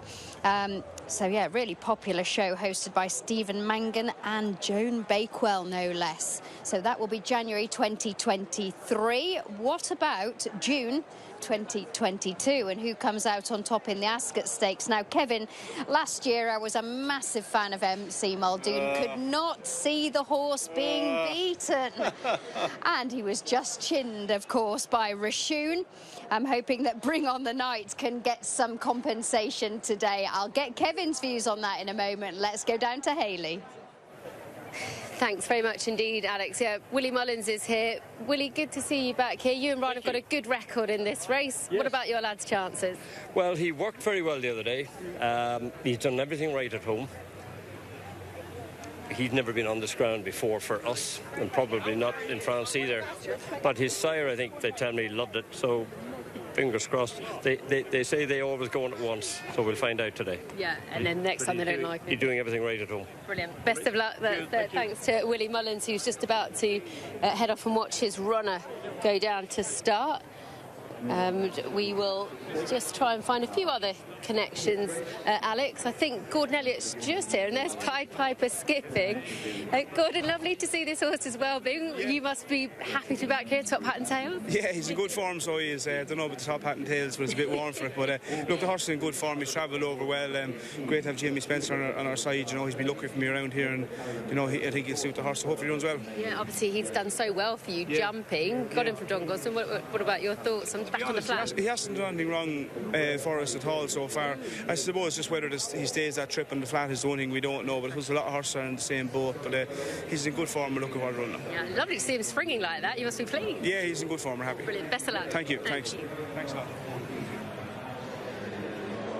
Yeah, of course, Pied Piper, who was so unlucky after he dead heated at Aintree and then got demoted to second. But he's a very interesting runner. He's 2 from 9 on the flat, but both on heavy ground. So that might be the difference. Good to firm it is here at Royal Ascot. A really drying day. Horses on the way down to post. There's Coltrane, a real yard legend at Andrew Balding's. And looks like one might have just gone off a little bit sharp there coming out onto the track. There is Bring On the Knights, who's our 5-2 favourite for this 2.5 mile Heritage Handicap, and it's coming up after the break.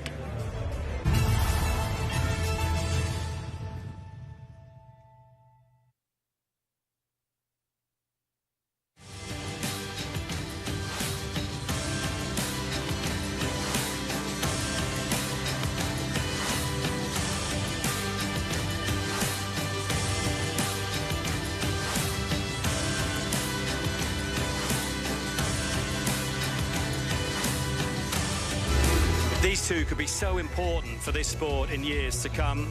Great to see the Prince of Wales on the left in the grey and the Duchess of Cornwall on the right. A gorgeous colour blue. And great to see them here today. Every race live from Royal Ascot this week. On we go, Richard. And this is our long-distance handicap of the week, 2.5 miles for the Ascot Stakes. Have the Queen Alexandra over further at the conclusion of the meeting, but this the longest of the handicaps. And as a result, you see plenty of jumps trainers having runners. So 1, Proshima, for example, trained by Dan Skelton, partnered by James Doyle. Number 2 is Rock Eagle for Rob Hornby and Rafe Beckett in Jeff Smith's colours. 3 is Coltrane Callum Hutchinson, son of a jump jockey, claiming 5 for Andrew Balding. Mick and Janice Marascotti in the hooped colours. Number 4 is Arcadian Sunrise, who's been one of the big punts on the build-up towards this race. Harry Davis claiming 5 for John and Miriam Quealy. 5, The Max We Can, Blink at First Time, Adam Kirby, one of the Charlie and Mark Johnston runners. And number 6 is last year's winner, Rishun. Big price that day, off exactly the same mark today. Richard Kingscott riding for Ian Williams. Number 7 is Marshall Plan, Frankie Dettori for John and Thady Gosden in the Godolphin Blue. And 8 is Pied Piper, Jamie Spencer for another jumps trainer, Gordon Elliott. 9 is an absentee, so Who Dares Wins is a non-runner. So number 10, Tribal Art, is next, Andrea Azzini, another for Charlie and Mark Johnston.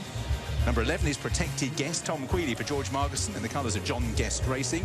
And number 12, Golden Flame, another from the Johnston camp, as the Blue Cap and Joe Fanning aboard. 13 is Bring On the Night. Haven't seen him on the flat for over 2 years. Been jumping, Willie Mullins, who often readies one for this. Colours of Mr. Joe Donnelly and Ryan Moore is aboard. 14, Going Gone for Pat Cosgrave and Jim Boyle. And 15 is Surrey Gold for Surrey Racing, Sean Levy and Hughie Morrison. 16, Scaramanga, Holly Doyle looking for a double, teaming up with Paul Nichols in the colours of Malcolm Denmark. 17 is Lidford, first start for trainer George Bowie with Safi Osborne claiming the 3. And 18, Make My Day, Rhys Clutterbuck claiming the 3, riding for trainer Gary Moore and owner Stephen Packham. Last 2, Just Hubert, Nicola Curry, can be a little cantankerous in the preliminaries. That R against his name has refused to race once. William Muir and Chris Grassick. And 20 is Moon King, another a long absence on the flat, but has been running over jumps. Charlie Longston, another jumps trainer to round things off, teaming up with Liam Canary. Without number 9, Who Dares Wins, 19 for the Ascot Stakes. Yes, Willie Mullins has won this race 4 times. 3 of them have been steered by Ryan Moore, and they've got Bring on the Night. 5-2 was 9-2 this morning. Arcadian Sunrise 9-2 from 8 and 9 to 1, framed by John Queally. Pied Piper, Jamie Spencer could have ridden Arcadian Sunrise, but he stuck with Gordon Elliott's horse. Pied Piper 13-2, 9-1 Marshall Plan for Frankie Dettori, 10-1 Surrey Gold. That was as big as 20-1, and it's 14-1 bar, including Coltrane for Andrew Balding. But we will have Bring on the Night. But before Bring on the Night, it might be Arcadian Sunrise, Luke. We really do need some experts on ITV racing. Luckily, I bumped into Tom. Now, Tom, come on, what have you got written down here? Are these... my picks. All your picks. Now, you're just... Where you go to school very close. Where do you go to school? St. Francis. And you run down here after school to come and watch racing because you love it so much, don't you? Yeah. And just point to us where you live. He's down there. That is where his mum and dad and he was brought up. He's right down there by the Golden Gates. What do you like about racing? They go fast? And the jockeys. Which is your favourite jockey? Come on. Ryan Moore. Right, you told me it was Frankie Dettori. He hates you now, Frankie. Ryan Moore's the man. Good luck, Tom. Good luck with your selections. How sweet is that? Well, I'm Tom. I'm trying to see his selection in race 5. It looks like he's gone for 16 and 12. Scaramanga to beat Golden Flame. Brilliant. I'm sure lots of people coming back from days out and days at school will recap what's been an extraordinary day. Baid waltzed home.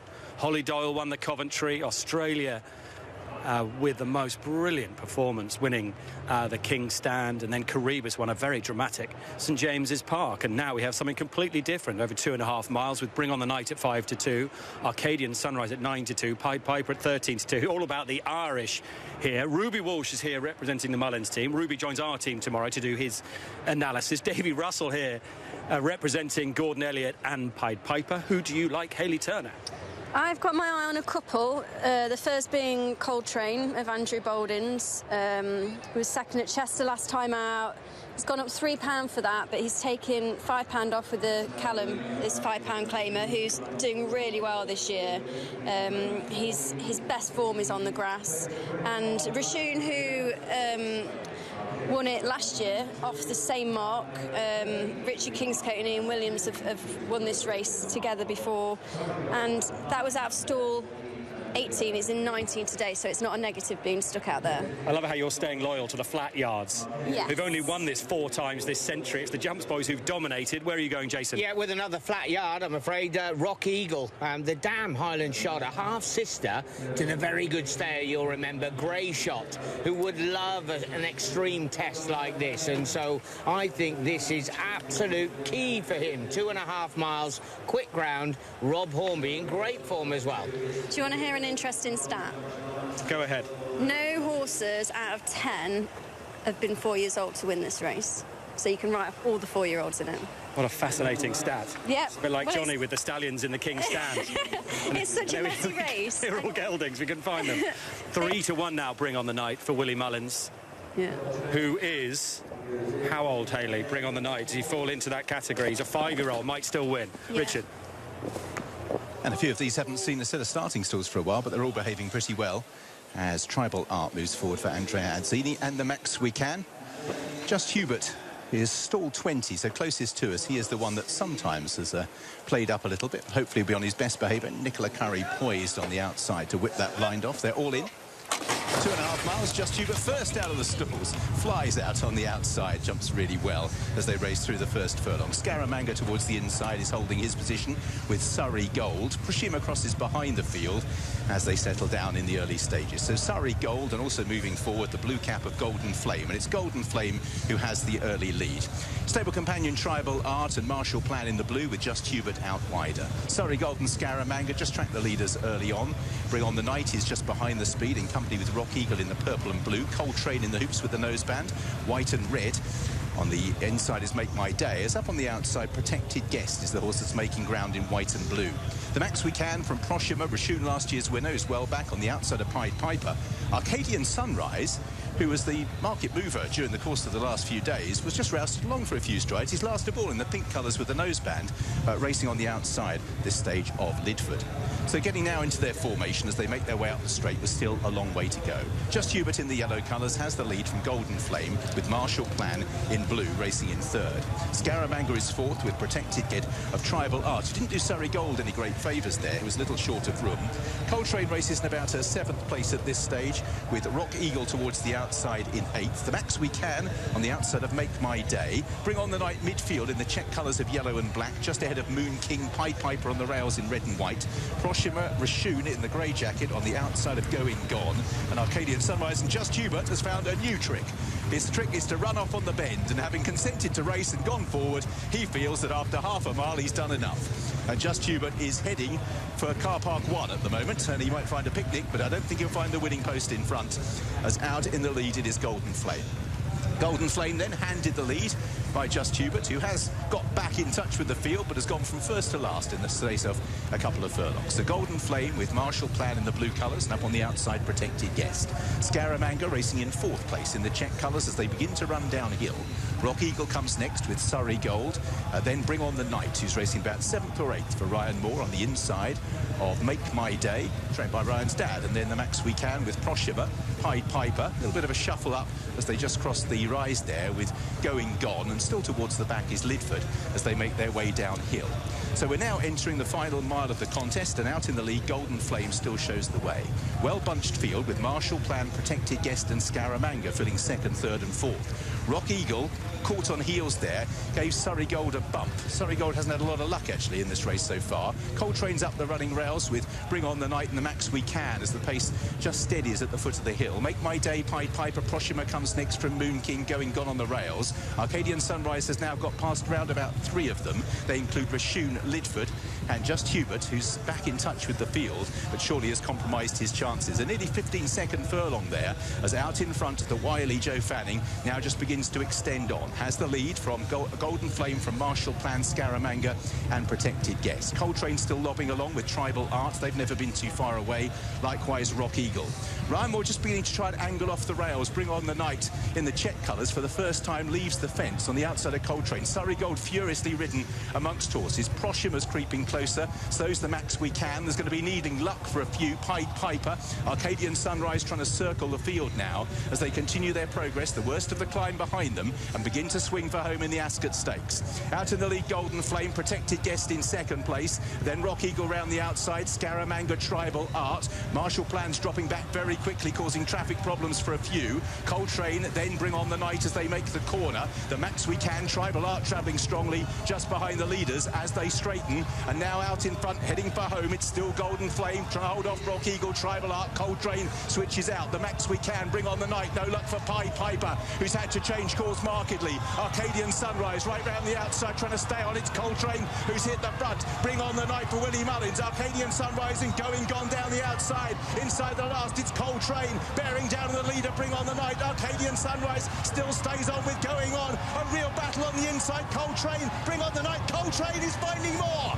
and Coltrane for Callum Hutchinson. A famous success for him and Andrew Balding. Saw off Bring On the Night. Arcadian Sunrise, Going Gone. Pied Piper, who got very little luck. Rashun made late ground to eventually finish in round about 6th place ahead of Lidford, another to stay on through beaten horses. Fair play to Coltrane, because out in time was Bring On the Night, and Callum Hutchinson, the son of Wayne Hutchinson, who's ridden plenty of winners round here over jumps, had time to salute the crowd as he rides his first Royal Ascot winner in the Ascot Stakes for Andrew Balding. Coltrane beating Bring On the Night. Arcadian Sunrise just ages to warm up. I think it's Going Gone who's 4th. Rashun and Pied Piper, when you watch it back, I think Pied Piper was the unlucky one.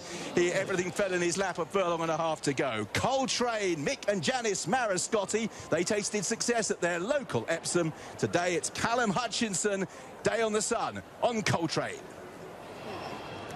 And he was a brave second in the Chester Cup. And on the straight here, Hayley, it turns into this two-way go. Now he gets the gap, Coltrane. But here comes the Mullins horse in the Donnelly colours. And this is quite a battle. It is. And Callum's done a really good job just to keep him going. You know, he's not gone overboard with his whip. He's changed his hands. He's grabbed him together. And he's got another run out of him. I think the horse challenging him is just, you know, got him to put his head down and actually won going away in the end. And it's so nice to see that is his first winner. He works really hard at Andrews. You know, he's super with his apprentices, and he's another up-and-coming star. And his dad, Wayne, who rode so many winners for Alan King, a good lad. Imagine a big football fan like his dad. Huge moment for him, because the big gun on his right for Mullins, who's dominated. Then Arcadian Sunrise in the red cap on the far right. Pied Piper's been a bit unlucky, as Richard said. But a huge and emotional moment for the young man, Jason. He's in that batch of young riders that the Balding Academy seem to have every year, and you know, he's kept his nose down. He's worked incredibly hard. He's obviously got some really good mechanics, the way that he holds himself on horseback. And this was not easy, because on the way round he just was on and off the bridle, and he had to be really patient. Well, just very quickly, Coltrane's having a drink of water, and while he does and gets a little dampening down to help cool him off, a man who is enjoying one of the moments of his young career. Just tell me, as we get splashed with water, Callum, what you're feeling at the moment. Words can't describe. This horse is an absolute dream to ride. Ryan looks after him, and he's his favourite horse as well. He's done a nice job with him at home, but he's given me the sweetest of rides, and can't thank the boss and the Marscotties for anything else. What was it like when you hit the line? We saw your reaction, the pump of the fist, how much it meant to you. Oh, it's just... can't even get the words out of my mouth. Like, it's just absolutely thrilling. Like, for the boss to give me all the confidence to ride this horse and the Marscotties as well. Like, I can't thank them all enough. And for someone who's grown up in the sport with your dad and all the ambitions that you would have, to earn a first Royal Ascot winner, how much did you think of this moment? How much did you envisage what it would be like? No, with Dad riding over jumps, he started on from the flat, and the dream has always been a Royal Ascot winner, and I'm so happy. Like, my mother and Nana are over there, and I'm glad they can make it. It is a wonderful, just a brief word about the ride, a wonderful moment, but what about the ride you've given this horse? You must be proud of the way you executed those skills today. Yeah, the boss just told us to sort mid-div and ride him just comfortably and confidently, and you know, the horse gave me a great toe into the race. Struggled to find a gap to her, but he really has picked up and he's hit the line strong. Do you want to have another go at telling me how it feels if you can't get the words out? Extraordinary. Well done, Callum, well done, mate.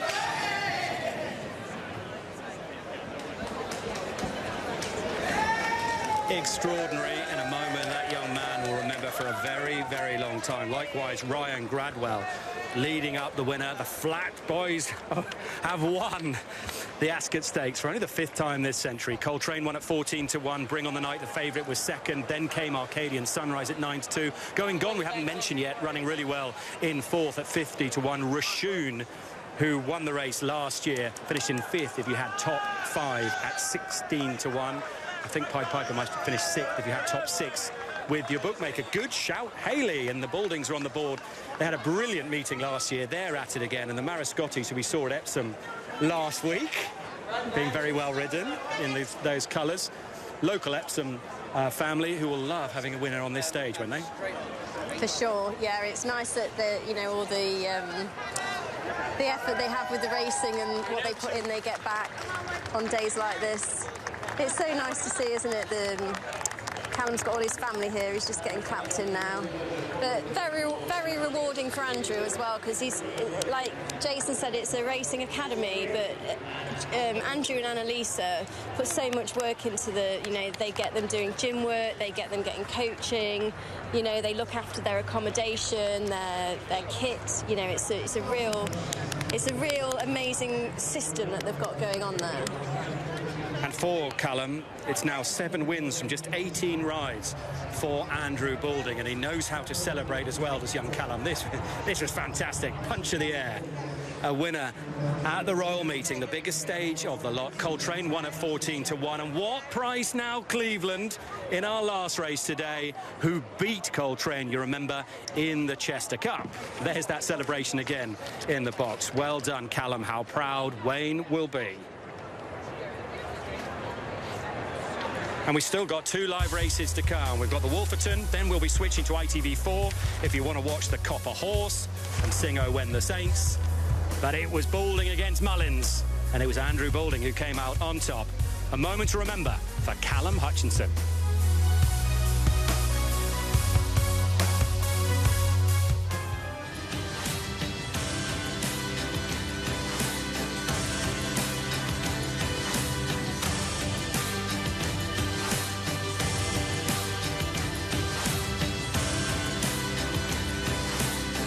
He will be going into stall number 6 under Franny Norton, and that will leave just 2 of them to go forward for the first of 7 here at Beverley tonight. And to call those 7 races, it's up to the commentary box in the company of Malcolm Tomlinson. Hi Chris, good afternoon everybody. Last one coming in. Half Secret completes the lineup. That's it, they're all in. We're set to race. They're off, racing over 7.5 furlongs for the EBF Restricted Novices Stakes. A little bit slow to go was Jinxter, not best the way either. Blue Yonder, they settle down early on. Sol KO in the gold and black jacket leads up narrowly. Out wide, Dear My Friend's got a good sit in the pale blue. Right behind them in the black and white striped jacket, Tremendous Times is close up third, followed by Golden Alba, who sits in 4th position. Half Secret is next in the field, racing centre pack as they race towards the end of the backstretch and begin the right-handed turn down the hill. My Honeybee is next, just a little bit worse than centre field. That one's followed through by Blue Yonder, who's trying to make some ground up from that slow start. But it's Dear My Friend who leads as they head back towards the final 4 furlongs. Dear My Friend by a couple of lengths to Sol KO racing second, a length and a half to Tremendous Times racing third. 2 more to Golden Alba, who's behind the pace. Next in the field out wide, Half Secret. Dear My Friend next as they turn back up the hill, followed by Blue Yonder. Jinxter's trying to make some ground up from the back. Highfield Vikings well back, so too is Ripkana. Up the hill they come back towards the final 2.5. And up front, Dear My Friend and Franny Norton have it by about a length. Sol KO comes under pressure. Tremendous Times is 3 deep. Golden Alba's trying to stay on behind those. They're followed through by Half Secret. And out wide, Blue Yonder's trying to stay on late. But it's Dear My Friend who leads back inside the final furlong. Dear My Friend is powering away here. Leads up by 3 to 4 lengths to Sol KO, who's giving vain chase in second. Tremendous Times is third. But racing up towards the line, a comfortable success for Dear My Friend, who wins well to Sol KO in second. It was tight in the end for third. Half Secret ran on well on the outside of Tremendous Times. A smart display there from Dear My Friend, who follows up under a penalty for Franny Norton and Charlie, and Mark Johnston returns the 6-5 favourite at Beverley. That's their first race, and Thirsk's last race is nearly upon us. That's in 3 minutes' time at 5:15. That's the scene at the start for this 5 furlong handicap. The follow Vickers.bet on Facebook and Instagram handicap. And Rambuso Creek is 3-1 favourite from Falls. Lost My Sock 7-2, Harrogate 9-2, Murby's 11-2, Boudica Bay 17-2, Birkenhead 12-1, 16-1 for Spanish Angel, Dandy Spirit 18s, as is Sugar Baby, and Cool Spirit is 33-1. Let's rejoin Niall at the track. Thanks, Tommy. Yeah, looking forward to this choppy little sprint to conclude. It's been an enjoyable card. And Rambuso Creek, your favourite here to give Kevin Ryan and Kevin Stott a double in the afternoon. I think when we're reflecting and looking back, Martin will be talking plenty about Glenn Laurel, who really did catch the eye first time out. Daughter of Luke de Vega. I think she's smart. Yeah, she looked good, didn't she, early on the card? So it's been seen a couple of good winners through the afternoon, but she was particularly impressive. Going back to that opening contest, that was kind of, you know, a one winner that did sort of make her effort towards the near side of the pack, and we've seen that unfolding certainly in the sprint handicap that followed. And that could have a bearing potentially on this race. It's the first race back on the straight course since then. And she's drawn in 10. She's, Rambuso Creek is drawn in stall 10. He's had a wind up since we last saw him. He was hanging a little bit, looked a little bit awkward under pressure that day. Maybe it was just the fact that he was struggling a little bit in that regard. So he's had a wind up since. It could have had a positive effect. And he's one of the lightly raced ones in the field. 11-4.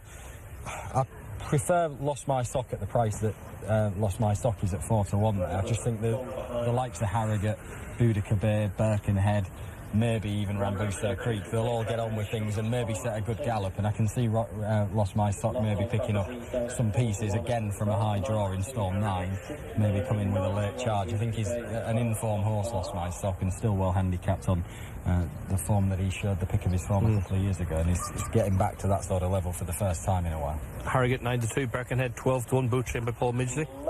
And they're both in form. Birkenhead's been Birkenhead and Harrogate, they've had good times of things in recent times. Harrogate working his way back up the weights. He was frustrating for a long time, but has got his career back on track. And Birkenhead. And it meant the world to him. Well, he's given it an absolutely fabulous ride. You couldn't have asked for more. And when Rob was claimed by Rafe to ride Jeff's horse, you know, we were looking at our options, and I think he's really earned the chance, and he hasn't let us down. Very proud of the rider and the horse. And he's proving to be a really consistent horse as well, and has such a likeable attitude. He really had to fight for that there. Yeah, he really did. I thought Ryan was going to get him all the way up the straight, but that last sort of half furlong was quite a long one. But no, he's a very likeable horse. I thought he was absolutely useless as a 2-year-old, early 3-year-old. Yeah, I could run faster than he could, and he just suddenly, actually, my son Jono, my oldest son, was during lockdown, was riding him and said, "This is a really good horse," and we ended up having to run him. I was going to wait and run him in a bumper. And he's just picked up every run he's had, he's improved, and just a really real star horse. Do you now check with Jono for all your 2-year-olds when they come into the yard? Well, he's about 17 stone now, so no, not anymore. When you came to Royal Ascot, how did you assess the strength of your team, and how important is it for you and the team to have a winner on day one? It's important. You know, this is a big meeting. It's a big deal for anyone who has a flat licence, and the Ascot Stakes, it doesn't matter whether it's the Ascot Stake or the St James's Palace, you know, they're all important, and very big relief to get one on the board. Well done. Thank you.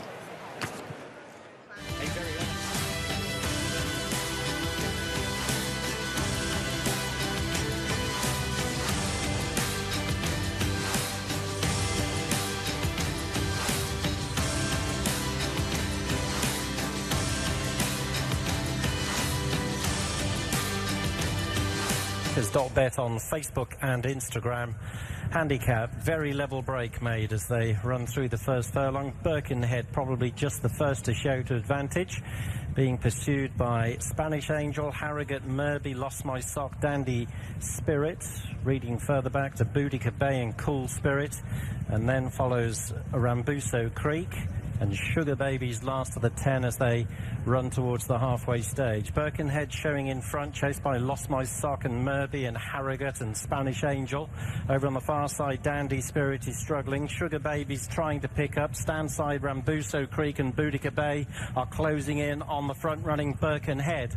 They're heading well inside the final furlong. Rambuso Creek has come through to eyeball Birkenhead, gave him a shunt as he went past, but Rambuso Creek has the advantage and will win going away despite hanging to the left near the finish. Lost My Sock and Birkenhead ran second and third. Sugar Baby running on from the rear has finished upsides Boudica Bay.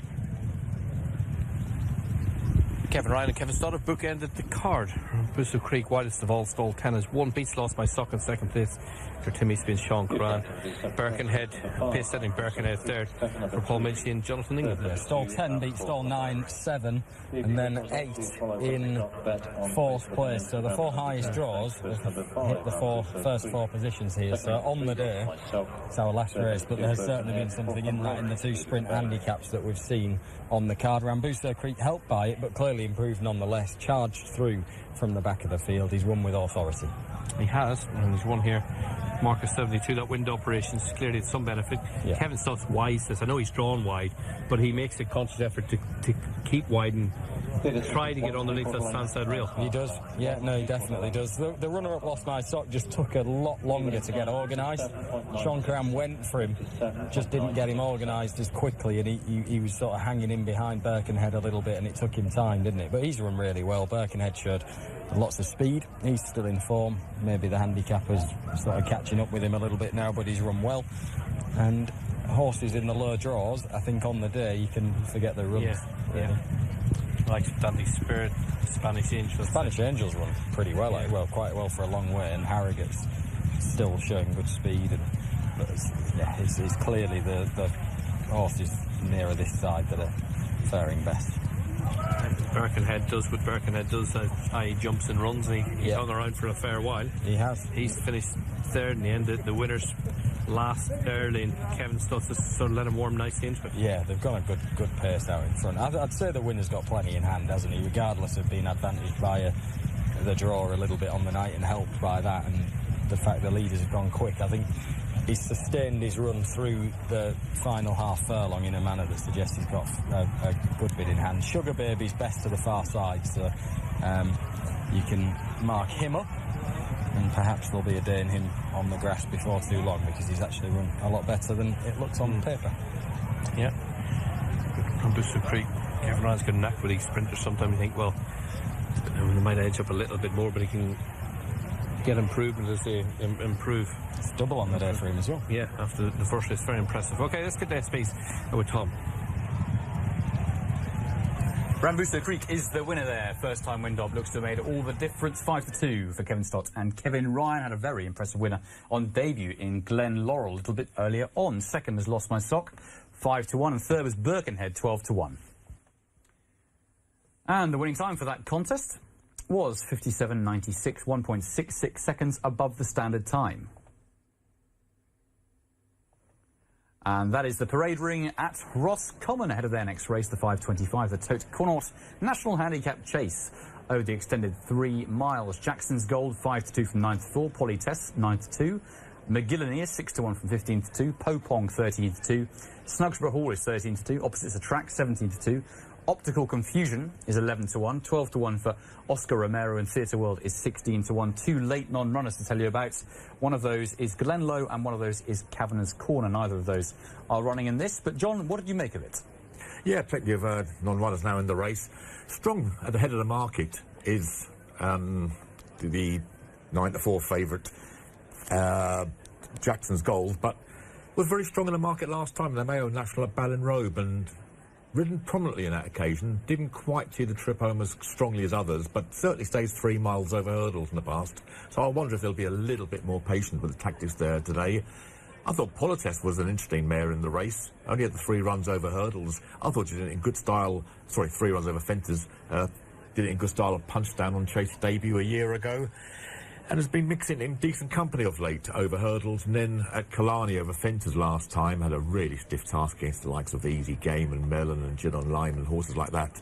So first go over fences in a handicap, I think she's of interest, but she's been pretty weak in the market. There's been support for McGillany, who has got work to do on the last few runs over fences, but back from a spell over hurdles, clearly connections feel that in a good place and ready to go. Of the others, Popong, another one of the mares at the top, a little bit hit and miss, but pulled up last time. That may have come a little bit too soon after the previous run. OK, lovely stuff. A cute summary as always there. Let's get out to the track and see what our man Don McLean thinks about this contest. Thanks, Tom. Yes, it's a competitive handicap chase, our most valuable race on the evening, the Tote Connaught National, and Jackson's Gold has obviously shortened in the market since the non-runners came out. A couple of early defections and a couple of later defections as you've gone through there. Glen Lowe was the latest defection, who's out because of the ground, but Jackson's Gold ran well on her penultimate run at Ballinrobe when she finished second behind Lampertinon. She just couldn't get to Lampertinon, and the Bulger's horse who got out in front and set a really good tempo, and she did well to keep on as well as she did to get as close as she did in the end. She was probably a wee bit disappointing in the end in the Mayo National last time behind Rock Road, but she did run well for a long way. She was prominent from early, and she jumped well. Sorry, he jumped well. Don't think she's a mare. He jumped well and kept on. Just kind of faded from the second last fence, but it was a decent run. He hasn't won over fences yet, but he has been knocking on the door, most notably that penultimate run at Ballinrobe, and he's been solid in the market. I think Politesse is interesting. You know, John was mentioning her, and she's interesting stepping up and trip to 3 miles. She hasn't gone beyond 2.5 miles before, but she is a wee bit weak in the market in the face of the support that's come for McAloney, and Popong was supported earlier on as well. She's just been nicked in from 13-2 to 6-1 there on the current show, but she was a bigger price earlier on, and even allowing for the non-runners, she's been strong in the market. Henry de Bromhead's mare, but Politesse, she's a 3-part sister to Don Poley and Debbie C, and she's only had 3 runs over fences. She's got a mark of 128. which is an interesting mark for her. Lorna Fowler has got her team in good form, and she's a mare who's got potential to improve. Papong as well, she's an interesting mare too. She's only had one win over fences, but this is a mark off which you should be able to win. You can put a line through her run the last day in the Pat Taft Chase when it just wasn't her running. She just weakened out of it from the connections for the owner as well, and for Jim to have such a unique individual that he's getting up on. It was rather, that's the only tinge of sadness we have, is that His Highness bred him and looked for a horse like this for most of his life, and he really tried hard to find one, and we're all the beneficiaries of that, and Sheikha is enjoying it very much, I hope, and that was a special moment for her to be here for us, because you know, it's important that she enjoys him as much as we do. Yeah, very important. Well, he's a horse that we're all enjoying now and making the most of this ride. So good luck with him in the future, and well done today. Thank you very much, Hayley. Thanks. Cheers. Thanks very much.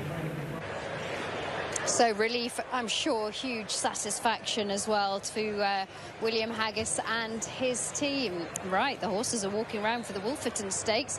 Freddie, you tipped up a big-priced winner of our previous race, so we're all under a little bit of pressure here, and I'm going with an 11-to-1 shot in Tasman Bay. What about you, Kev? I tell you, I love Tasman Bay. I haven't seen him since for a couple of years now, but he's a big boy. And he's a very impressive individual. I don't know if this is his trip now, mind. I remember I selected him at this meeting last year, over a mile and a half, and he ran really well. I think he might want further than this, but for your sake, I hope I'm wrong. This was a very tough race. I think Alex Cadillac is heading the market now. He changed hands at the Goff London sale yesterday evening for £500,000. Races in new colours now. And look, Blinkers really set him alight last time, having been a little bit disappointing a couple of times. He bolted up, but I think it was a bad old race, to be honest, Alex, for the level. Favourite was very disappointing on the day, so can he back that up here? I don't know if I want to be with him. I'm with Juan Alcano, won the race last year. I suspect he's been trained for this. I'm hoping and expecting he'll come on from his recent comeback run, and he might well make it 2 wins in succession in this race, which is unusual. Yeah, and this fast ground right up his street, isn't it? Anyway, the horses walking around the paddock ahead of this Wolferton Stakes. The race time due off at 5:35, and we'll be back in plenty of time after this break.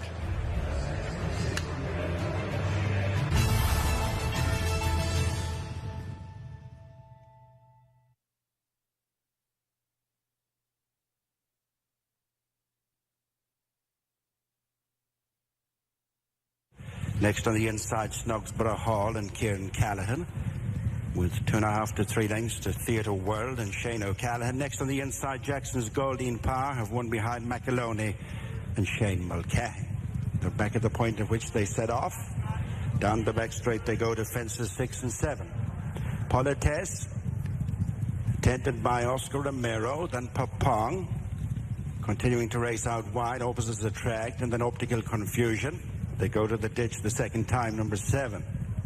And it's Politesse, steady into it. Oscar Romero alongside, followed by Papong. Opposite the track next with Optical Confusion and Snogsborough Hall. Jackson's Gold, Theatre World, and starting to struggle as McAloney gets a reminder at the back of the field. A bit more spaced out than they were, heading for the halfway stage. Politesse in the lead from Oscar Romero, then Papong. An Optical Confusion and opposites the track. There's been very little changes up ahead throughout. Reaching halfway as they turn into the 3 fences in the straight. 8 more left to jump. Politesse has now moved on, 1.5 lengths in front of Oscar Romero. Then Papong and Optical Confusion in between opposites the track and Snogsborough Hall, followed by Jackson's Gold, Theatre World and McAloney. On to the centre fence in the straight. And it's Politesse, the pale blue jacket, running across in front of Oscar Romero. Then Papong, Optical Confusion opposite the track, Jackson's Gold is starting to creep into contention. Then Snogsborough Hall, Theatre World and McAloney. The fence that'll be the last next time in the Toad Connacht National Handicap Chase, and having to stretch for that, the leader Politesse, with Papong moving to dispute second place with Oscar Romero. A good 4 lengths then of opposite the track and Optical Confusion, Snogsborough Hall, Jackson's Gold, Theatre World, and lastly Macoloni. Heading out on their final circuit with 5 fences left to jump. First prize here of just over €14,000. Polites and Oscar Romero continuing 1 and 2. Papong has never been too far away in third, and then opposites attract and Optical Confusion. Snugsborough Hall next with Jackson's Gold, Theatre World and Macoloni. Inside their final 7 furlongs with 5 fences left to jump. Polites has established a 3-length advantage over Oscar Romero. Papong next on the inside. 5 lengths to Optical Confusion, then opposites attract. And Papong went to duck out there as Conor Brassel has just recovered his right stirrup. Final ditch, 4 fences from the finish. Polites from Oscar Romero has hemmed in Papong as they reached the final 5 furlongs. 3 fences left to jump. Polites by a length and a half to Oscar Romero and Papong.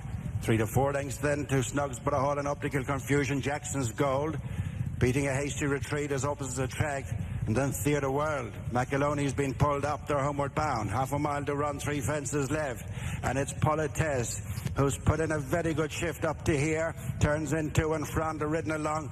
Papong sets off in pursuit. Dropping back Oscar Romero. Next to Snugsborough Hall, Optical Confusion, Jackson's Gold. And they're followed by Theatre World. They're heading down to the second last. And it's Polites who has them all hard at it and behind. Papong has come under pressure. Then Snugsborough Hall and Optical Confusion over the second last. Polites is still the one they've got to go and peg back. Papong trying hard second, then Snugsborough Hall and Optical Confusion. Jackson's Gold stays on in the 5th, but it's Polites and Conor Orr coming to the final fence in the Toad Connacht National. Polites over 2.5 in front of Papong. On the far side is Snugsborough Hall and then Optical Confusion, but it's Polites the leader, has made every inch of it going to the line. Polites and Conor Orr gets a congratulatory pat from the rider. Close for the second, Papong, and on the far side was Snugsborough Hall, well clear of Optical Confusion. A big prize for the small outfit of Lorna Fowler. Polites the winner.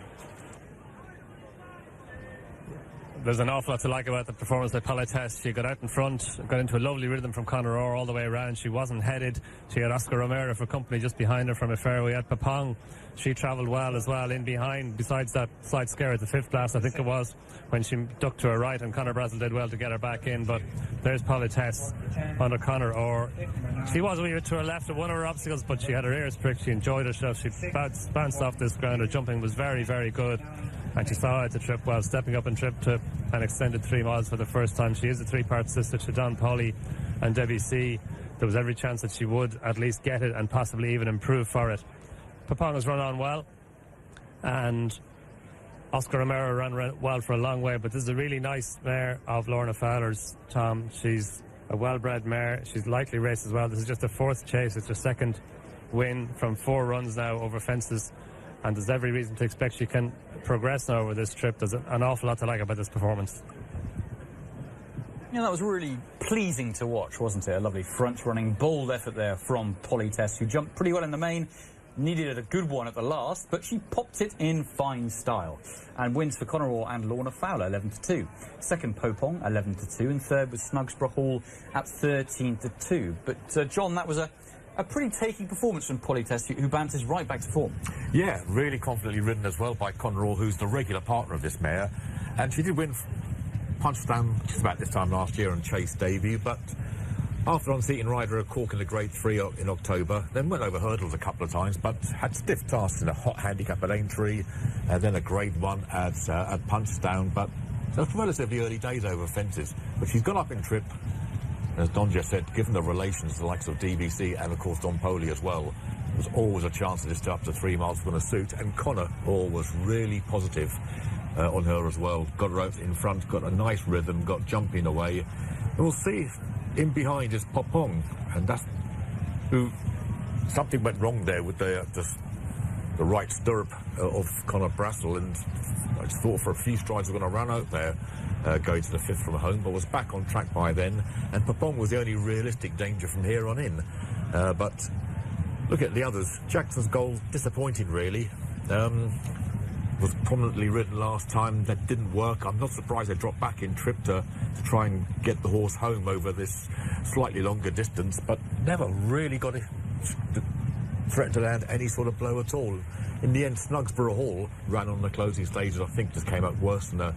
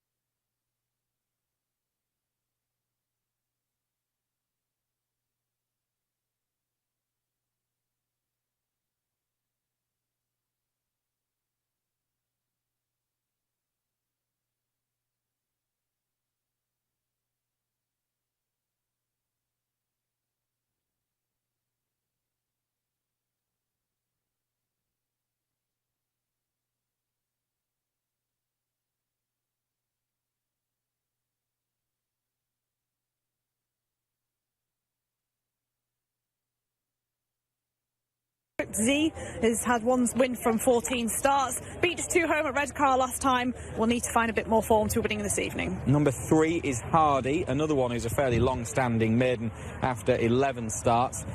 Has had bits and pieces of form that give him a fair chance, but that's all on the all-weather, and 2 starts on the grass recently have been pretty disappointing. So got to prove himself on that front, although he did run well here back in May behind a sticky end.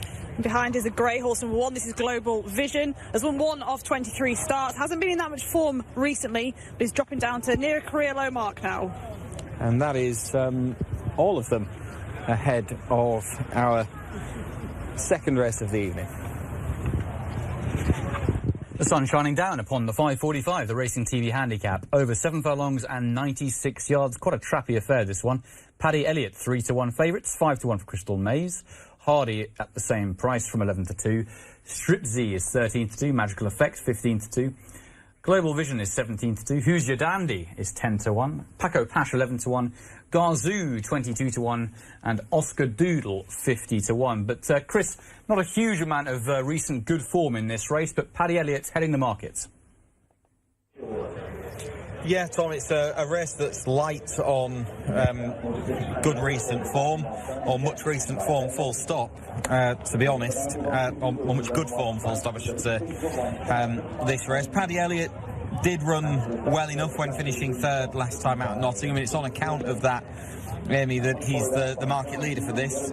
Just 27 goes already, including in some weak enough races, and he hasn't yet managed to get his head in front. Yeah, he, like you said, comes into this in form compared to a few that are out of form, and he used to be quite awkward at the start and slowly away, but he absolutely pinged the gate at Hamilton and went off very, very quick, and I was there that night, and I thought he did very well to finish 5th in the circumstances. He was then 3rd at Nottingham, last time again going forward, so now he's sharpened up and getting out of the stalls quicker. I think this drop back in trip will definitely suit him if he goes forward, and it could definitely be a front runner's track. Yeah, it can. In terms of other pace horses in the field, probably Crystal Maze will be up there, and then there's a few prominent races, but not many regular front runners, so there is a chance that he gets an easy enough time without too much pressure. Yeah, and he has got quite a lot of natural speed, so from stall 5 I wouldn't be surprised if he does go forward, and he does travel strongly. Crystal Maze did make the running when winning at Southwell back in March. That was an amateur riders race. Hasn't really backed it up though since, and there's quite a few of these that are struggling for form at the moment. So a couple of them are becoming quite well handicapped as a result. For Global Vision, he's dropped down to a career low mark. He'll need to bounce back from lesser efforts. Magical Effect, again, one of the older horses in the field, coming down the weight, but ran quite nicely last time. Yeah, that wasn't a bad run, was it, behind the Kovacs kid, who is very much in good form at the moment. I think in the context of the grade, that was a reasonable enough race at Catterick last time out. Magical Effect, winning form generally has been over sprint distances, hasn't it? But he has got some form, including winning form around this sort of trip. It's a little bit further than 7. It's sort of almost 7.5 furlongs, and you've got a stiff enough track, so that would maybe just be a slight doubt. And stall 10 isn't ideal, is it? No, it's not ideal. I think probably from that draw they might just be keen just to drop him in and ride a bit of a racing on him, obviously from that draw, and like you said, over the stiffer track as well.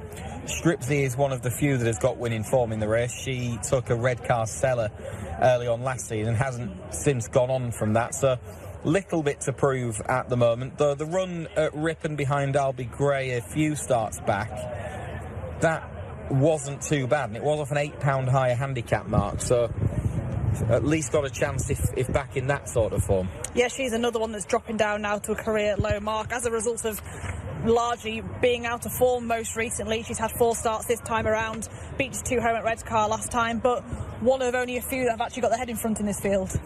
Hardy is one of a couple for Jessica Macy. Lewis Edmonds takes the ride.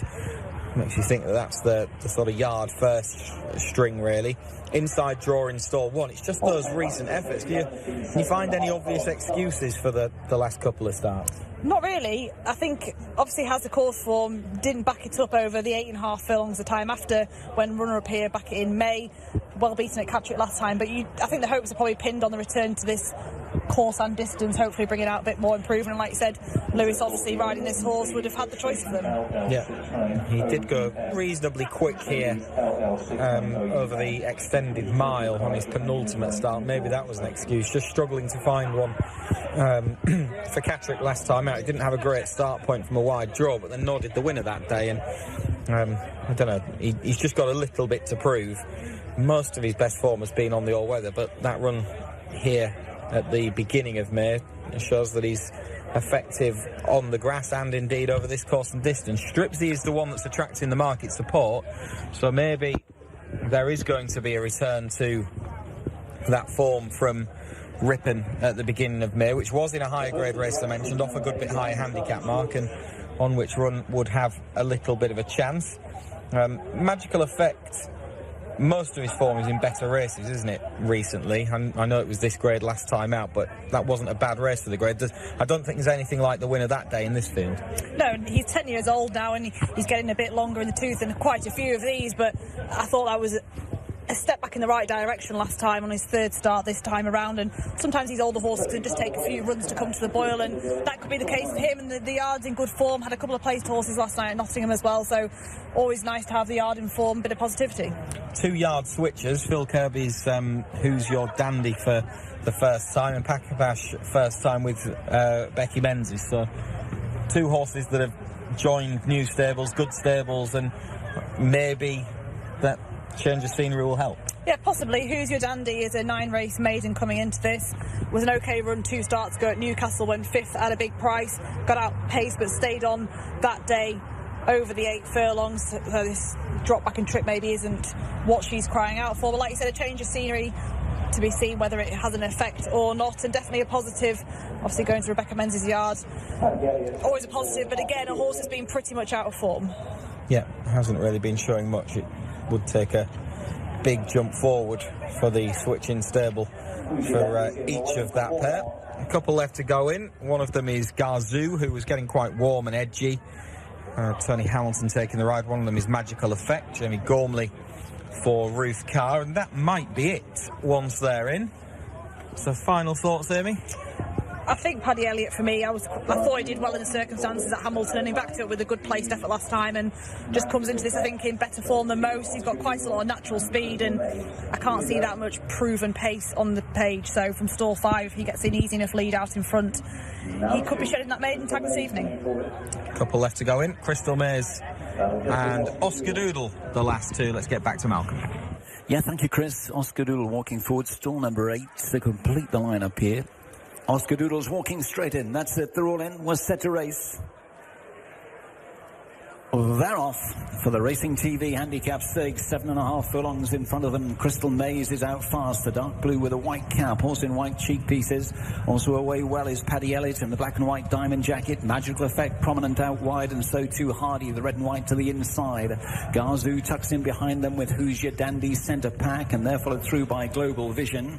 Out wide of those towards the back of the field is Oscar Doodle. Sitting well back in the field is Paco Pash as they continue their journey swinging down the hill back towards the final half mile inside it, and up front towards the front continues Crystal Maze, in front by a length and a half to Paddy Elliott racing second. Gazoo is close up in third from Magical Effect in 4th place.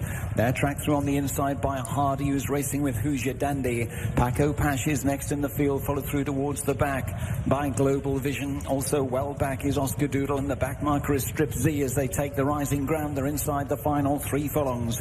Crystal Maze and Graham Lee off the front by a half length. Magical Effect, the green and black jacket, starts to pick up between horses. Paddy Elliott still right there behind those on the inside. Hardy's trying to get through, wider out of that one, trying to run on Who's Your Dandy from the back. Global Vision's getting going late, but will need some room. Back towards the final furlong they can, and Paddy Elliott has shot to the front. Paddy Elliott goes on, opens up by a couple of lengths. Trying to come out of the pack is Hardy. Near side Strip Z from the back is getting going fast and late in the centre. Paddy Elliott being reeled in by Strip Z as they race up towards the line. Paddy Elliott holds on to Stripsy in second. Who's Your Dandy for third. They were followed by Hardy to the inside of Magical Effect and Global Vision. Paddy Elliott has just hung on, and at the 28th time of asking has got his head in front for Brian Ellison. Ben Robinson, the man in the saddle, just holds on from the fast finishing Stripsy, who has come up the near side. And then in third was number 10, promising first start for Who's Your Dandy, and back in fourth was Hardy. But it's a first career success for Paddy Elliott. Well done him. He was the horse that you liked the look of, giving him a couple of markups on recent starts, and in a weak enough race, perhaps weaker than he's been in, he's managed to get his head in front. And I think it's just suited him. He's been going off quite quick his last couple of starts since they've got him sharper out of the gates, and it was Crystal Maze who actually took them along, and he just took a lead off her, and I think it's actually suited him. It's given him a bit more of a chance to settle, and he's had that lasting finish late on, and he came into this in better form than most, and he deserves to get his head in front because he hasn't been doing a lot wrong. He's just been going off quite quick and not quite lasting home, so very deserved win this evening for this horse. And I thought it was a lovely run on stable debut from Who's Your Dandy back in third. She'd been running over much further and didn't look to be crying out for this drop back in trip, but she's run an absolute cracker, and Stripsy back in second. She was the other horse that was dropping down in the weights, and she was held up, so she's actually done well to finish as close as she has from a bit. Obviously the winner's been ridden prominently, the second's been midfield, and she's been held up more towards the rear. Yeah, poor trip round for Magical Effect, who from that wide draw could never get in, ends up 3 deep at least the whole way around without any cover, and can be scratched, I think, that run as far as he's concerned. Took a while for Paddy Elliott to actually settle, having been sort of woken up out of the gates to take that prominent position, was then keen for the first couple of furlongs, but once he was able to get a lead and just switch round to the outside, Benny. The horse got into a fair enough rhythm and was in the right spot for this track. Yeah, he's a strong traveller and he's got quite a lot of natural speed, this horse. So he's been running over 8.5 furlongs and going off quite quick and just not quite lasting home. So I think the drop back in trip, he's raced enthusiastically once again, but I think this drop back in trip's just suited him. It's just giving him that chance to finish his race off, and I wouldn't actually be surprised if he goes on to win again after this, because like I said, he's not been doing a lot wrong recently. He's been running solid enough races and it just all fell right from this evening. Wonder whether they might go back up to a mile with the third horse. That's a promising enough start for the yard, isn't it? And it is a step forward on what she'd been doing over longer distances, but she was outpaced and then plugged on a little bit. And they're off. Jumping away over 6 furlongs for the download the At The Races app at EBF Maiden Stakes, and into stride, well, Amarillo Gold along the inside in the red and white colours. The dark green and white, Zabi, and out wider in the all royal blue Alcazne, being followed by XJ Rascal in the yellow and then the white of Xaviera.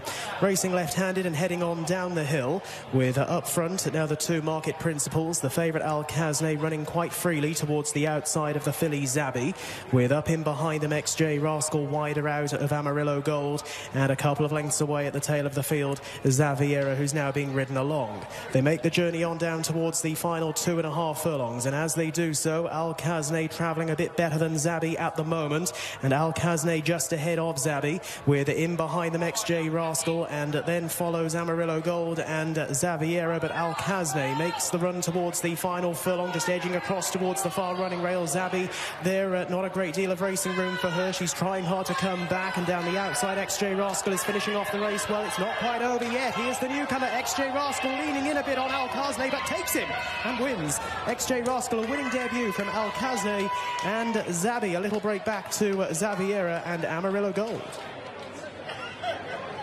Bit of money for the winner as well. Was 9-1 earlier, into 13-2. That's the returned price. XJ Rascal, George Bowie.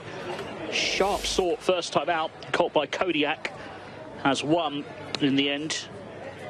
Well done to him. Beats the favourite Alcazne at every chance. Let's go and join Mick at Ascot. Thank you, Anthony. This is your favourite, Cleveland, and he is getting shorter by the minute after that win with Coltrane earlier on. Aidan O'Brien pinning his hopes on a day one winner on a stayer.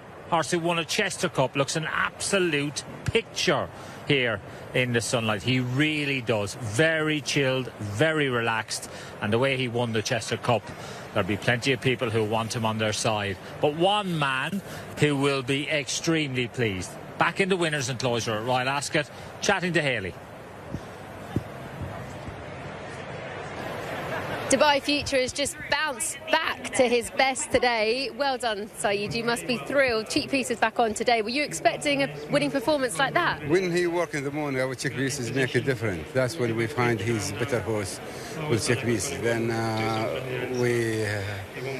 we talked to jockeys today. I just keep him happy, you know, and the way he finished his race, finished really well.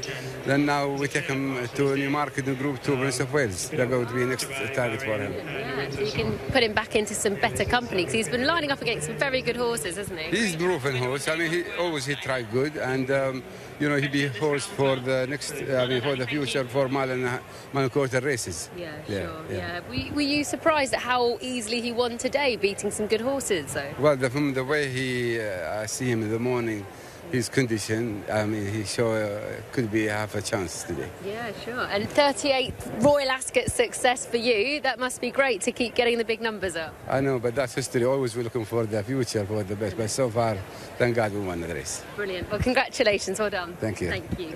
Great. Yep, the team very much in good form. Lovely shots of the paddock here. Still got one more race to come, of course.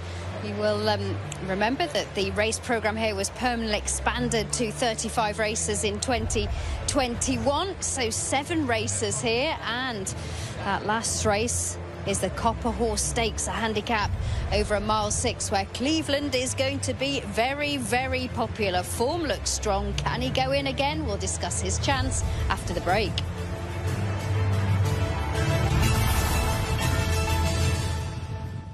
Paul Nolan's at Fairyhouse on his first run over hurdles back in February, and then after a little break He ran well at Limerick last time. He stayed on well to run Rebel Step close. And Rebel Step then ran in the Grade 2 juvenile hurdle at Fairyhouse. Andy Slattery's horse next time. But Waddell C kept on well that day. He wore a tongue tie for the first time that day. He wears it again today. He wears cheek pieces again today. So there's every chance he'll show the benefit of that run, just a second over hurdles. So he's an interesting horse and he deserves to be favoured. Out of my seat, yeah, like she hasn't run yet over hurdles, but her last couple of runs on the flat haven't been bad. When her first run this season was when she finished 4th behind Plunkett at Gorham Park, and Plunkett has since enhanced that form, won at Leopardstown last time off a much higher mark, about a stone higher mark. And Derry Ladd, who was second in that race, went and won at Sligo next time. So that's decent form for Edge of My Seat on the flat, and she makes her debut over hurdle. She's a half-sister to Moving Water, who runs later on the card. I think in the 8 o'clock. It looks like they're coming into line though, so we'll get up to Jerry. Then off over 2 miles in the Roscommon Racecourse.ie Opportunity Maiden Hurdle, and it's Waddell C in the pink and purple quarters, out over the first in the lead. A mistake by Never Quite As It Seems. Down the back straight they go to flight number 2, Waddell C, showing Natalie in front of Old Chap and Cedar Rapids, and behind them is Wrecking Ball Paul. The grey is Edge of My Seat, and then Betty Dutton and Strike Back. Racing towards the end of the back straight, Wrecking Ball Paul's saddle has slipped. Moves to the inside of Waddell C. Heading for the run back towards the straight, Wrecking Ball Paul and Ben Mulligan. Racing out of harm's way now. Coming towards the straight and flights 3, 4 and 5. Waddell C in the lead. From Edge of My Seat, Cedar Rapids. Flyway Maggie next on the inside, and then Old Chap as they start to straighten up. Ben Mulligan yet to control Wrecking Ball Paul, who's out of the race with a slip saddle. Waddell C by 2 lengths to Edge of My Seat. And then Flyway Maggie, Cedar Rapids, and Ballyfinnan Lady. Old Chap on the stand side is Brogue Bell. They're followed by David's Lad over the 4th. And pretty well spaced out now as Waddell C and Paddy O'Hanlon cleared away from the field. At the flight that'll be the last next time. Edge of My Seat over a remote second, then Flyway Maggie, Cedar Rapids, Brogue Bell and Old Chap and Ballyfinnan Lady, and then David's Lad and Strike Back and Betty Dutton. A couple of lengths then to Storm Mahler and Glean O'Nadigan. A couple of lengths in front of College Causeway. 5, 6 lengths back to Mr. Fonz. Never Quite As It Seems. Reaching their point of departure on the halfway stage. And it's Waddell C, the market leader, the leader in the race itself. Now showing 6 to 7 lengths in front of Edge of My Seat, and then Flyway Maggie, who's followed by Cedar Rapids and Old Chap, Strike Back, and Brogue Bell and Ballyfinnan Lady, and they're followed by David's Lad and Betty Dutton. Pushed along as the Glen O'Nadigan on the inside of Storm Mahler, and then College Causeway, Mr. Fonz, and Oldbrook pulled up, Never Quite As It Seems. Last a few flights in the back straight, there was 4 out. Never Quite As It Seems has been pulled up, and it's Waddell C, who's made virtually all of the running. Has a greatly reduced advantage over Flyway Maggie on the inside Edge of My Seat, then Cedar Rapids and Strike Back and Old Chap. Pushed along as Brogue Bell, then Betty Dutton. Ballyfinnan Lady next with Glean O'Nadigan. David's Lad and Storm Mahler and College Causeway, and they're well cleared of Mr. Fonz. Coming up to the final half mile with 3 flights left to jump, Waddell C and Paddy O'Hanlon continuing in front of Edge of My Seat, Mark McDonough disputing second place with Flyway Maggie and Ambrose McCurtain. Cedar Rapids driven along, and then Betty Dutton, Strike Back and Old Chap, and Glean O'Nadigan next on the inside is Ballyfinnan Lady. Coming to the third last flight, and it's Waddell C the leader. over 3 flights from the finish.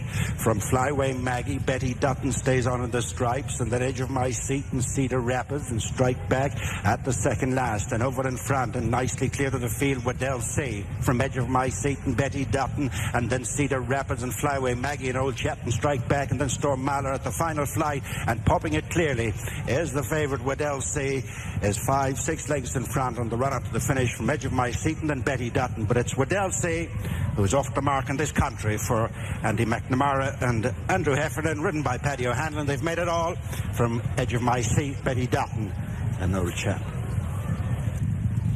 Yeah, he's done it well. Waddell C, he's got out in front from flagfall really under Paddy O'Hanlon. Probably was maybe lit up a little bit by the horse who just saddle slipped Wrecking Ball Paul, and Ben Mulligan did well to get him under control, and it was good to see him pulling up here in front of the stands. But Waddell C then had a nice break on the rest of his rivals, but it never really looked like they were getting to him. He got into his rhythm, he jumped well. Edge of My Seat did mount a challenge. She got a wee bit close on the run to the second last flight, and Betty Dutton has run well. Edward O'Grady's horse for Philip Donovan kept on well towards the far side. It's a nice hurdling debut for Edge of My Seat as well. She's kept on and finished a good second, but Waddell C, he had plenty in his favour coming in here. He had a good run at Limerick last time behind Rebel Step, and he was the one they had to beat. He's done it nicely. Paddy O'Hanlon was successful in Peckham Springs there at Downpatrick on Saturday.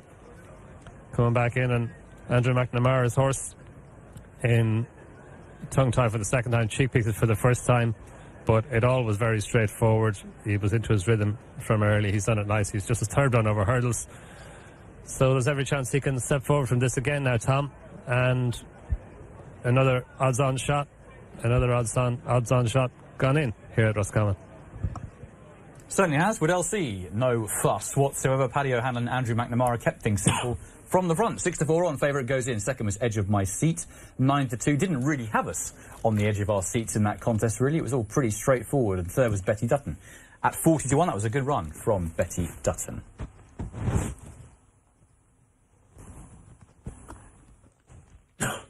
Let's take this race from around about a circuit to go, John. I know you're having a little glass of water there, just a little sip. Clear your throat, so I'll let you do that and talk us through this contest, which sees Waddell C with about 7-length lead, which turned into about a 7-length victory in the end, didn't it? It did, yeah. By this time we've already lost the original second favourite, Wrecking Ball Paul, who something went wrong with the saddle. A bit similar to in the first race as well, so we had a bit of saddle problem today, and young Ben Mulligan still searching for his first winner, and yeah, that was an unfortunate incident early in the race.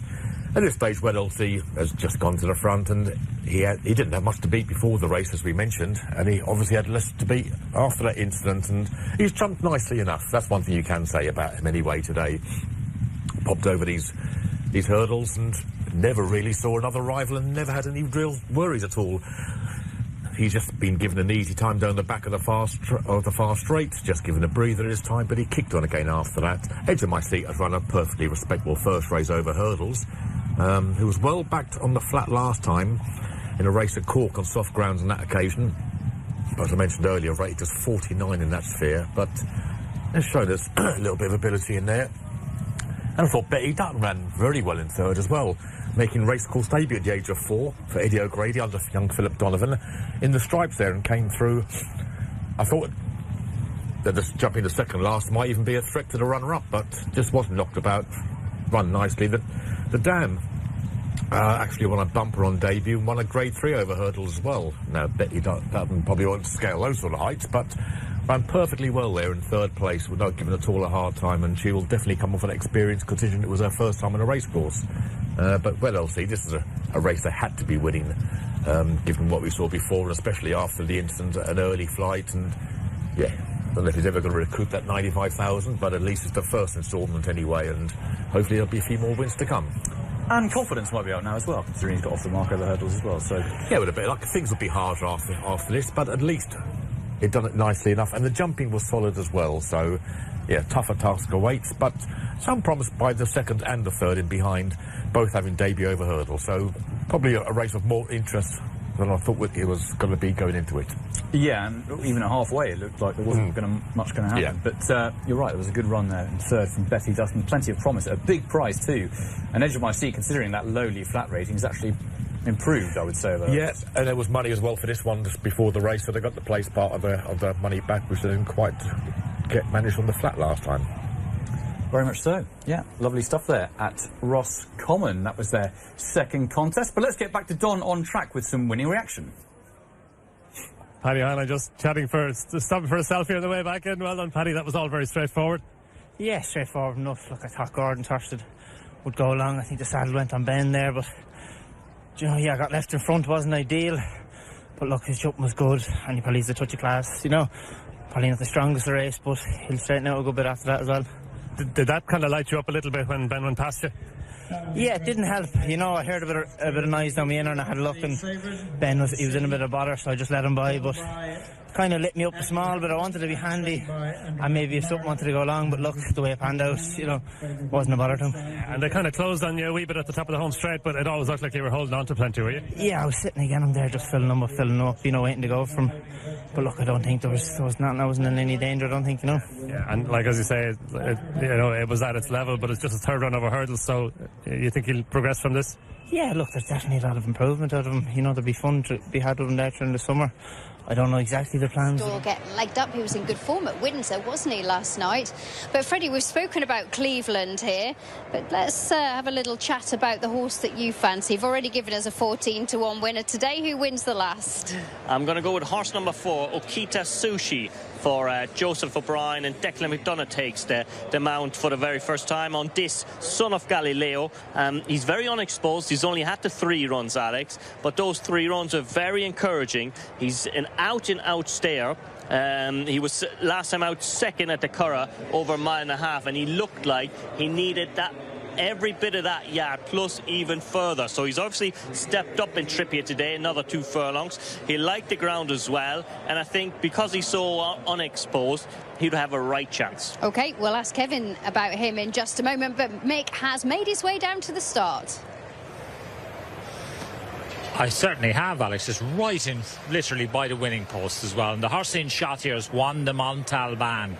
This horse who got a little bit of a hefty rise for winning comfortably at the track last time.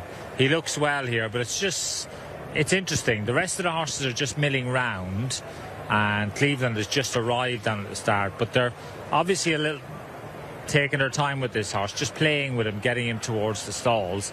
It's a little bit of an art form, this, and I think they're keen that this horse goes in smoothly. Yes, and he's too big to be messing with, isn't he? He's a big horse. Let's hope that he doesn't get too wound up. While we wait for him to step forward, which hopefully he'll do in a moment, we can get some thoughts from Jamie and Jim. Thanks, Alex. No need for us to explain the hows and whys of Cleveland being 7-4 favourite. The way he won at Chester, his profile, the way that form has been franked already this afternoon. Might he find it slightly harder to express himself today, Jim, with the shorter trip and faster ground? I suppose it's a possibility, isn't it? But he just looks a horse whose potential is nowhere near exposed yet.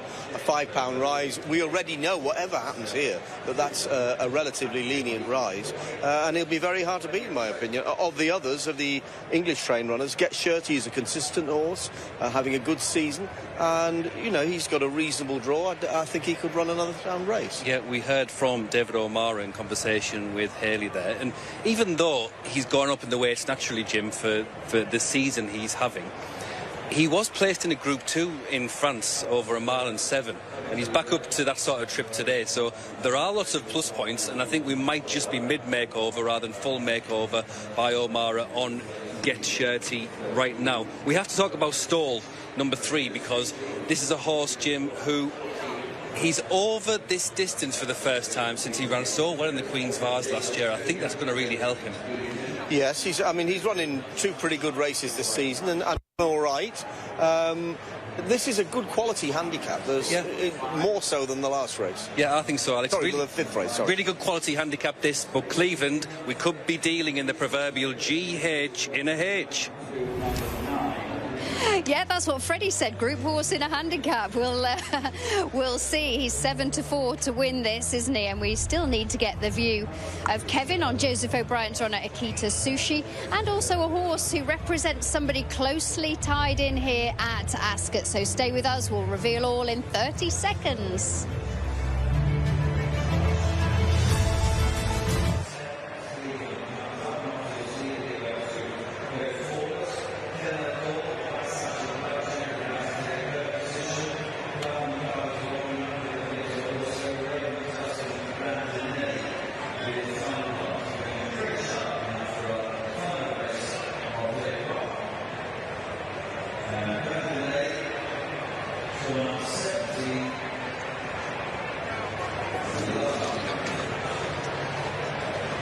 Yeah, Peter Pinter is owned by Sir Francis Brooke, who's chairman at Ascot and Her Majesty's representative. Good luck to him. Looks like they're nearly all set for our last race here on day one at Royal Ascot. There's the view from behind the stalls. Maybe just one left to go forward to. Very quickly then, Kevin, Akita Sushi, yay or nay? Oh, I think he has a great chance. I think Alex, look, he was very eye-catching last time. Step up and trip will suit. Fingers crossed. OK, now they're all set. Let's go back to Ian Bartlett. They're off. Final race of the afternoon, the couple horse handicap, just over one circuit in front of them. Platinum Card, Raymond Tusk and Red Virgin are the last trio to leave the starter, as early on Danehill Kodiak in a green jacket, red and yellow on the sleeves, is going to lead. With the orange cap, Ken Eldor around the outside of runners goes up into second position, and then a light blue jacket for Get Shirty, who shows in third as they already complete their first quarter mile. Bandinelli is next, and then the favourite Cleveland, blue and orange jacket. He runs in fifth position at the moment. A dark blue jacket of Island Brave will be 3 parts of a length behind him and against the rails. Then comes Wando Montauban, green sleeves and cap. Peter Pinter and Not So Sleepy are the next couple of runners. From behind those, the striped visored head of All Right Sunshine, and these are then followed by Stoll, the best turned out winner in dark blue and yellow, then the purple of Platinum Card. These are followed by Alunak, and then comes Akita Sushi in the striped jacket of red and green. Races just ahead of Red Verdens against the running rail, and the white with a green cap of Raymond Tusk is ahead of him, a little wide of him now as they head down towards the far end of the track. Then there'll be a good 15 lengths first to last here. And Sean Levy on Danehill Kodiak lead the field as they come to their last mile. Ken Eldor, she's running in second place with James Doyle. The light blue jacket, Get Shirty, Danny Tudhope hugs the running rail with Bandinelli. William Buick in the royal blue up round the outside of runners and showing just about in fourth place now as they leave Swinley Bottom. Then comes the blue and orange, Cleveland, Ryan Moore showing about fifth position at the moment. Sylvester de Souza on Island Brave is next. Peter Pinter behind these, then Not So Sleepy races just in behind Wando Montauban. Stowell, Frankie Dettori continues to be about 2/3 of the way down, then just preceded by Billy Garrity and All Right Sunshine. Purple jacket for Ryan Sexton on Platinum Card is against the running rail, and then comes Alunak, Raymond Tusk, Red Verdun, and also Akita Sushi continue to be some of the back markers, but already now they're heading at the half-mile pole and they're on their way to home. And Danehill Kodiak has the advantage. In second place is Ken Eldor. Get Shirty continues to go okay on the inside of these in third. Bandinelli is behind those running in fourth. Then comes Cleveland in fifth position to Wando Montauban. Peter Pinter behind these. Island Brave looking for a little bit of ground. Not So Sleepy and Stower on their way through the field as Ken Eldor, the orange cap, she's taking it up now. Trouble on the inside running well with Get Shirty trying to get through. Stower nearest to us in the dark jacket, the yellow cap, and Frankie Dettori busting through. Cleveland in the blue and orange is there as well. Get Shirty to Stoll. Cleveland between those. Ken Eldor bursting through. Akita Sushi their side as well, getting into it. But as they race up towards the line, it's Get Shirty who's won. With Danny Tudhope to Cleveland, Akita Sushi and All Right Lads, and Ken Eldor and Stoll and Raymond Tusk behind those. It's another win for Danny Tudhope and one for David O'Mara here with Get Shirty, who was a listed winner when trained over in France at Deauville, and he scored at 16-1 here, Fred. He did, and he won a Class 3 last time out up at Hamilton. He's travelled all the way down from North Yorkshire this time around to Royal Ascot and bags another win for Danny Tudhope. Double on the first day for Jockey. Wow, fantastic. Good performance. He was on the fence here. Just watch this, Kevin. He's nowhere to go. He had to wait for the splits. They come here at this time, kicks him in the belly. He's got an immediate turn of foot over that 1.6 mile. Good performance. Yeah, Kevin, what do you make of that? He had to be sharp to take that gap when it came. Caused a little bit of interference to the one that was going backwards on his inside. Cleveland was the same as well. He needed to be sharp to take the gaps. I didn't feel he was travelling as well as he did at Chester. They jumped him off more prominently today, and I didn't think Ryan was happy even coming out of the back straight. Look, the horse has clearly stuck on very well and ran a cracker, but maybe that drop back and trip was more detrimental than we thought it might be. Yeah, he just didn't travel with that same ease. Your horse is making a challenge wide there. Freddie gets pushed a little wider there by one or two other runners. Stole in the mix as well. Yes, Okita Sushi, I thought, ran an absolute blinder from a very bad draw. He was drawn out in 14, and therefore Declan McDonough had to ride him from the back and had too much ground to make up. He ran a blinder to be third there. I think if he would have had a better draw, he would have been much closer. Yep, it was convincing win, though, from Get Shirty, and another one for Danny Tudhope, Jamie and Jim. Yeah, that's right. The resurgence continues apace with Get Shirty. And how many times have we seen this with David O'Mara? Getting a French recruit and over time turning him inside out. And now we're looking back towards listed class, certainly, for Get Shirty. Really impressive, Jim. Not just this performance, but the season he's having. Absolutely. Watching him last time at Hamilton, he did look as though a return to a little bit further would suit him. I didn't expect him to travel so well, Jamie, but he had a posse, didn't he? He was always going sweetly. Quenelle Dore drifted across him and put Get Shirty onto the weakening Danehill Kodiak. I think that's what the interference was. And when you look at the sweet spot of the race, the first and second are sort of in fourth and fifth right now, but in that second wave, and compare their position with Okita Sushi. I mean, Okita Sushi, given the position, given the relative inexperience, Jim, that's done so well, hasn't he? Absolutely. I mean, I think, you know, if he'd been in the same posse as the first and second off the home turn, it might well have been or similar. It might have been a different result. It looks a really strong piece of form, this, as you'd expect of a Royal Ascot handicap, but especially this. Get Shirty's renaissance. Stoll made his presence felt, as you'd expect with that one's profile. Okita Sushi, certainly one for the future. And don't give up on Cleveland. This was a bump in the road rather than the end of the road as far as his progress is concerned, but it just looks like a really strong piece of form, Jim. I think it is. And we said before, it's a quality field for what, you know, we thought, you know, it's a handicap at the end of the day, but it's a real good quality one. And well done to Danny Tudhope. 2 winners on the day. No one was expecting him to be topping the jockeys table after day one, but here we go, Alex. And he will take that is for sure. And Danny Tudhope having a wonderful run of things. He's got a pretty good record at Royal Ascot. This is now winner number 8 for him and a 5th victory for David O'Mara. Very, very shrewd yard there, David O'Mara's, Freddie. And if they're coming down to Ascot, they're coming here with a good chance. Indeed, yes. They placed their horses very well. And this fella was picked up for €30,000 at last year's Arcana Deauville summer sale. So there you go. Obviously done a good job. Jason Kelly, Bloodstock, bought him. And he's done tremendously well ever since he's joined the yard. Yeah, certainly has. And Danny Tudhope, who's so tall and has to work so hard at his weight, but he's making the most of his opportunities. He's a brilliant rider, Fred. Yeah, he's a top-class rider. He's been used by so many top yards over the last few years. Sir Michael Stout uses him up north. William Haggis refers to his services as well. He has to work very hard on his weight, but he always had to do so, and I think he's in a good routine now. His head seems to be in a good place as well, and he's riding plenty of good winners. Remember, 2 years ago, he was actually in for a run in the championship, but it was just he couldn't do those lightweights, and therefore he had to give it up to someone else. So, look, it's a class rider.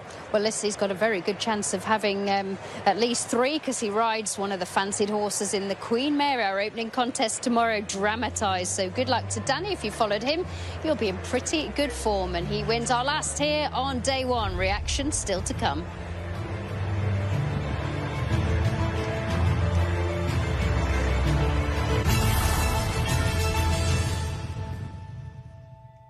horse was always holding them, and I think through most of the final furlong it is just hands and heels pushed out, and he gets shown the whip, but it's not needed. And yes, they're closing him a little bit late on, but that's as he gears down. He's probably valued for at least a winning margin. Yeah, he sort of put the race to bed going past the furlong pole with that burst of speed, and then I think he's just idled slightly in front. But I'd love to see these horses. He pins his ears back and sticks his neck out, and he's got a lovely way of going. Certainly has. There he is, coming into Winds Enclosure, second winner of the night as well for Midland Park.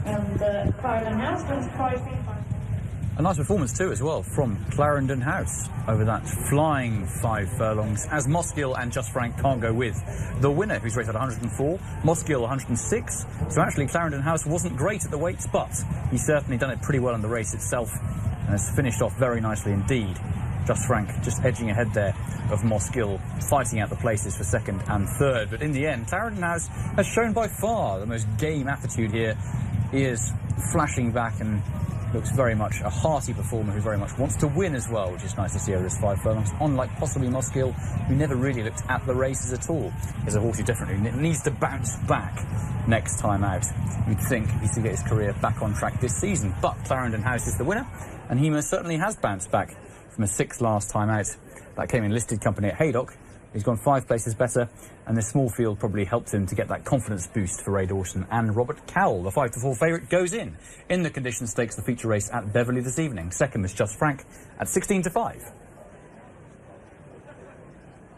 And the winning time at Beverley, hand time for this one, was 0.38 seconds above standard and 1 minute 88. And horses are in the parade ring at Roscommon for their next contest, which is about 6 minutes away. No, it isn't. It's about 9 minutes away. My maths is terrible. Right, the 6:30, a handicap hurdle, Division 1, over 2 miles and 20 yards. Shanty Warrior is number 1 for James O'Sullivan, and Prunella Dobbs, number 2, I should say, not second. And that's possibly to come later, but you never know. Veil of Glory for Owen Kelly and Adrian Murray. Third, number 3, Lady Devesque, coming in the 1, 2, 3 here for Eamon Fitzgerald and Mick Halford. Number 4 is Dylan Oak for Annalise Cullen and Dennis Cullen. Number 5 is Fallen Forest for Richie Condon and William Durkin. Number 6 is Junior B for Jack Foley and Mark Malloy. Number 7 is Tuck Mill for Cian Cullinan and Francis Flood. Number 8 is Another Affair for Paddy O'Hanlon and Vincent Ward. Number 9, In for a Penny for Mark McDonough and Mark Fahey. Number 10, Percy Pye for Benjamin Kennedy and Brendan Duke. Number 11 is Golden Sandbanks for Gary Noonan and Paul Flynn. Number 12, Ballycastle Brat for Tommy Brett and Leslie Young. Number 13, Eye of the Dragon for Corey McGibbon and Denise Foster. Number 14 is Eddie's Pride for Robert Gogan and Norman Lee. Number 15 is Fair Minded for Conor Brassel and Desmond McDonough.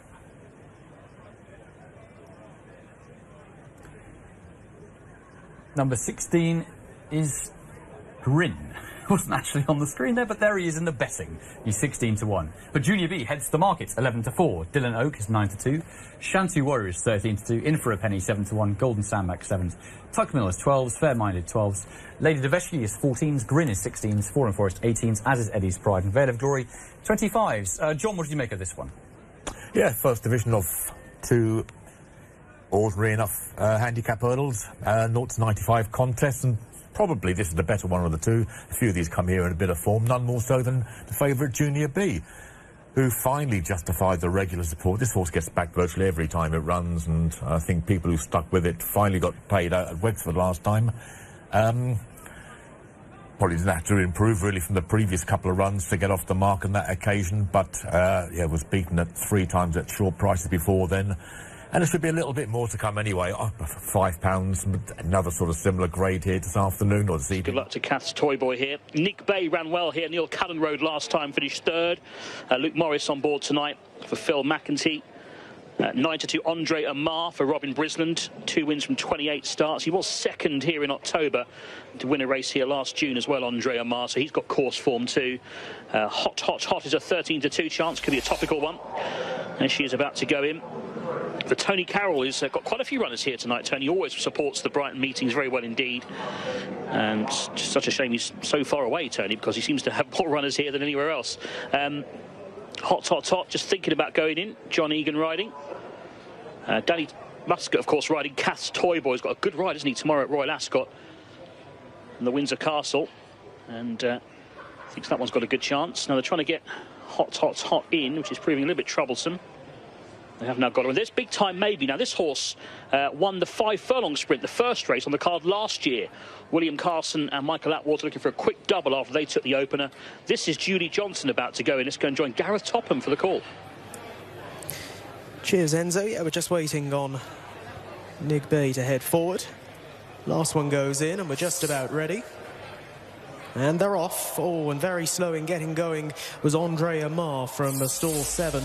Dwelt badly for this. The Suad is simply the best handicap. And through the opening furlong they head with Julie Johnston showing bright early speed and giving a trail to the other runners. Second place is Kath's Toy Boy. Then in third, Hot. Chased in fourth by Nig Bay. Big Time Maybe follows. And then the catching up Andrea Marr, who on coming down the hill would be spotting the leader around about 7 or 8 lengths. It is Julie Johnston who shows out in front by a couple of those lengths over Kath's Toy Boy in the yellow and pink quarters. The Battenberg Silks, that one racing in second. Then shaken up towards the outside is Hot. And all the 3 in behind are now being pushed and shoved with Nig Bay, Big Time Maybe and Andrea Marr with catching up to do. They head down inside their final 2 furlongs to the rails. Julie Johnston with Kath's Toy Boy now really beginning to find his stride and is picking up well. And down the outside is Hot as they enter the final furlong. Kath's Toy Boy has gone onto the rails, but Hot looks a big danger towards the outer. Julie Johnston back in third, and into the final 75 yards they go. We're feeling hot at Brighton tonight. Hot the winner from Kath's Toy Boy. Julie Johnston kept to the task, and further back to Big Time Maybe. Well, a topical winner, one of the warmest days of the year so far. Hot for John Egan and Tony Carroll, who's got a few more chances later on. Wins at 15-2. Second, Kath's Toy Boy at every chance. And third, Julie Johnston. The 15-2 chance beats the 13-8 favourite here at Brighton. Lots more to come here later on. But for now, we're heading back to Alex at Ascot. Well, hot at Brighton. It's hot here at Ascot. And I tell you what, I can report that the World Pool has been hot as well today. If you've played in that, the biggest day of the World Pool so far in the UK and Ireland days, 31.6 million has been played, and it's only going to get hotter. So things going well on that score. It's been going pretty well on the track as well. We had the 2 highest rated turf horses in the world racing here at Ascot this afternoon, and they both won. Baid got the ball rolling in the opening. Queen Anne landing the odds